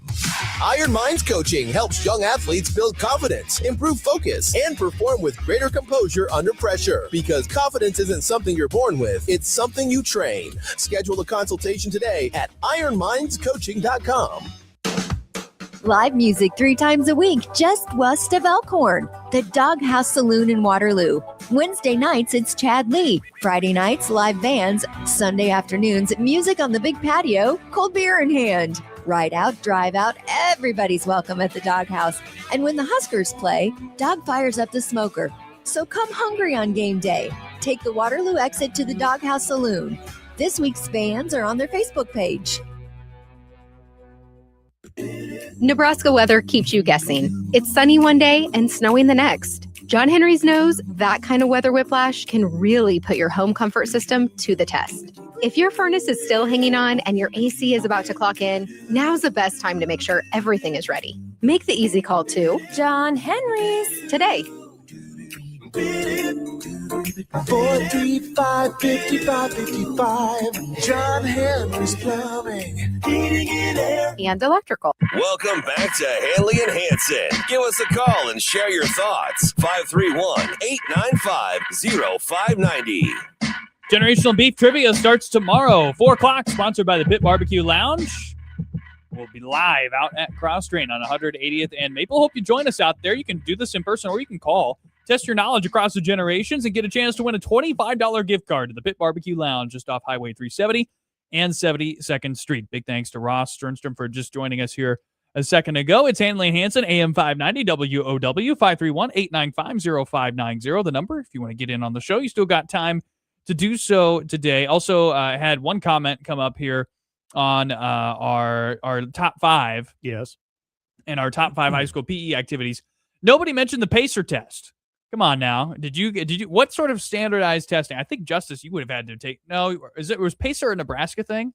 No, it was a little bit more national than you think. I mean, we didn't have to do it, or we didn't have to do the exact PACER test, but we had to do a variation of it, some sort of standardized fit. Yeah, did you not have standardized testing? Is that the one where we did like the shuttle run and everything? Well, so one of them, it was 3 phases because you had sit-ups, push-ups. It was just how many push-ups can you do we always in a certain amount of time. Yeah, we always had to do that. Yeah. It was largely junior high. I don't remember doing it in high school. Then the PACER was just I think we had to run. There's a beep, mile. and you run. Well, it was just beep, run to the end of the. There's a certain amount of space you're supposed to run down and back. Beep, run down and back. Beep, run down and back, and then you kept going until you couldn't go anymore. And I think they maybe increased the amount of or decreased the amount of time between. It down increases and the BPM. Yeah. And decreases the window that you have to get down and back. It meant everybody always dreaded it. And it really got talked up. And I think part of it was the 8th graders tried to scare the 7th graders into thinking it was a big deal. I think we hit it under the guise of it's fitness day. I don't remember it being called a PACER test, though. Yeah. Well, I remember doing things there's like 25 that. years difference, There is very much. And so. I don't think they still call it that anymore. I think they call it something different. No, but did you guys, when you guys were a little bit younger, did you guys have like a field day or a field event where you got to go out and do a bunch of like Olympic style events for ribbons and stuff? Because we had that when I was in elementary and junior. Nick had that. We would have field day. Yep. Yeah, Calhoun had a field. I mean, I never was in elementary school at Fort Calhoun, but there was one. Yeah. Yep. We would always do that. Because I remember that. And ribbons. It wasn't just like sprinting and stuff. They would make you like balance an egg on a spoon and walk as fast as you can. It was like a bunch of fun, wacky stuff. And then you'd have teachers, students, softball, like fun stuff like that. I do remember that. Now, if you were to do any of those on a football field on a field day at Folsom Field, you would not be able to report on that. No reporting on the tiny baby buffs. No. No reporting allowed. That was pretty funny. I mean, if they were that small, I wouldn't want them on camera either. And so what we're talking about here is, Tony Farmer was the one who reported this. Tony Farmer, he covers, actually, he's a 49ers talk and sleuth. He's the creator and host of Last Men Standing. He's got a really good following, though. And he was given this information firsthand, and I believe David Ubin of The Athletic has confirmed since, of the guidelines that local media or just media in general at Colorado practices have to abide by. And there's a lot here. We'll try to sum it up, but essentially your phones have to remain in your pocket. Yep. You cannot obviously film, take notes. There's no note taking during any of the open portions of practice, or if you're viewing practice. You have to literally all you could take is your thoughts. Yes, your thoughts with you, and hopefully you remember those. You have to give them a sample of your blood, and I'm actually making that part up. The note taking is crazy. It is. Because what's the point at that point? Exactly. Then why are you there? Why large would part you want of it, to though, waste your time to be there? For me, though, is like, in my mind, the useful part of open practice for the media is for guys like Ross or Andy Kendi or anybody who has a camera to collect B-roll on as many players as you can in that 25-minute window, just so that you have something for if a story breaks, a la Makai Nelson, or a guy gets declared a starter at a certain position. You've got everything that you need for years in advance in some cases. This is my favorite part, though. No reporting to the following may not be reported on: injuries, player participation status, limited or modified participation, or the presence of any player in a non-contact jersey. That's always reported in Lincoln. Always. Depth chart, rotations, personnel groupings, or position changes. What's the first thing that we get a copy of on every Monday press conference? The notes, and in the notes has the depth chart. Yeah. Offensive or defensive schemes, formations, alignments, play calls, signals, or terminology. Well, I'm surprised you would let people even see that part of practice. Trick plays. That solves most of it. Like, just keep your injured players exactly off the stage, as it were. Keep them backstage. There are ways to alleviate this. Guess what? Nebraska probably does that. I would, yes, you are privy to see what they want you to see. We're not naive to think, hey, we are seeing something we are actually getting an inside look on. You also cannot report on trick play, special team looks, or situational packages. Which I think most of the people that are doing that wouldn't anyway. Exactly. Individual player performance in team or competitive periods, any tactical, strategic, or personal information. And then there's this one fun little rule of thumb. If you have to question whether to report it or not, the answer is you cannot. It's like, okay, you're bringing in a bunch of 15-year-olds that have never ever viewed a practice or reported on it, and these are the guidelines that you only went giving 3-9 last year. Dion is taking a page straight out of Kim Jong-un's playbook. This is amazing censorship here. This is crazy. He's locking this thing down tighter than Fort Knox. Nothing says journalism quite like if you question whether you should report it or not, you shouldn't. Yes, that's the best part is if you are uncertain whether something is reportable, the answer is that it's not. When in doubt, contact the Athletic Communications Office before publishing anything. If you're the anything. comm staff there, I would feel gross putting that. Yes, I would kind of look and give people these guidelines, or if you had to physically give them a sheet, if maybe the email just came out. Sometimes we'll get a press release like on paper. Yeah. I don't even know if the SIDs could look at the reporter in the eyes. You'd almost like have that look of shame. Oh my God, yeah. Here and then like you send embargoed stuff out sometimes. Like that's fine. Mm-hmm. People are used to that. Like you send the embargo thing out to the media as a courtesy so that they're aware of what's happening, so that they know whether or not they want to be at a press conference or whether or not they want to write a story or do a story on something, so they can have it ready and when it's coming out. And then all they ask is, hey, exchange for this, let us make the announcement. Like that's fine. That's pretty run-of-the-mill normal stuff. So as this is crazy. Your eyes are your only note-taking device. So if your eyes were to see maybe a defensive formation and you insinuated that on any type of media platform, that's what I'm saying. You also get your credential revoked. If they get wind of it, then it gets revoked. Like I tongue-in-cheek saying like they're sucking your ideas out on the way out with you, and everything you notice. Black. But like also they kind of are, because you can't talk about any of it directly. You can't. Otherwise, they're going to come back and bring the band hammer down on you. I still think this is so funny that you have to put out no reporting on things like trick plays or offensive or defensive schemes, formations, alignments. Like, okay, here's how you solve this without putting these guidelines. Don't let media see that part of practice. Don't let media see the entire practice. Good on you, but what good is it? Like we all love 3-9 access. last year. We all love access, right? But what good is that access when you cannot do anything about it? And be like, oh my gosh, we get to see this entire practice. Cool. Yeah, but you can't say anything about it. The Buffs Big 12 win total is 2.5 on DraftKings. They went 3-9 last year. Hammer the over. And I'm just looking for what their actual overall win total is. Doesn't matter. It's not good. Bizarre. Just all this to win 5 games. Absolutely bizarre. But Shane says, what about meta glasses? No, they banned those. That's specifically in there. They say no meta glasses. That one slipped through the cracks on yeah, that's in there. I don't know if they're I don't know how you check. Like if they're like, if there's some way that you like, excuse me, sir, are these glasses meta glasses? There's a meta specialist. It's back to the Chinese AI cheating, baby. Oh yeah. This is cool. All right, Dion.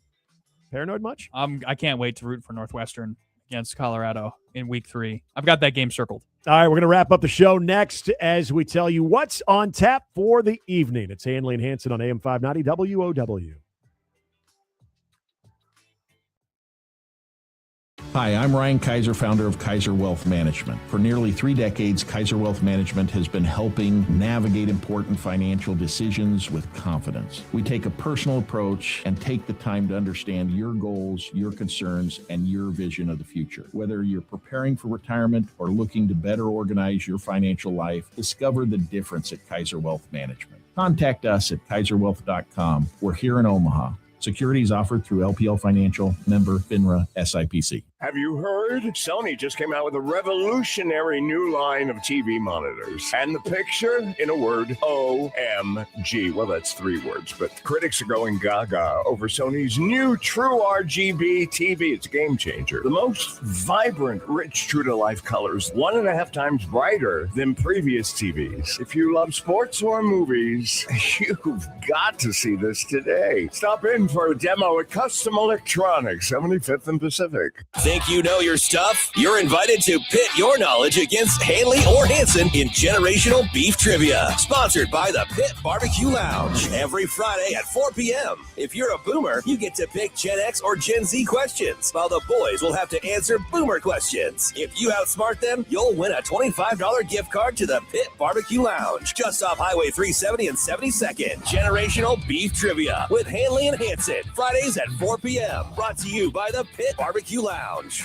Jeff Ballinger, Gorilla Car Wash, and your family has quite a history in Council Bluffs. Jack, we've been blessed to be in business 100 years. My grandfather starting Ballinger Automotive in 1926, and Gorilla Car Wash, of course, starting 1991. So we have been blessed to be in business. We're grateful to the people in the metro area who have traded with us for so long. Yeah, we sure haven't taken it for granted. That is quite a legacy. It's Gorilla Car Wash. Find those 8 locations, gorillawash.com.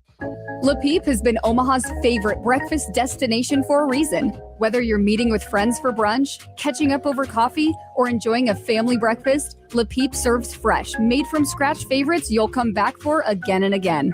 Pair your meal with a handcrafted coffee made from locally sourced espresso and discover why Omaha has voted Le Peep the #1 best breakfast for 19 years. Stop by one of our 4 convenient locations and taste the Le Peep difference for yourself.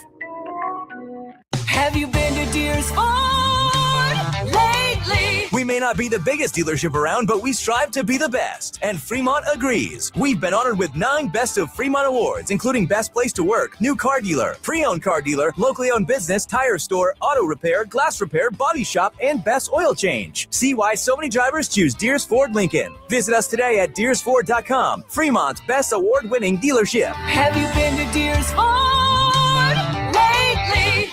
Kick back and strap in for some lively conversation. Handley and Hansen on AM 590 WOW.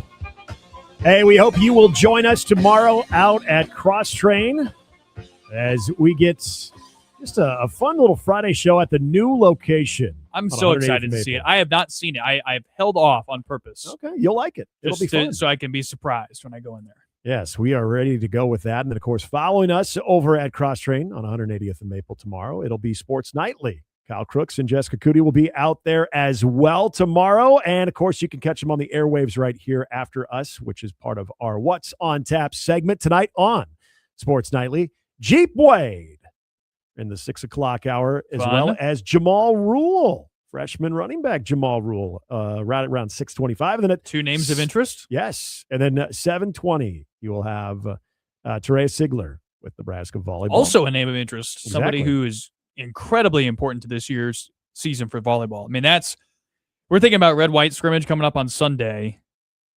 Probably where my eyes are. Like in terms of who's going to impact the team this year. I mean, they need her to deliver in a big way, in a way that Taylor Landfair just couldn't for Nebraska a year ago as that other outside. Mm-hmm. And if you can get Sigler, Adriano, and Harper Murray going on the pins, and then you have a middle blocker group that Danny Busman Kelly said earlier today is already the best middle blocker. It's certainly the best block. Sorry, that was certainly the best middle blocker group in the country. I feel. And then you take Andy Jackson out of it, and she said, "Look, if you take Andy Jackson, who was the middle blocker of the year last year, out of it, they're still the best middle blocker group of the position group in the country."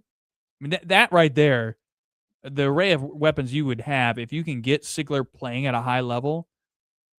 I mean, Needless to say, Grant's going to be listening to Sports Nightly tonight, and you should as I'm well. excited. On AM 590 WOW, following us here on Handley and Hansen.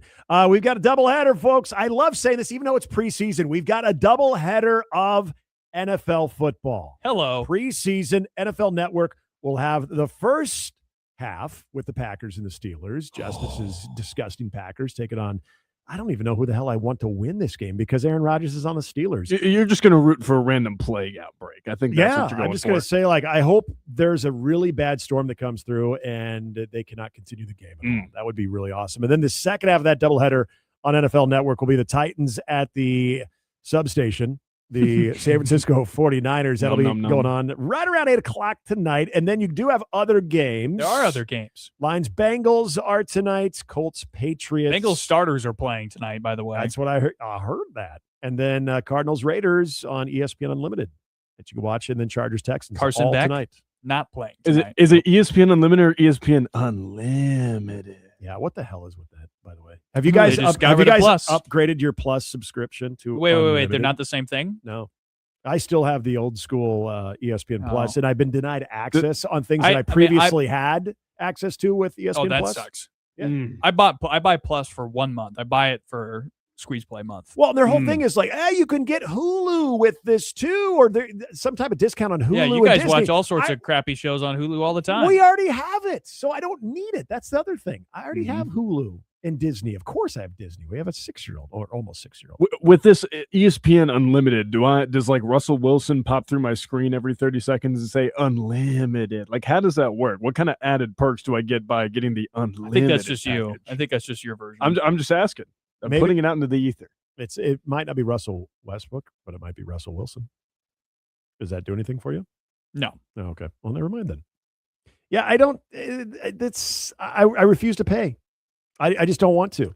I'm okay. I mean, It's like I $10 live without more. it. It's like $10 more a month than what it originally So was. what? It's 15 a month. No, I think it's $19.99 a month.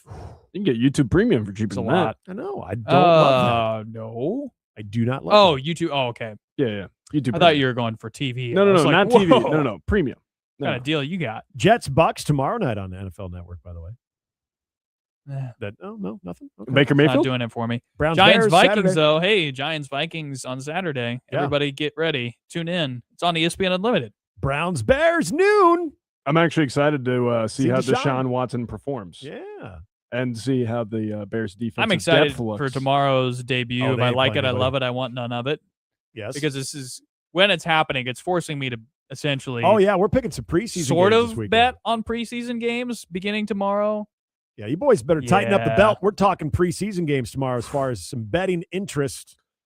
I'm gonna I'm try to excited do about some that. routine research and maybe know I mean, something. you can dabble in the MLB market if you like. Oh, yeah. It's fine. I mean, I went to Do I went to a particular gambling establishment in Lincoln last night and put down some wagers on some CFB futures if that tickles anybody's fancy. So we put a little coin. Okay. On that.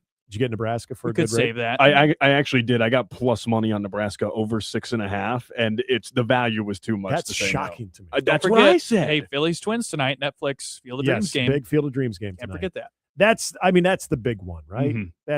And it kind of works out perfect because for the most part, it's a light slate. You got getaway day. I think the Rangers, Angels, There's going to be Brewers, two other games, and they Dodgers. both start at 9:00. So Yes. there's nothing else in that window, which Oh. is obviously by design. And I'm curious. Maybe we will get definitive numbers. Maybe we won't. How Netflix and the Field of Dreams game tonight, first of all, does compared to when it was on national television, when it was on Fox, but also how it compares to the numbers even in the preseason week 1 with 2 games on the NFL Network. Mm. Will that draw away from the crowd that would tune into the Field of Dreams game? I'll definitely check it out because I like seeing something unique. Oh yeah, well it's super easy. I have just to zero flip it rooting up interest. on the TV with Netflix. Yeah, like the Phillies, you're fine. That is the one thing I like. Twins, I don't like it because you're in the division that I root for as far as Cleveland, but I'll watch the game just because it's going to why be not? on. It's going to be unique. I'm already in mourning because Cleveland got blanked earlier today by the Tigers, and they're just ever since they made their big moves at the deadline, they are garbage. Yeah, they won the deadline and then flatline. Yeah, exactly. That's a lot of fun right now. Don't worry, Hanley. They'll get back on the high horse. You got to trust. I'm running out of it. But if they have a bad finish, but it also means the Bears have a really good start to the season, I'll take that. I will gladly take that. I didn't expect much out of Cleveland this year. So the fact they've kept me interested this long, it's already a plus. I hope the Bears go 0-16. Yeah, thank you. I hope the Packers are unable to play. Hey, this time tomorrow, we'll be consuming Cornhusker Crusher. Copious amounts of alcohol. Are you making a new Crusher. beer? Cornhusker Crusher, maybe some self-propelled lawnmower. There you go. I'm excited. Big thanks to Michael Bruns, Eric Edel, Mitch Sherman for joining the show. Also, Ross Jernstrom. Great to talk to all of them. Surprise. Missed any of it? Check out the podcast, 590ww.com. For Grant and Justice, I'm Nick. Thank you so much for listening to Handley and Hansen Sports Nightly is coming up next. We'll talk to you tomorrow over at Crosstrain 180th and Maple. Good night.